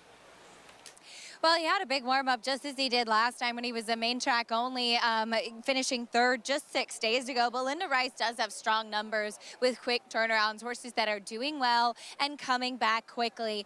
He does drop down in class as well. They claimed him for 40,000 and for 25 today, as Jonathan said, up here at the spa. If you want to win, sometimes you just have to be aggressive. So he looks great once again. One thing that I touched on in that August 10th race was that previously he was really, really bad at the gate. In fact, actually back on June 2nd, the day that Linda claimed him from Bill Mott. He actually broke through the gate, broke his bridle, had to have a nylon replacement put on at the starting gate, and actually broke the sharpest that he ever had. But he has that in him to not get out of the gate well, which is still a concern that I have for him. Broke fine last time, so we'll see if he can do it again. Claimed off of Linda Rice is the 9 Happy Bob. Dominic Scatino claims this one back as he had him at the start of his career, and clearly Dom is convinced that he wants to go longer. And I can understand. Physically, he's a horse that looks like he wants more distance. He has a lot of length to his frame. He's big, he's tall, he's leggy, but just the way that he travels and the way that he runs, I really think that sprinting is better for him. And he just got up last time. To face winners for the first time off of that effort, for me, he's a little bit tough, and especially as I think he's a bit better going shorter. That brings me to the 3 Freeze Pop. He's one of 2 in here that does have a win at the 1.125 distance. And as you can see, he is sharp. He's exuberant out on track. Ricardo Santana has given him a big warm-up. And I'm with Polly. He's the one that I trust to go to the front end. Of course, it's a question with the barn and being a little bit cold up here, but I just think tactics really play into this guy's hands, and he's really won me over out on the track as well. But Lafitte, the most important question is, what was, for all of you, your favorite flavor of Freezer Pops? It just brings me back to, well, we have a little question going on here. Actually, as Ricardo Santana is taking off the tack, it looks like the 3 Freezer Pop might be a scratch. Keep an update there, either that, and yes, it will be a late scratch of Freeze Pop. So throw my whole thought process out the window, and we'll see how the pace shakes out now, Lafitte. All leading up to that very moment, Acacia, and now for Freeze Pop. A late defection, late scratch is out. The second choice in the wagering and changing the complexion of how this race is going to be run, JK. Yeah, absolutely. And keep in mind, if you were alive in the pick 6 and or the pick 5, you will get the post-time favorite, which I feel very confident will be the 7. So if you had the 3, you are now rooting for the 7. And I would think now, you know, with the 3 out of this race, I look at the form and I go, okay, on dirt, if Irad takes the initiative with the 2, maybe the 2's the speed of the speed. I don't know. This is going to be very interesting, but maybe Irad takes the initiative on 2, or Flavian could take the initiative on the 9. It's going to be very interesting now what happens with this pace. Long, lonely walk, Gary Stevens, Ricardo Santana, but better to be safe than sorry as always. Yeah, absolutely. You saw the state vet was down there, was in that red jacket, and, you know, she either saw something that she didn't like or Ricardo was feeling something that he didn't like. And look, get him back to the barn, you know, check him out, see what's wrong, and he'll race again. It just depends on when. He'll go on a vet's list now because of being withdrawn right now, scratched, and he'll have to have a timed workout before he can get off of that list. And there's a certain amount of time before he'll be able to do that. Saw that smile on his face, probably thinking about rhyme schemes and what he did in the Saratoga Special and the fact that he's on a live one for the Grade 1 hopeful closing weekend, closing day, Saratoga. Gary, what do those conversations go like quickly if you happen to scratch the horse? If it's your call as a rider, when you talk to the trainer, the owner, what do those conversations They went sound a lot. like? They went a lot better for me later in my career than they did early on in the career. In my career, you never want to scratch one if you know, if you don't feel a necessary reason. But I was never afraid if I didn't feel right. If I was getting that bad feeling in my stomach, and I just knew it wasn't the right thing to do, and I would take them to the gate, and if I was already out there warming the horse up, and tell him, look, I don't like what I'm feeling today, and that'd be that. And they'd have that conversation, and 99% of the trainers were appreciative of my observations. Yeah, and we're not saying that's what happened in this case. We're not quite sure just yet. I was just asking. For the 7th race, and there goes Break the Ice. Now South Street, that much heavier of a favorite. Frank Mirmati with the call. Post-time race 7 live from the Spa. Strong light goes in. Happy Bob awaiting his turn.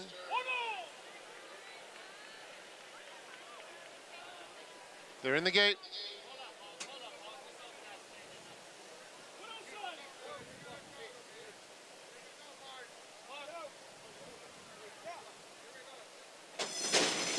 And they're off. Break the Ice and Lucky Luke, both vying for early supremacy. But on the outside, there goes Happy Bob, and the pace is wicked early on. Happy Bob sprints away into the first turn, opening up a couple of lengths. Achilles Heel is now in second, followed by Break the Ice on the inside of South Street, who's fourth, now third, and 4 lengths off the lead. It's a gap of at least 4 to Lucky Luke, who broke well, but finds himself at the back of the field, right next to Strong Light and Mama Band Me.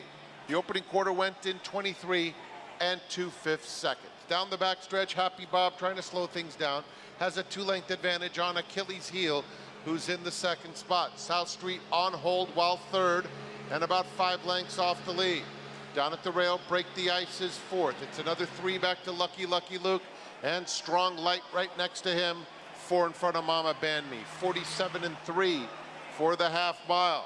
Happy Bob has built up a 7-length advantage around the far turn. Achilles Heel second. South Street now asks for a bit more in third.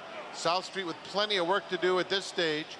He is followed on the outside by Lucky Luke, who's trying to make some headway and is doing so. Lucky Luke going by South Street, coming toward the quarter pole, where Happy Bob's lead is down to 2. Here's Achilles Heel coming right after him, taking aim at the top of the stretch. And Happy Bob trying to dig in.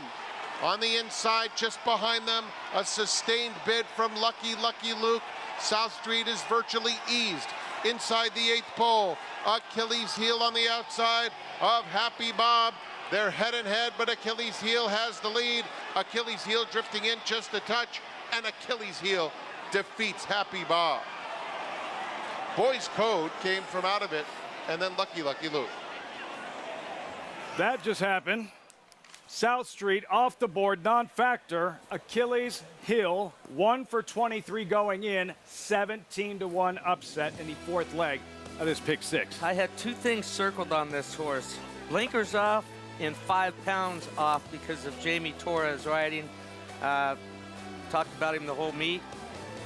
Rode a good race, and look, Flavien almost pulled it off. He almost ran these horses off their feet, and I can't believe he actually held on to run second. He got ranked going around that first turn. He was able to give him a little bit of a breather down the backside, not much of one, but he ran well to hold on and get second. But Achilles Heel, under the apprentice, gets the job done. Lafitte, if you're alive in the pick 6, don't change the channel. Don't go to the bathroom. Tell your brother to stay in the other room. Don't do anything different. Don't disturb the force. Than what you've been doing. Yes. And you're alive for a ton. And also, if you played it on Naira Bets, you wish it was a Saturday or a Sunday because you'd be drawing live for that $1 million bonus. This is a very, very tough you're a Rudy situation. Rodriguez fan because he's had 2 17-1 shots in this sequence. That's right. No AirPod. That's right. To the other ear. It's got to be. It's got to be. We got to see if he's alive. There it is. There it is. Big embrace, big hug, and listen, for Rudy Rodriguez and how sweet it is to win any race, any level at Saratoga, JK, but on the heels of the summer he experienced and the tough sledding in 2022 and the kind of meet he's having now, and already a second one you just mentioned this afternoon. Look, you got to think about it from a trainer's perspective. You have all these owners that love being up here, and you come up here and you just don't deliver. It's tough. It's tough on him. It's tough on his business. For a high percentage trainer. And yeah, exactly. He's a high percentage trainer. They expect to win here. So to come back now this year and to have some success and to see the ball go through the hoop, I know it means a lot to Rudy and his staff. The crazy part is this horse now was 1 for 23, is 2 for 24. Both wins here. Both. Is that crazy? Horse it just for course, shows you, sure, why not? Like, some horses love it up here. And Gary makes a good point. When you're going 1 1/8 miles, weight matters. I mean, listen, nobody got to this horse. I'm not red boarding at all, but Jamie Torres gave this horse a nice little ride. And listen, the favorites did not show up. The 2 kind of stumbled out of the gate after the 3 was a scratch. South Street was hung wide most of the way. Jose Ortiz actually looked under his legs like he had horse, but he just had nothing. It was all Achilles Heel. Well-deserved sponge bath. Rudy Rodriguez, co-owner and trainer, 2 on the afternoon. Jamie Torres, the apprentice, triggering the upset 17-1. Achilles Heel in the 7th of 9 at Saratoga. Stay tuned.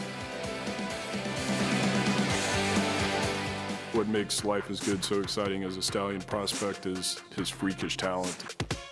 Really, really fast horse. And Life is Good is set right out for the early lead. He had so many different gears. Life is Good is the winner. Not only had the speed, but he's also able to carry that out, you know, to win races like the Whitney and the Pegasus World Cup at 1 1/8 miles. Life is Good! They ran him off their feet in the Pegasus! To carry that speed over that type of distance is super impressive.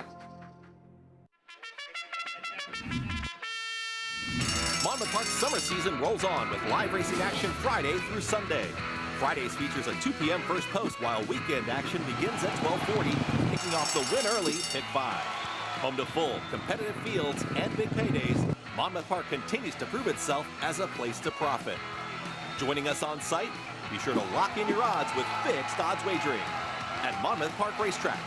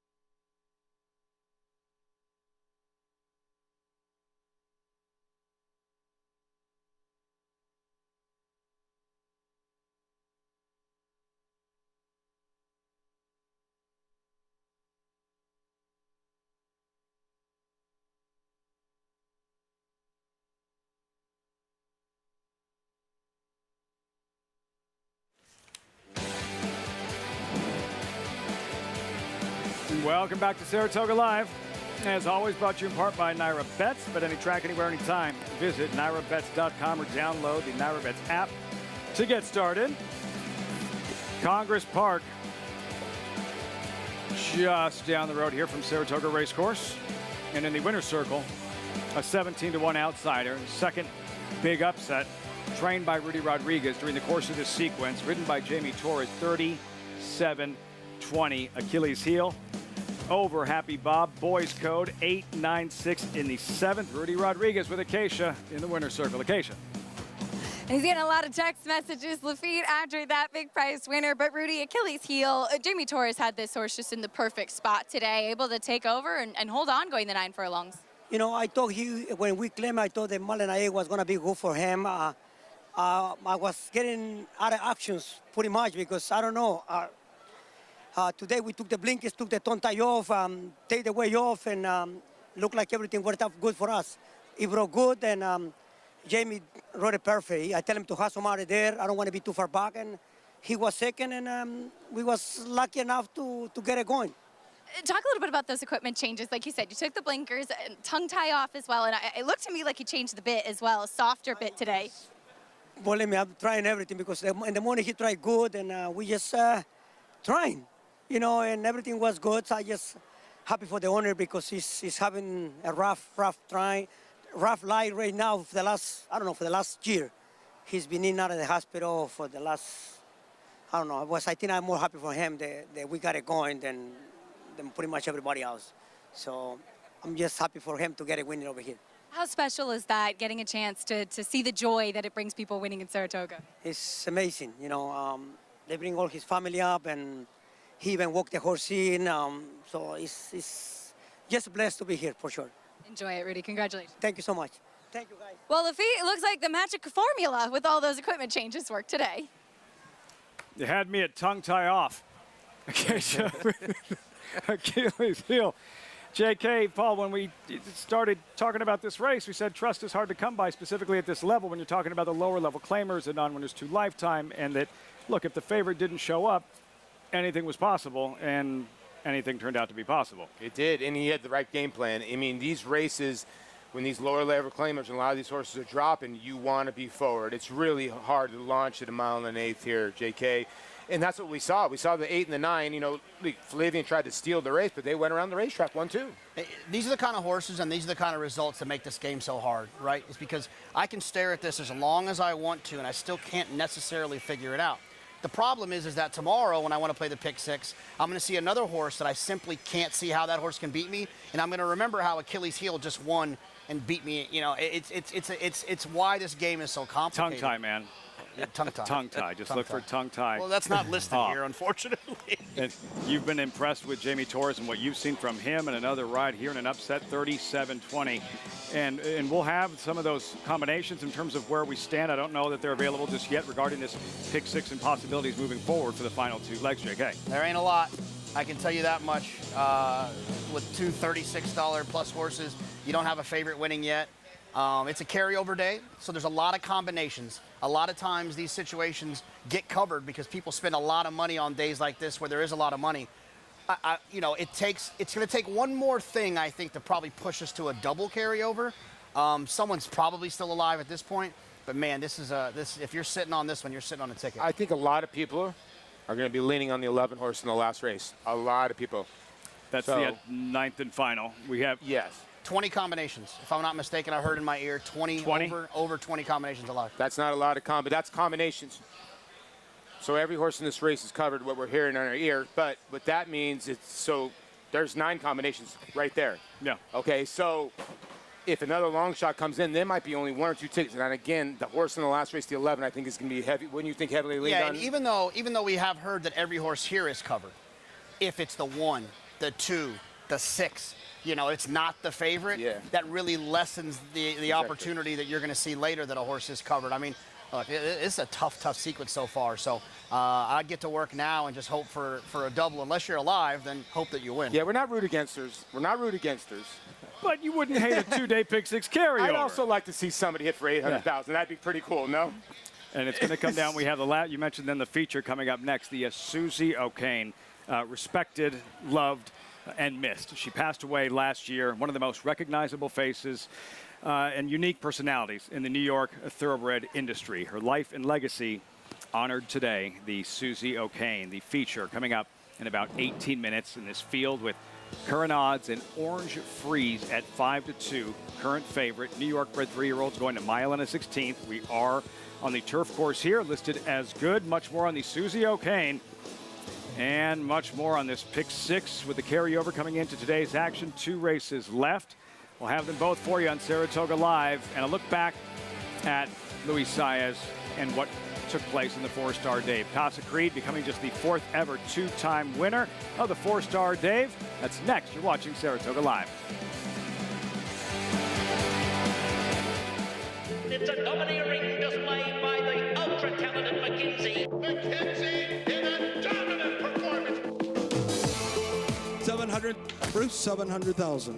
450, 50, $450,000. Down about to take it down, 425 and $425,000. Good four down, forehand, 4 down, 4. Woody in the back, 400,000.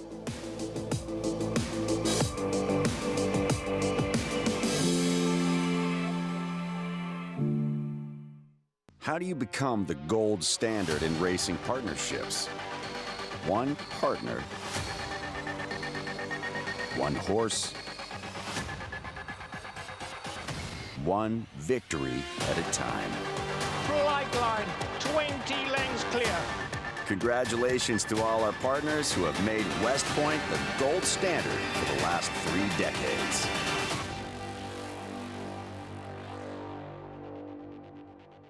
Harris Farms, proudly standing Smiling Tiger, a triple Grade 1 winner, defeating Breeders' Cup champions Dancing in Silks and Emma Zombie, a leading California sire with over $9.7 million in progeny earnings, with 94 winners in 2021 and graded stakes superstars like Spice Perfection. Spice Perfection wins the Grade 1 La Brea. And Tiger Dad.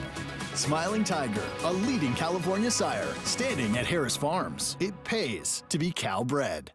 Racetrack Television Network brings you every race, from every track, on every screen, every day. With monthly packages starting as low as $5, RTN gives you great value and access to more live HD streaming and race replays than anyone. Visit RTN.tv today to sign up and watch on almost any device, including Roku and Amazon Fire. RTN has packages that start at $5 per month.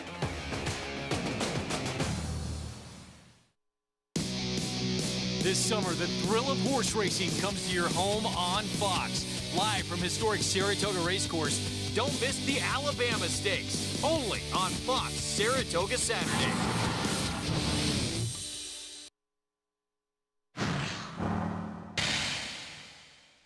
Venti Valentine and Timeless Journey are right together at the back of the field. In the center of the track, Venti Valentine is making steady headway, and Venti Valentine wins it by a half length. Granny's Connection, though, with that natural early foot, comes and takes command. Granny's Connection took a brief bid from Can't Hurry Love, but opens up once again. Can't Hurry Love is very game, trying oh so hard, but Granny's Connection turns the tables and is back on top in the Union Avenue. It's a gap of 4 to Carl Spackler, who's racing side by side with Mischievous Angel. Appraise is in the mix, and Carl Spackler continues to eat up the turf. Carl Spackler just goes right on by. Ultra impressive performance from Carl Spackler. Gap of 5, back to Dr. Ardito and American Revolution. And they're joined 3 deep by Dr. Ardito, who has 3 to make up on Sheriff Bianco. Dr. Ardito on the outside is up on even terms, and Dr. Ardito from last to first. LJ's Emma 5th on the inside of Reflex. LJ's Emma comes out of the pack to chase. LJ's Emma chasing with determination. Stone Silent. LJ's Emma, a final surge. Here's the line. LJ's Emma got up. Rhyme Schemes gets a good spot, 2 off the pace in 3rd. And now Rhyme Schemes makes the move at the top of the stretch. It's a good one too. Rhyme Schemes running home all alone in the Saratoga Special, and Casa Creed has to go wide into the first turn. Then it's Annapolis and Casa Creed right together. My Sea Cottage, Annapolis right to him and right on by. Casa Creed still has 3 to make up. Casa Creed, Casa Creed, Casa Creed, what a racehorse he is! Then Close the Game Sugar in 4th. Just behind them comes Close the Game Sugar, and on the inside it's Close the Game Sugar, though, who gets the advantage. Close the Game Sugar finishes with a flourish. Exciting week 5 at Saratoga, and all the highlights, the stakes racing, of course, with the 4-star Dave, and what Casa Creed was able to do here, Gary, becoming just the 4th ever 2-time winner of the 4-star Dave, and Saratoga feeling exactly as it should on a Saturday. Yeah, and I said earlier, I think he's getting better with age, believe it or not. He knows where the finish is. He loves a battle. He likes a little target in front of him. He had that the other day in the 4-star Dave, and it's like great wine, good wine, better with age, boys. I still can't believe he ran down Annapolis. Annapolis got to jump on him. That was just all grit. I mean, it really was. Annapolis is a nice animal. It's just the will to win by Casa Creed, bottom line. Yeah, absolutely. And like you said, in circumstances that didn't necessarily fit what he wants to do in his best scenario. And to think that he's going to go out to California in the Breeders' Cup as a 7-year-old, get firm ground, get real pace to close into, I think he's going to be drawing extremely live out there. And one of the best stories of the meet thus far, and owner Lee Einseidler, now a 2-time 4-star Dave winning owner. This week, all roads leading to the Alabama, most prestigious race at Saratoga for 3-year-old fillies and serious championship implications. More New York breds tomorrow, the Rick Violet. Today, the Susie O'Kane, the Skidmore 2-year-old turf sprinters, where we were introduced to Golden Pal 3 years ago. Alabama on Saturday, live coverage on Fox. Wednesday feature, there's the favorite, Orange Freeze, looking for a second stakes win of the meet. Acacia's in the paddock. What a claim, Acacia, Orange Freeze. Yeah, I came right back with the win last time. Now, I do think that we will get a chance to see how much Orange Freeze has taken a step forward, because there are horses that have run quicker than her. But one thing that she really does have in her corner is that she won on a good turf course last time. And I think that's in large part why we are seeing her as the favorite in here today, because there is some cut in the ground. Obviously, we've had one turf race earlier today, the others off the grass. And so it's not going to be a firm turf like perhaps some of the others in here would prefer. The thing about Orange Freeze is that she's a very lightly framed type of filly, rather angular, which oftentimes was my concern, my complaint with her.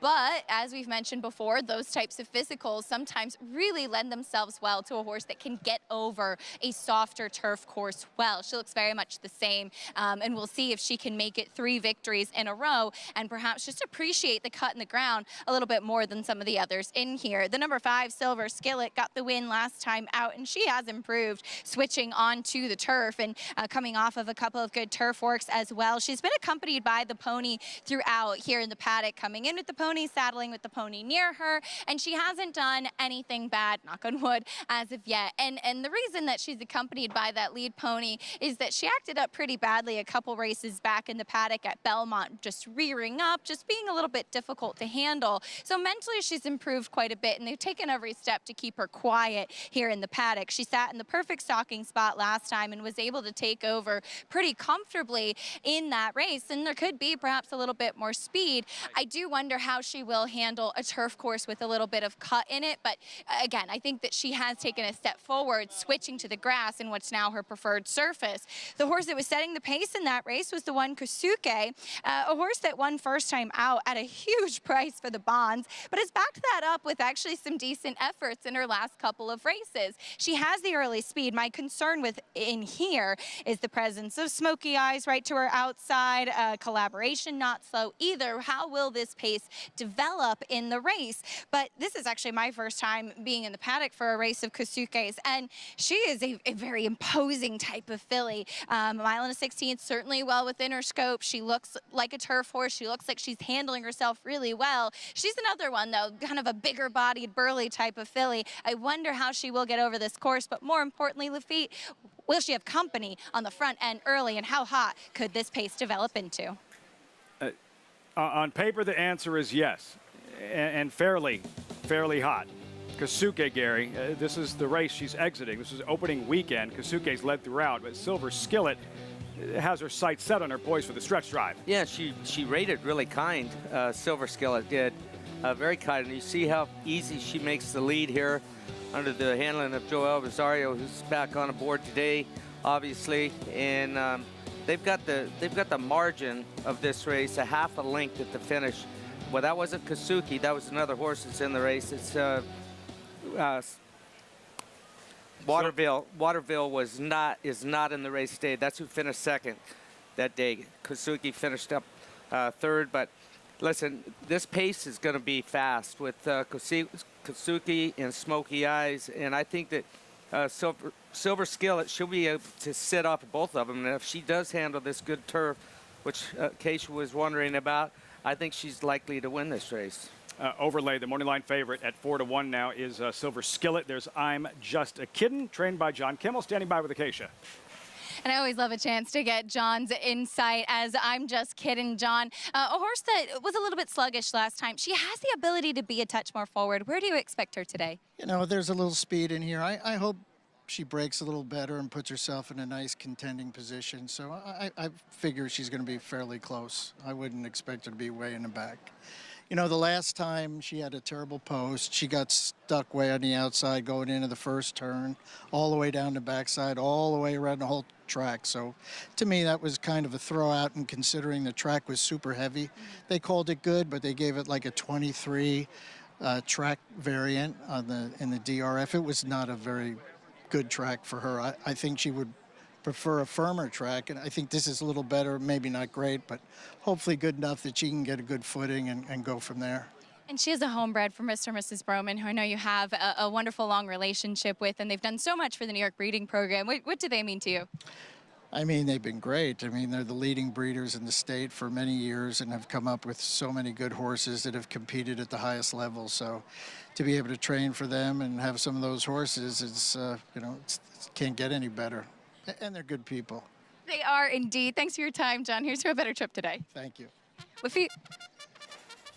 Those colors, Acacia, JK, the Bromans, I can't see those colors and not think of Mr. Buff.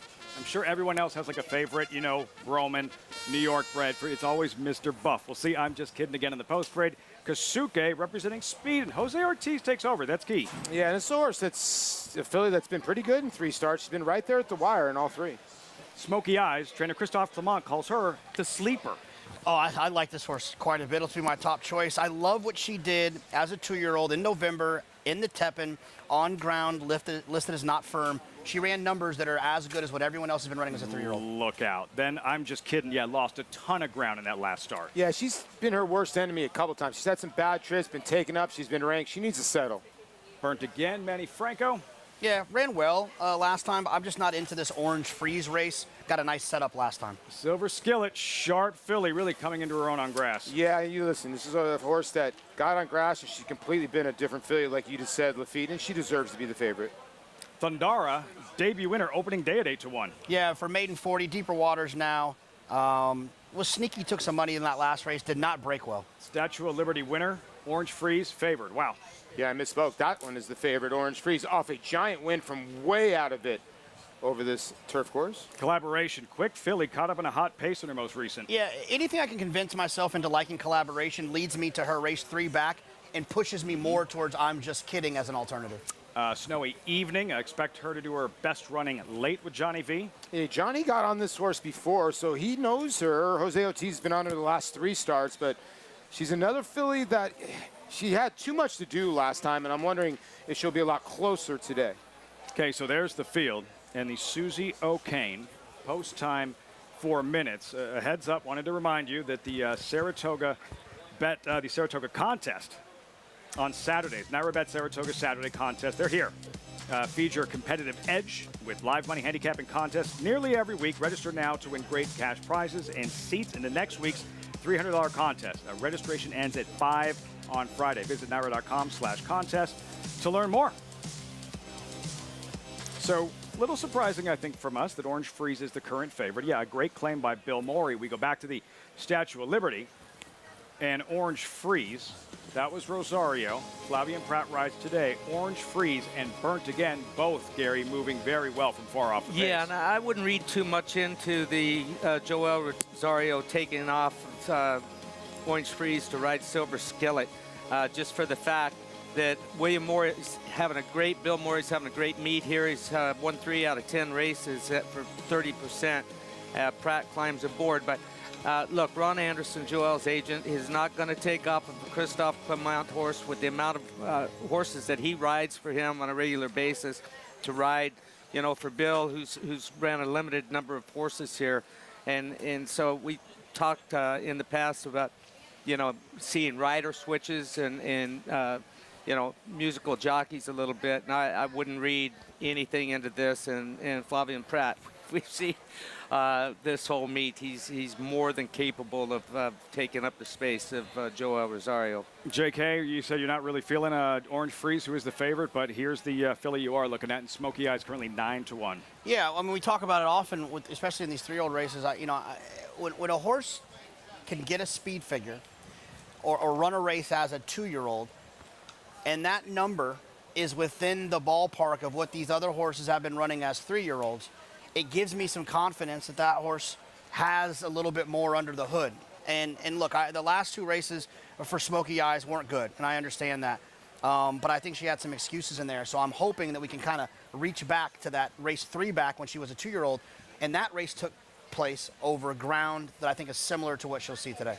Keisha, Christophe Clement telling the Daily Racing Form she's the sleeper in this one, Smoky Eyes. What do you think? Yeah, I agree with Jonathan. I do think that she has the opportunity to step forward in here, and I think she had some excuses in her last couple of races. Two back, it was her first race off of a big layoff. She was just the favorite, I think, just based off of her class.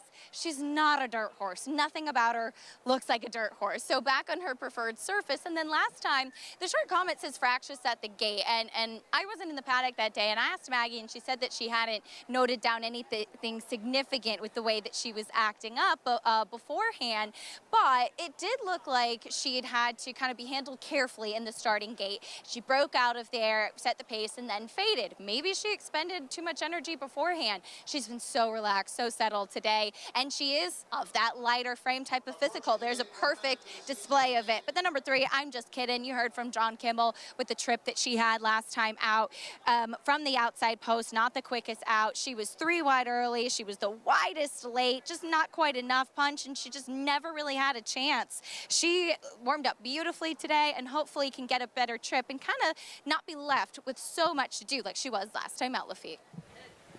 A better post, wide open edition of this Susie O'Kane. I'm just kidding. Paul, you're going with collaboration, representing speed towards the outside. Her race 2 starts back, puts her right in the mix. Yeah, I like her today. When you look back at some of her races, she's launched from way out of it. And, I think speed going longer has been, her recipe. And then last time, they went fast early. I know it says 113 for 6 furlongs, but they blistered early in that race, and she just backed out of there. I think Jose Lezcano from the 8th post, he's going to use her speed to get in contention, but I don't think she's going to have intent to go to front. I think I would rather lay 4th or 5th, because I think this filly wants to come or at least have a target. But interesting to watch early on here, Gary. Kasuke from the rail has speed. Silver Skillet right there in the mix. Collaboration as well, representing outside speed. And what these jockeys will try to figure out, establishing position going into the first turn. Well, Joel's so tactical. We never know what he's going to do. He's got great hands, and I think that's the key for Silver Skillet is letting these 3 speeds go and see how it plays out from there. Post time, Wednesday feature. Susie O'Kane Stakes. Frank Mirmati standing by. Here's collaboration in the colors of Barry Schwartz. And Snowy Evening will complete the line for the Susie O'Kane. They're in the gate. And they're off. It was a smooth start. I'm just kidding. Smoky Eyes, and on the inside, Kasuke is up to take the lead and tugging as well. Kasuke will be the pace setter, and just behind them, Collaboration is pretty eager once again on the outside. 3 wide going into the first turn and about 2 lengths off of Kasuke. They're followed at the rail by Smoky Eyes, who now settles in for it. Snowy Evening with the orange sleeves, 5th and 6 lengths off the leader. Silver Skillet under a stranglehold at this stage, racing 2.5 in front of Burnt Again. Orange Freeze will do her best running a little bit later on. She is just 2 lengths in front of Thundara. 23 and 3 for the opening quarter mile. It's Kasuke just in front. I'm just kidding in between rivals second. And on the outside of them, Collaboration is now backed off to be 3 off the pace. The half went in 46 and 4/5 seconds. Still a pretty decent gap back to Smoky Eyes and Snowy Evening, who are 4th and 5th. Silver Skillet about 10 lengths off the pace. Burnt Again is next. Orange Freeze at the back of the field, and then Thundara asked for a bit more. They round the far turn. I'm just kidding. Putting the pressure on Kasuke. They're on even terms as they reach the top of the stretch. 6 furlongs in, 1:11 and 1. Smoky Eyes is just behind them in 3rd. Orange Freeze in the center of the course, and Silver Skillet, very confidently handled in the middle, is coming now. And Silver Skillet emerges with the lead, takes off past the 16th pole, and opens up to be much best in the Susie O'Kane. Silver Skillet and Joel Rosario making short work of the competition. Orange Freeze completes the exacta, then Burnt Again and Smoky Eyes. Settled her further off the pace today. Joel Rosario, Silver Skillet, impressive, Gary, in the Susie O'Kane Stakes. Yes, she was, and I don't know how settled she was, but I know how Not strong. early. I know how strong Joel is, and I know how strong he had to be there down the backside. And sometimes horses don't respond to an arm wrestling fight, and go on with it. Certain ones will respond to it, especially turf horses that are covered and that are trained by Christophe Clement. And man, when he finally got clearance coming into the lane, she put on a show here the last 3/16 of a mile. Listen, Jose Lozcano was trying his best with Collaboration, the gray, to hold her back, and he just couldn't. And it caused, like you said, Gary, that three-pronged speed duel, and all three of those horses just had to back out of it. They went way too quick early, JK, and the two best horses ran 1-2, the two horses they bet. I don't know which one was the favorite. They were both 3-1. Yeah, look, you know, there's a situation where the pace just set up perfectly for those horses and they rolled on the front end, and we just heard, I think in our ear, the 7 actually went off as the actual favorite.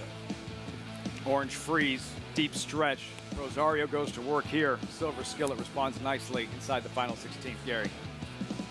Yeah, and I mean, like I said, certain horses won't respond to that. His job became very easy once we found clearance. And it wasn't easy early on. I know what it feels like to have one pulling like that, but he had her covered up, kept her off the heels. You can see the cotton balls in her ears there. That's to help her keep quiet. A lot of trainers will pull those out before they go into the starting gate, but left in there, and it's a good thing they were in there. Smiling Christophe Clement, handshake. Stakes win on this Wednesday program. Silver Skillet, Acacia mentioned, that was a big part of the pre-race, trying to keep her as quiet as she possibly could. On the grass now, Paul, 3 starts, a neck away from being perfect on the lawn. You know, I thought the interview in the last race by Rudy Rodriguez was just tremendous, because he's just telling you, listen, I had to check all the boxes. I took the blinkers off, and I did this and I did that. You know, sometimes, like this horse right here, Silver Skillet, just an average type of horse. She was stakes place on the dirt, but obviously she's a different filly on turf, and Christophe checked that box, and that box has been checked. Silver Skillet, see those Reeves thoroughbred colors. Joel Rosario for Christophe Clement. Dangerous tandem as always, 2 wins on the afternoon. Rosario, 5-7-4-2 at 3-1. Silver Skillet delivers in the Susie O'Kane Stakes. Results, reaction when we come back. Silver Skillet in the feature at the Spa. Stay tuned.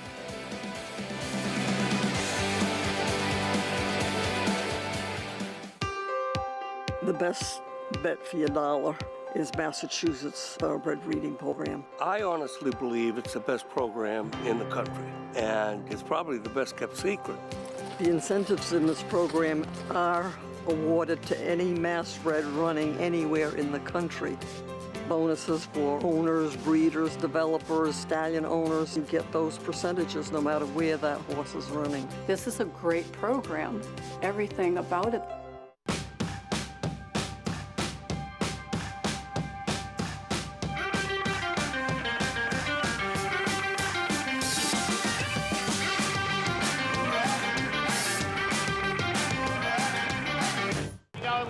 Brickyard ride, wide open, they come for home. Good Dr. Chevelle. Dr. Chevelle just got there in a driving finish.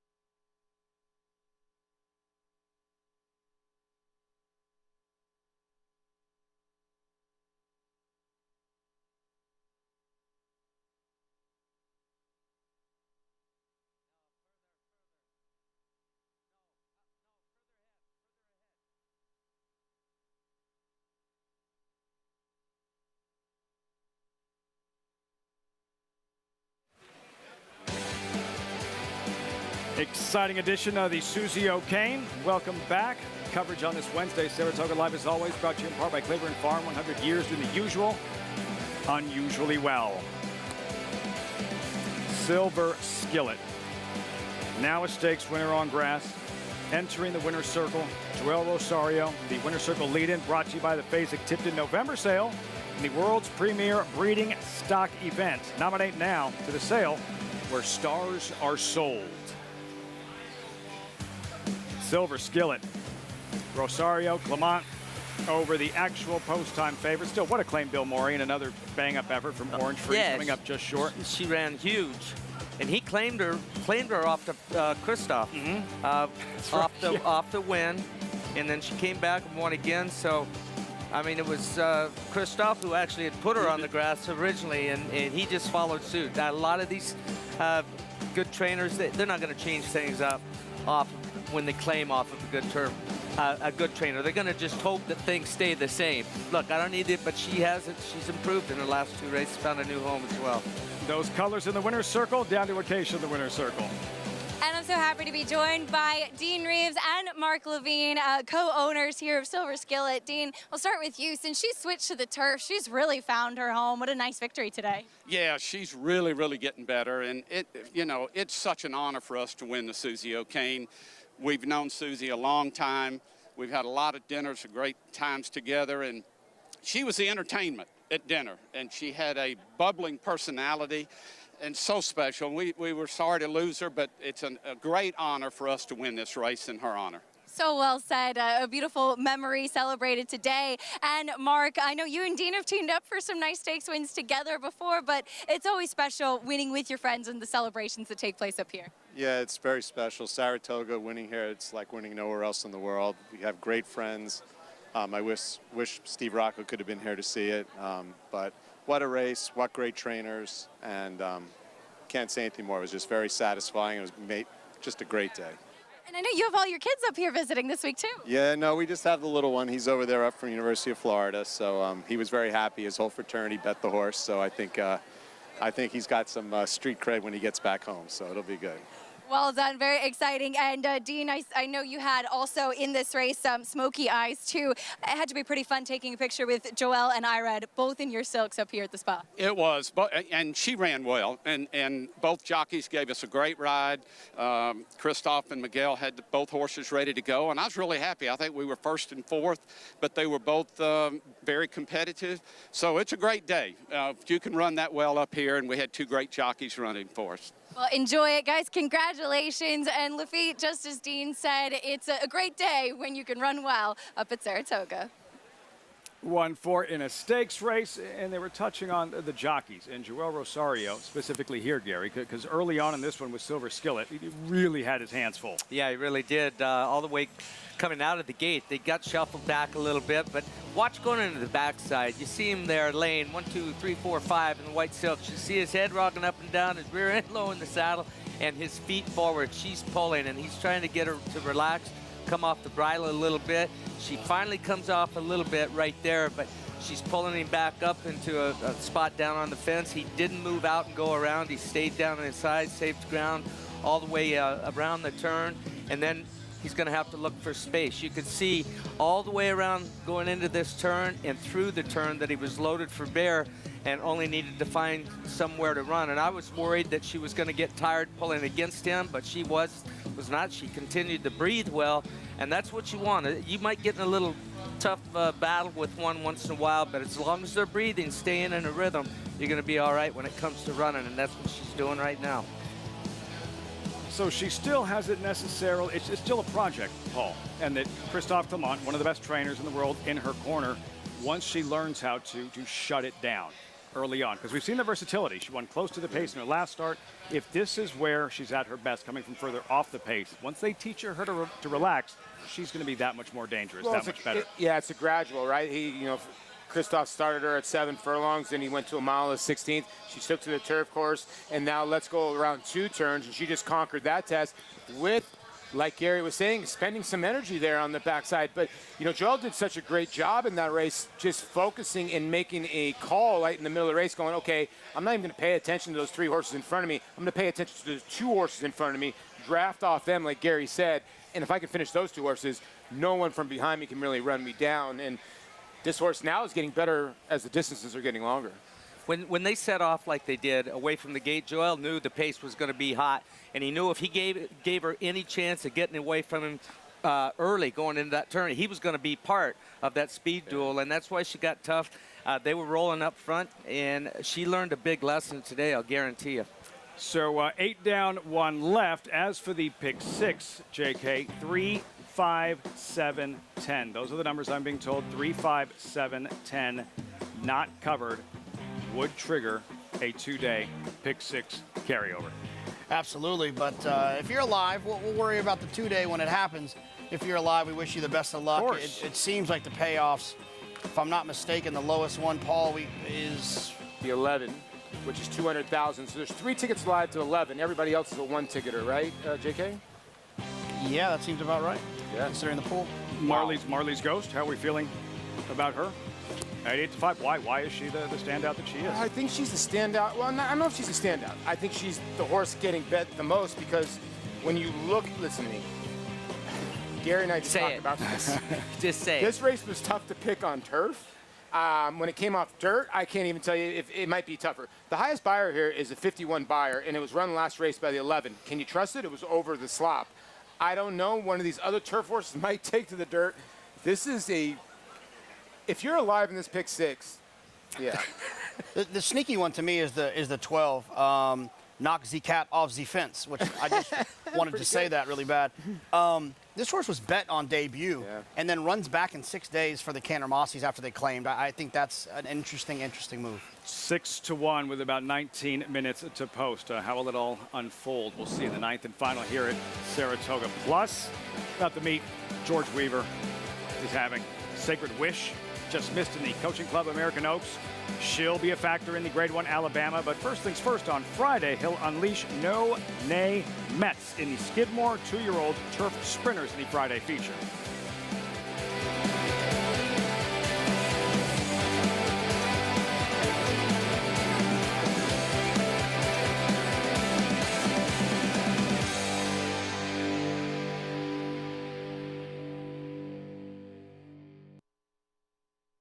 Any mare with size, looks, and athleticism that's been called the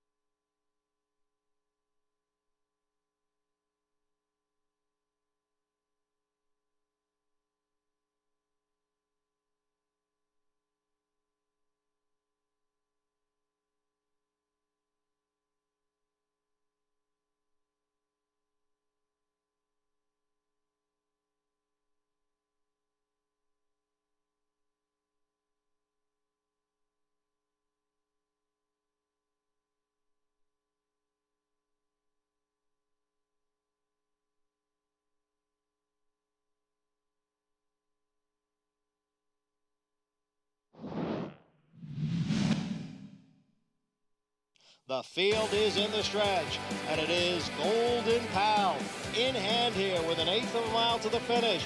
Golden Pal opening up here by almost 5 lengths. Golden Pal will get his maiden victory in Saratoga's Skidmore Stakes, and he did it impressively.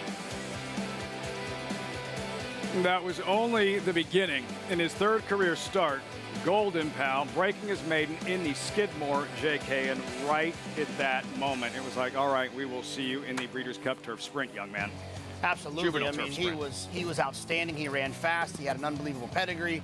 Wesley Ward knows how to handle these turf sprinters, and he did. He broke from the 14 that year, if I'm not mistaken. and did it impressively. Threw his head up in the air shortly after the start. He was outstanding.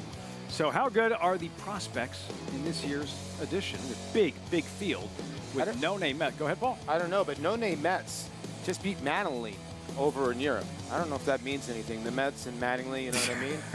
But that horse comes in with some great form, by the way. It's going to be a very good race and a nice field, JK. Yeah, and the other thing about no-name Mets you want to keep in mind is George Weaver. We've joked about it. He's been on fire this year with his turf sprinters, this being one of them, Crimson Advocate, that won at Royal Ascot.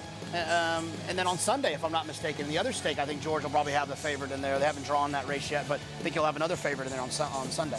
7 to 5 in the morning line. How good do you think he is, Paul? Despite the fact he did, run with Mattingly overseas. I mean, I visually look. It was almost like, when you visually look at a horse quicken like that, Gary, it was almost like rhymes and schemes, right? Where you visually saw that horse quicken. The way that horse is quicken right there, that horse looks real. Yeah, and you've got to throw the race out at Royal Ascot, I believe, when he went over there. He was prominent to a fast pace in there. He opened up. He didn't open up. He was 14th midway. There's a huge field, 14 horses, beat 7 lengths. Throw the race out. This race in the Tyro was super impressive. It was 90 cents to the dollar, and he ran like he should be 90 cents on the dollar. Lafitte, they had some trouble making a buyer speed figure for this race. So I don't know if they ultimately did, but it took them a while to kind of get it together. I haven't seen the form yet for Friday, but they did have some trouble. So just keep an eye on that when you're looking at this race, that figure. Fandom, Paulie, and his win at Keeneland. How good of a prospect are we talking about here? Well, Fandom is a horse that actually, on the front end, I mean, this horse got away with not, short fractions, because Wesley's horses go fast. Let's just be bottom line, like 22 and change, but does it so easily.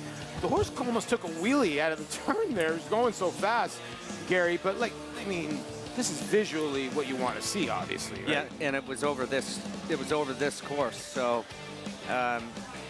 Fandom is running over this course, so oh yeah, I was looking at the wrong form there. We just got these PPs here. I did coming in, haven't had a chance to study them. So the exciting part is we're not saying there's another Golden Pal in the field, but maybe for the Skidmore, when you look at horses that wind up in the Breeders' Cup Juvenile Turf Sprint, these are the races where a lot of those eventual contenders do race in. Absolutely. I mean, people bring their best 2-year-olds up here. And they run them on the dirt, they run them on the turf, they run them in the stakes. And if you can win in a big full field here against these horses, you're facing the good ones, right? It's not like there's a bunch of good ones hiding out somewhere else. They're all here at Saratoga or Del Mar, and so if you can overcome a field here, you're in the driver's seat. That's for sure. 2-year-olds in the Skidmore on the eve of the Grade 1 Alabama for 3-year-old fillies. We have about 13 minutes till this 9th and final. Horses in the paddock. We'll be checking in with Acacia. Graduation day for one of these guys. New York Bred's $40,000 maiden claimers, and Marley's Ghost. Lots riding on her shoulders. The current even money favorite looking to break through in what will be her 5th career start. You're watching Saratoga Live.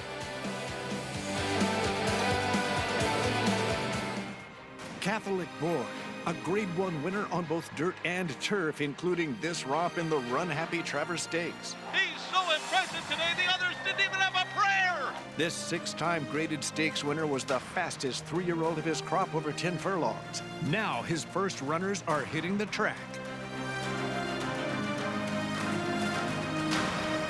Dual Surface Grade 1 winner Catholic Boy, standing at Claiborne Park. It's America's original sport, and no one covers it better than americasbestracing.net. From the sport to the lifestyle, the best races, horses, and destination venues, cocktails, gambling, fashion, and more. americasbestracing.net is a sport for you.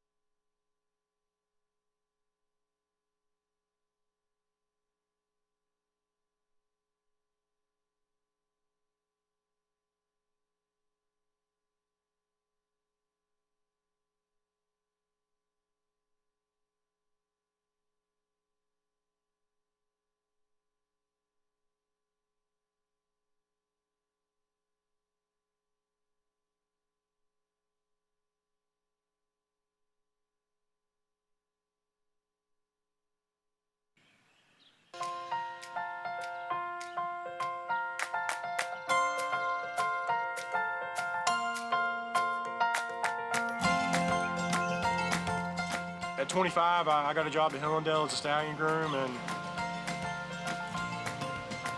I love it. You know, it's a great place to work, and it's a special job.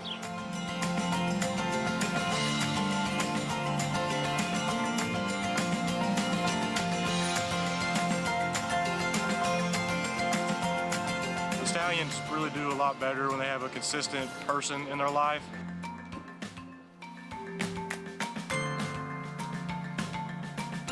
It makes a big difference in keeping them happy, and that's just one of the many things that we do to try to keep these guys as happy as possible.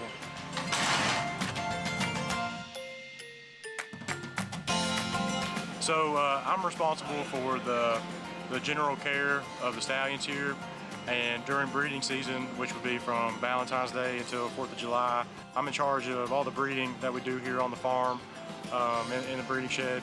Other than that, I assign my grooms to each horses, and I oversee the care of each individual horse on a day-to-day basis. You know, Army Mule and Good Magic too, I have a soft spot for those two, just starting out the same year they were here. It's been really special for me to learn and grow with them at the same time.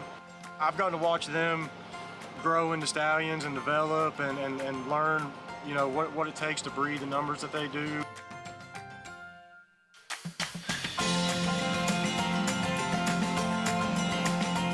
We get to work with horses over long periods of time. You know, when you're working with yearlings or brood mares or even on the racetrack, you know, it seems like you're working with a different batch of horses all the time. But these stallions, you know, Midnight Luke's been here with Hillendale for like 15, 16 years. So you get to work with the same horses for, you know, the majority of their lives and spend so much time with them, and you just really get to know them on a level that you just can't do in other aspects of the industry.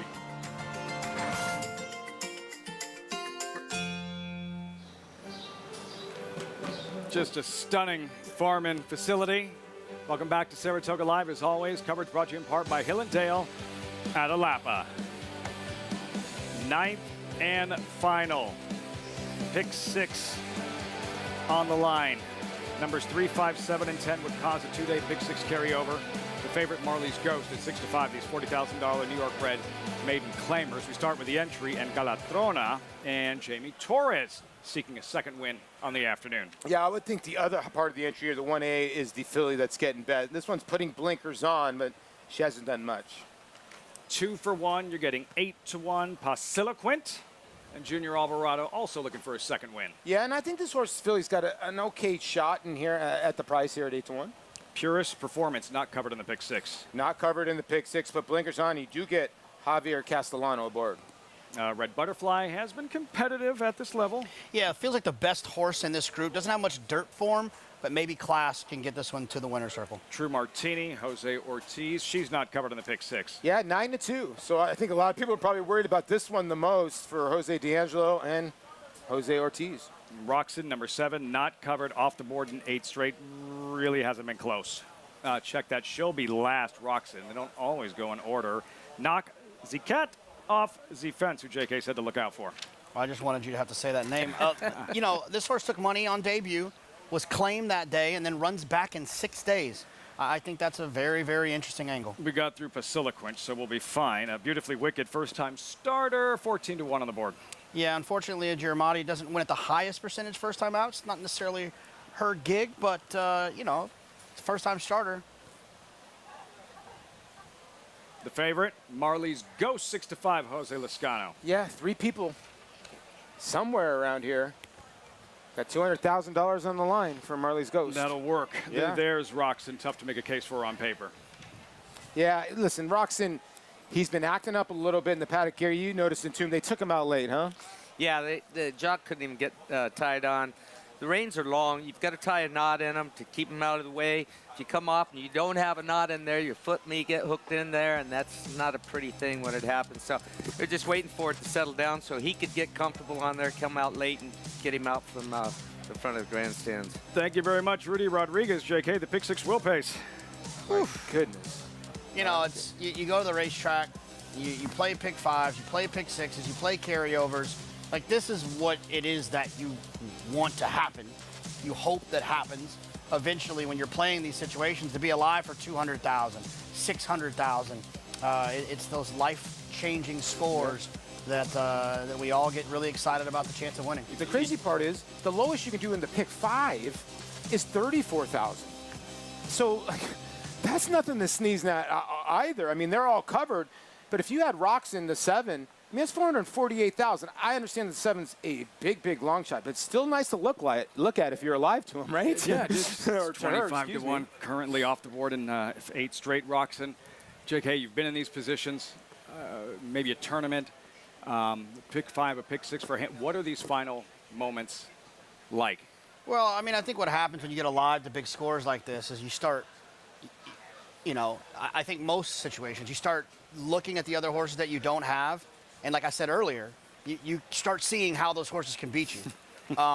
It's nerve-wracking. The other thing you can do in these situations, it's hard to do, especially when you're alive for this much, is there's some opportunities to hedge, right? If you're alive to the 11 here, there's some math that you can do that you can bet these other horses to win to kind of cover your investment or to get your investment back or to kind of even at a certain point guarantee yourself a return because you know if the 11 wins you're alive for 200,000, so you can take 20 or 30,000 if you have access to that to then bet other horses to those are some of the situations. But I've never really been much of a hedger. I've always just kind of felt like when I opened up the forum this morning, I didn't like those other horses and I put myself in this position.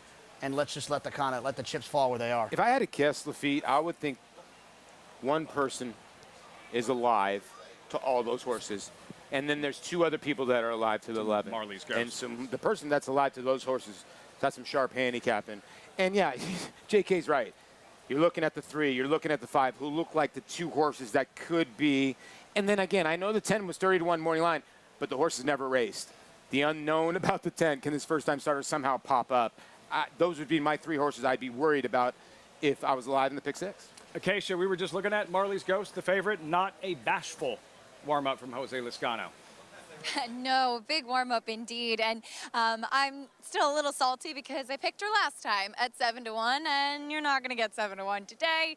But I do think that she makes a lot of sense as your even money favorite. And she was pretty revved up in her last race, and that was off of a bit of a layoff from January to July as well. And while she's sharp and forward today, she's much more relaxed mentally. It's what you like to see for a horse making their second start off the bench. But a big warm-up once again from Jose Lezcano. She kind of took the lead early last time, only to get run down late by another horse with dirt form, wet track form in that race. But I like her once again. I think she's found herself in a good spot. But an intriguing prospect is a first-time starter, the 10, Beautifully Wicked, as Jonathan touched on in the post-parade. This is a horse who is debuting, and Leah Giramati not known for winning first time out.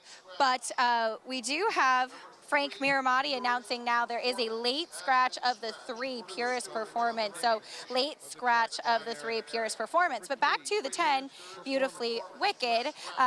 Beautifully Wicked was actually a late scratch back in June. She came over to Belmont on June 15th and kind of saddled with the pony. She was a little bit not 100% fit that day, got a big warm-up, and ended up being a late scratch. So today, Joey Martinez has given this filly a big warm-up. She's been given plenty of time since that late scratch to address whatever might have been ailing her and coming back here. She's a bigger bodied type, but just wanted to point out that it's not necessarily the first time she's been led over for a race, and she does have dirt sprint pedigree. The number 4, Red Butterfly, another one who actually has dirt sprint pedigree. The dam's only win was on the main track, and the second dam was Misty Rosette, who's actually a grade 3 winner sprinting on the dirt. And this one's by Munnings, who certainly can have a runner on either surface.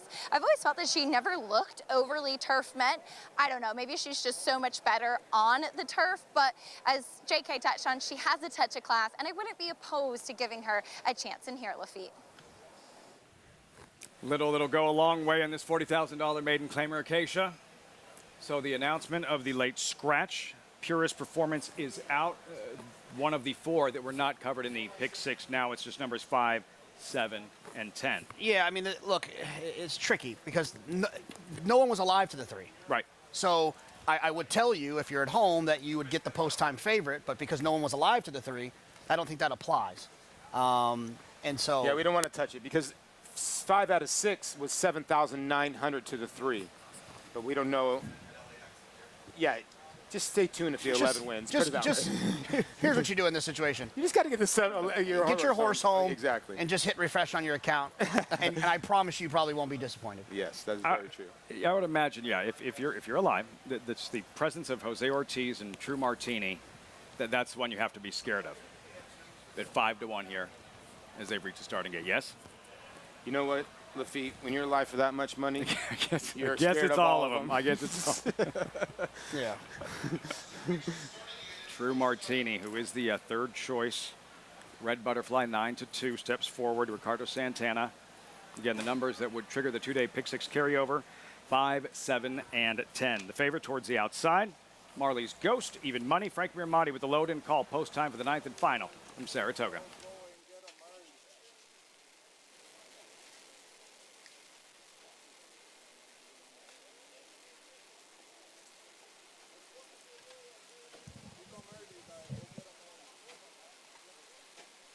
True Martini going in.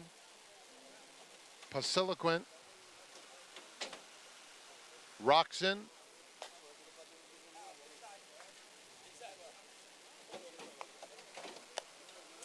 Here's Marley's Ghost.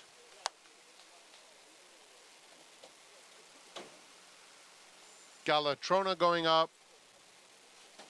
And the last one, Knock Z-Cat off Z-Fence.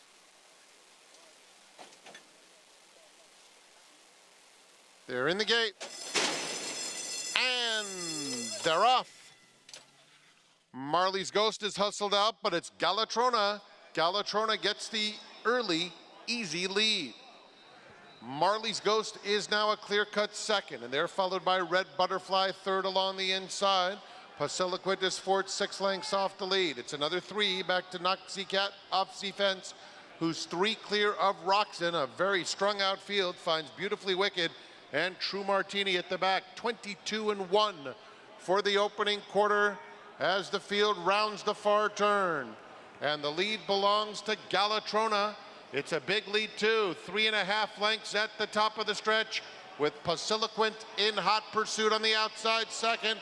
Marley's Ghost is down on the rail. They're a furlong from the finish, and Pasiloquent up to take the lead, shifting in a touch, but in charge a length. On the inside, Marley's Ghost is trying hard. A belated rally from Red Butterfly in the center of the track. Pasiloquent turns away Marley's Ghost, and it will be Pasiloquent. Another for Junior Alvarado. Photo for second, Marley's Ghost and Red Butterfly. Beautifully Wicked wins the photo for fourth. 611,000 plus. Pasiloquent in the 9th and final at Saratoga graduates in her 6th career start. This horse stumbled at the start too, Gary. Got up quick. The stablemate cut the fractions. And this horse just kind of circled, was much the best. I'm just glad that you looked up Pasiloquent. It means... how to pronounce it. Go ahead. Great name, by the way, by Frank Conversation. It means man of few words.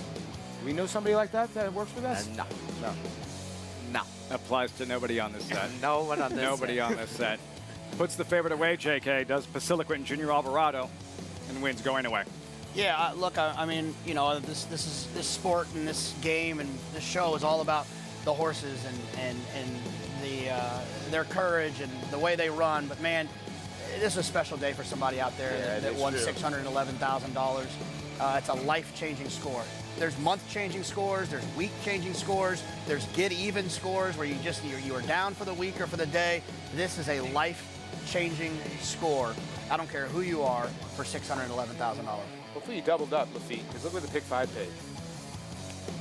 44 plus? 44,000 44 for 50 plus. cents. I mean, you talk about, listen, we were waiting for one of these days in Saratoga, and we got it. We got it on a Wednesday. Yeah, we got it on a Wednesday, yeah. And like JK said, that is life-changing, and whoever has it, I hope you had it on Naira Bets. And compliments of Rudy.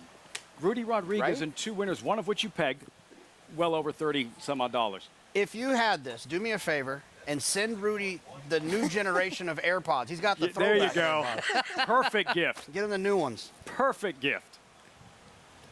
Wow. They're lucky. They're lucky, those. 2 wins, Junior Alvarado. Pasiloquent in her 6th career start. 111.4 here in the 9th and final. Wet paint. What will she do on Saturday? Winner of the Grade 1 Coaching Club American Oaks, Flora Godolphin, blue. Flavian Pratt looking for a 4th Grade 1 win on the meet for trainer Brad Cox, who had paint the favorite. A loaded edition of the Alabama on Saturday.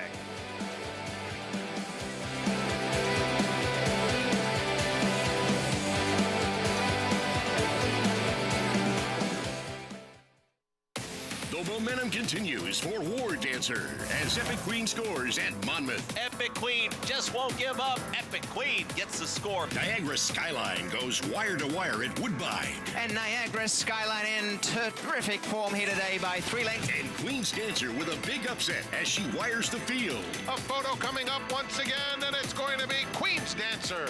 Shouldn't you have a War Dancer? War Dancer, proud to stand in New York. When it comes to horse racing, you can never have too much information. With Twin Spires, you can place your bets with confidence. Whether you use handicapping insights, like our Brisnet speed ratings, prime power and past performances, the guidance of our experts' top picks, or just choose a name that catches your eye. Yes! No matter how you pick your horse, bet with Twin Spires. Start earning your $200 sign-up bonus when you sign up with offer code GET200. History remembers moments of extraordinary strength, skill, and determination. True greatness is forged by those who fulfill their destiny.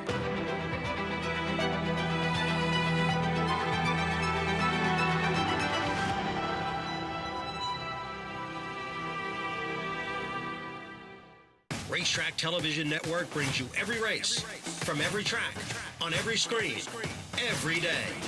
With monthly packages starting as low as $5, RTN gives you great value and access to more live HD streaming and race replays than anyone. Visit RTN.tv today to sign up and watch on almost any device, including Roku and Amazon Fire. RTN has packages that start at $5 per month. Introducing Venezuelan Hug, the tenacious, towering son of Constitution, now standing in New York. After breaking his maiden at Gulfstream, he dispatched Cityman and Allowance Company at Saratoga, going on to 6 wins in 10 starts, finishing with 3 straight stakes victories, including the Grade 3 Canadian Turf. Now a versatile sire, complementing any mare with size, looks, and athleticism that's been called the best-kept secret in New York. Venezuelan Hug, standing at Mill Creek Farm. Visit millcreeksaratoga.com to book your mare today.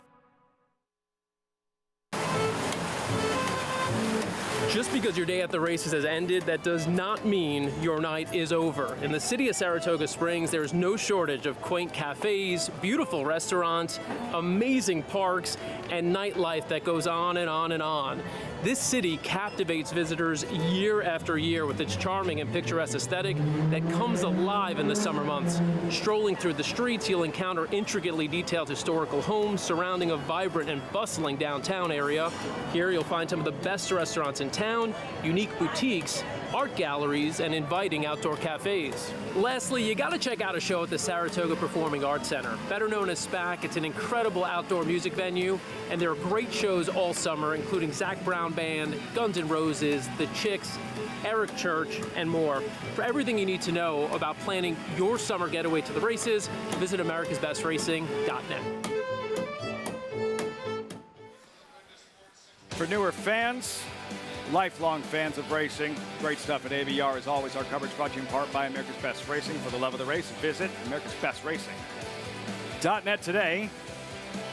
Entering the winner's circle, Priscilla Quint graduates in her 6th career start, 611,000 plus for the Pick 6 today at Saratoga. And right about here, Priscilla Quint, you can see Paul finding her best stride. The Junior Alvarado has the favorite. Marley's Ghost put away. Goes on to an easy win. Yeah, and another W here for the Jimmy Bond Barn, who's been a little bit unlucky with a lot of seconds and thirds, but they always fire up here. Talk about his barn. I drive by it every day when I go back home, and it's just beautiful. And I just love the white and the 007 on the side. Is just well done, and he's a heck of a conditioner. And Priscilla, if you go back and look, had a mighty little stumble at the gate. It was actually pretty impressive. First 2 races on dirt, just spun her wheels. Not the case today. And the payouts here, $14.60 Basiloquent. And that pick 6, $600,000 plus. The pick 5, $44,000 plus. Rudy Rodriguez and those 2 long shots. Basiloquent, Junior Alvarado.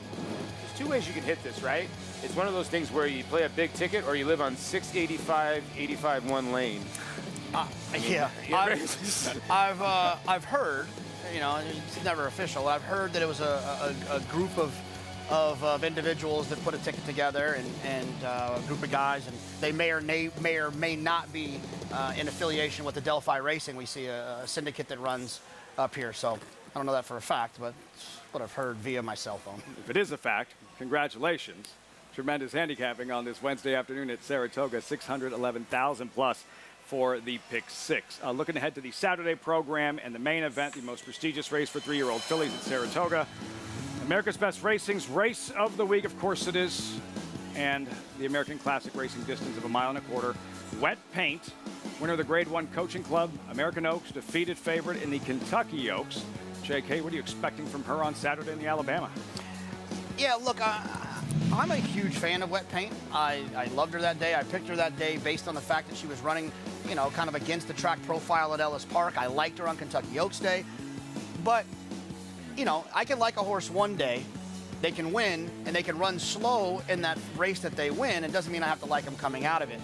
I like her as an individual, but this race was not particularly fast. I'm going to be looking for an alternative. As much as I want to bet Sacred Wish, who's on the lead right there on the inside with the yellow cap, her race was slow too, which is also a concern. Julia Shining is a horse who's always shown some promise, and so maybe we'll see if I can try to get cute with her a little bit. Yeah, you can't measure heart. You got to love her dogged determination she displayed in the stretch of the Coaching Club American Oaks Wet Paint. Yeah, I do. I mean, she always finds a way to win, a way to, you know, be a part of a race. I haven't looked at the form on this race yet to delve into what the pace is going to be like, what the race setup's going to look like.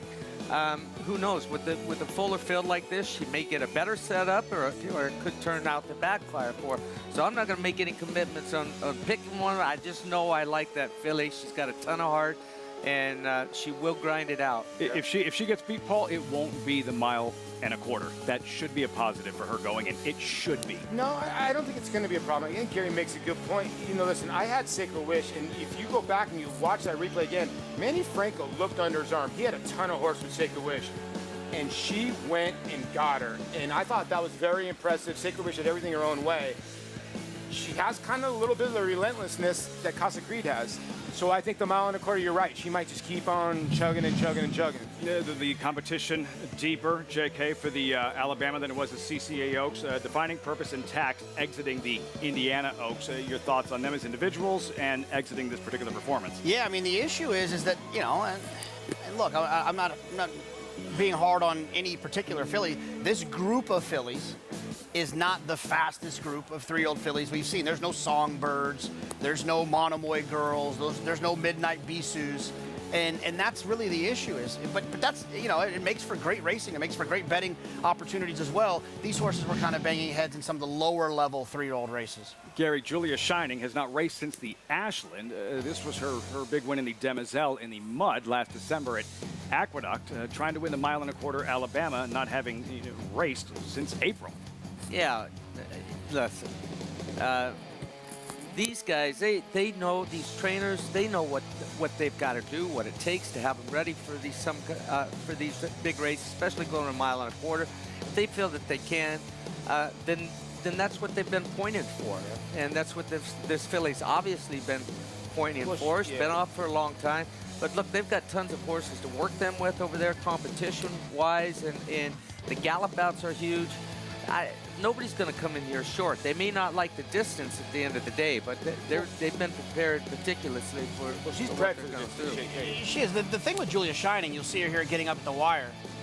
If you remember her early through this, her 3-year-old and late 2-year-old year, she was in her own way, falling way out of it in every race, and Luis Saez had to ride her the entire way around there. Now, with maturity, with a Hall of Famer like Todd Pletcher, maybe she's gotten that figured out with some time to kind of grow up and understand what it is that she needs to do to be able to be competitive. But if she does the same thing she was doing against this group, she's going to be in trouble. You got to hope that she's fixed that issue of falling way out of it. Rapoli Pletcher, also chocolate gelato, maybe heats up the pace. Gambling Girl from off the pace, runner-up in the Kentucky Oaks. Exciting addition to the Grade 1 Alabama, and you'll see it on Fox. Thanks so much for joining us this Wednesday afternoon. Exciting afternoon of thoroughbred racing, the Susie O'Kane. And how about this Christophe Clement trained filly, Silver Skillet, a neck away from being undefeated on grass, now a stakes winner at Saratoga. Onward and upward for her, for Dean Reeves. Joelle Rosario taking her back. Didn't really get her to settle, but she did finish, taking down the feature Susie O'Kane at Saratoga. We'll see you tomorrow from the Spa. Have a great night, everyone.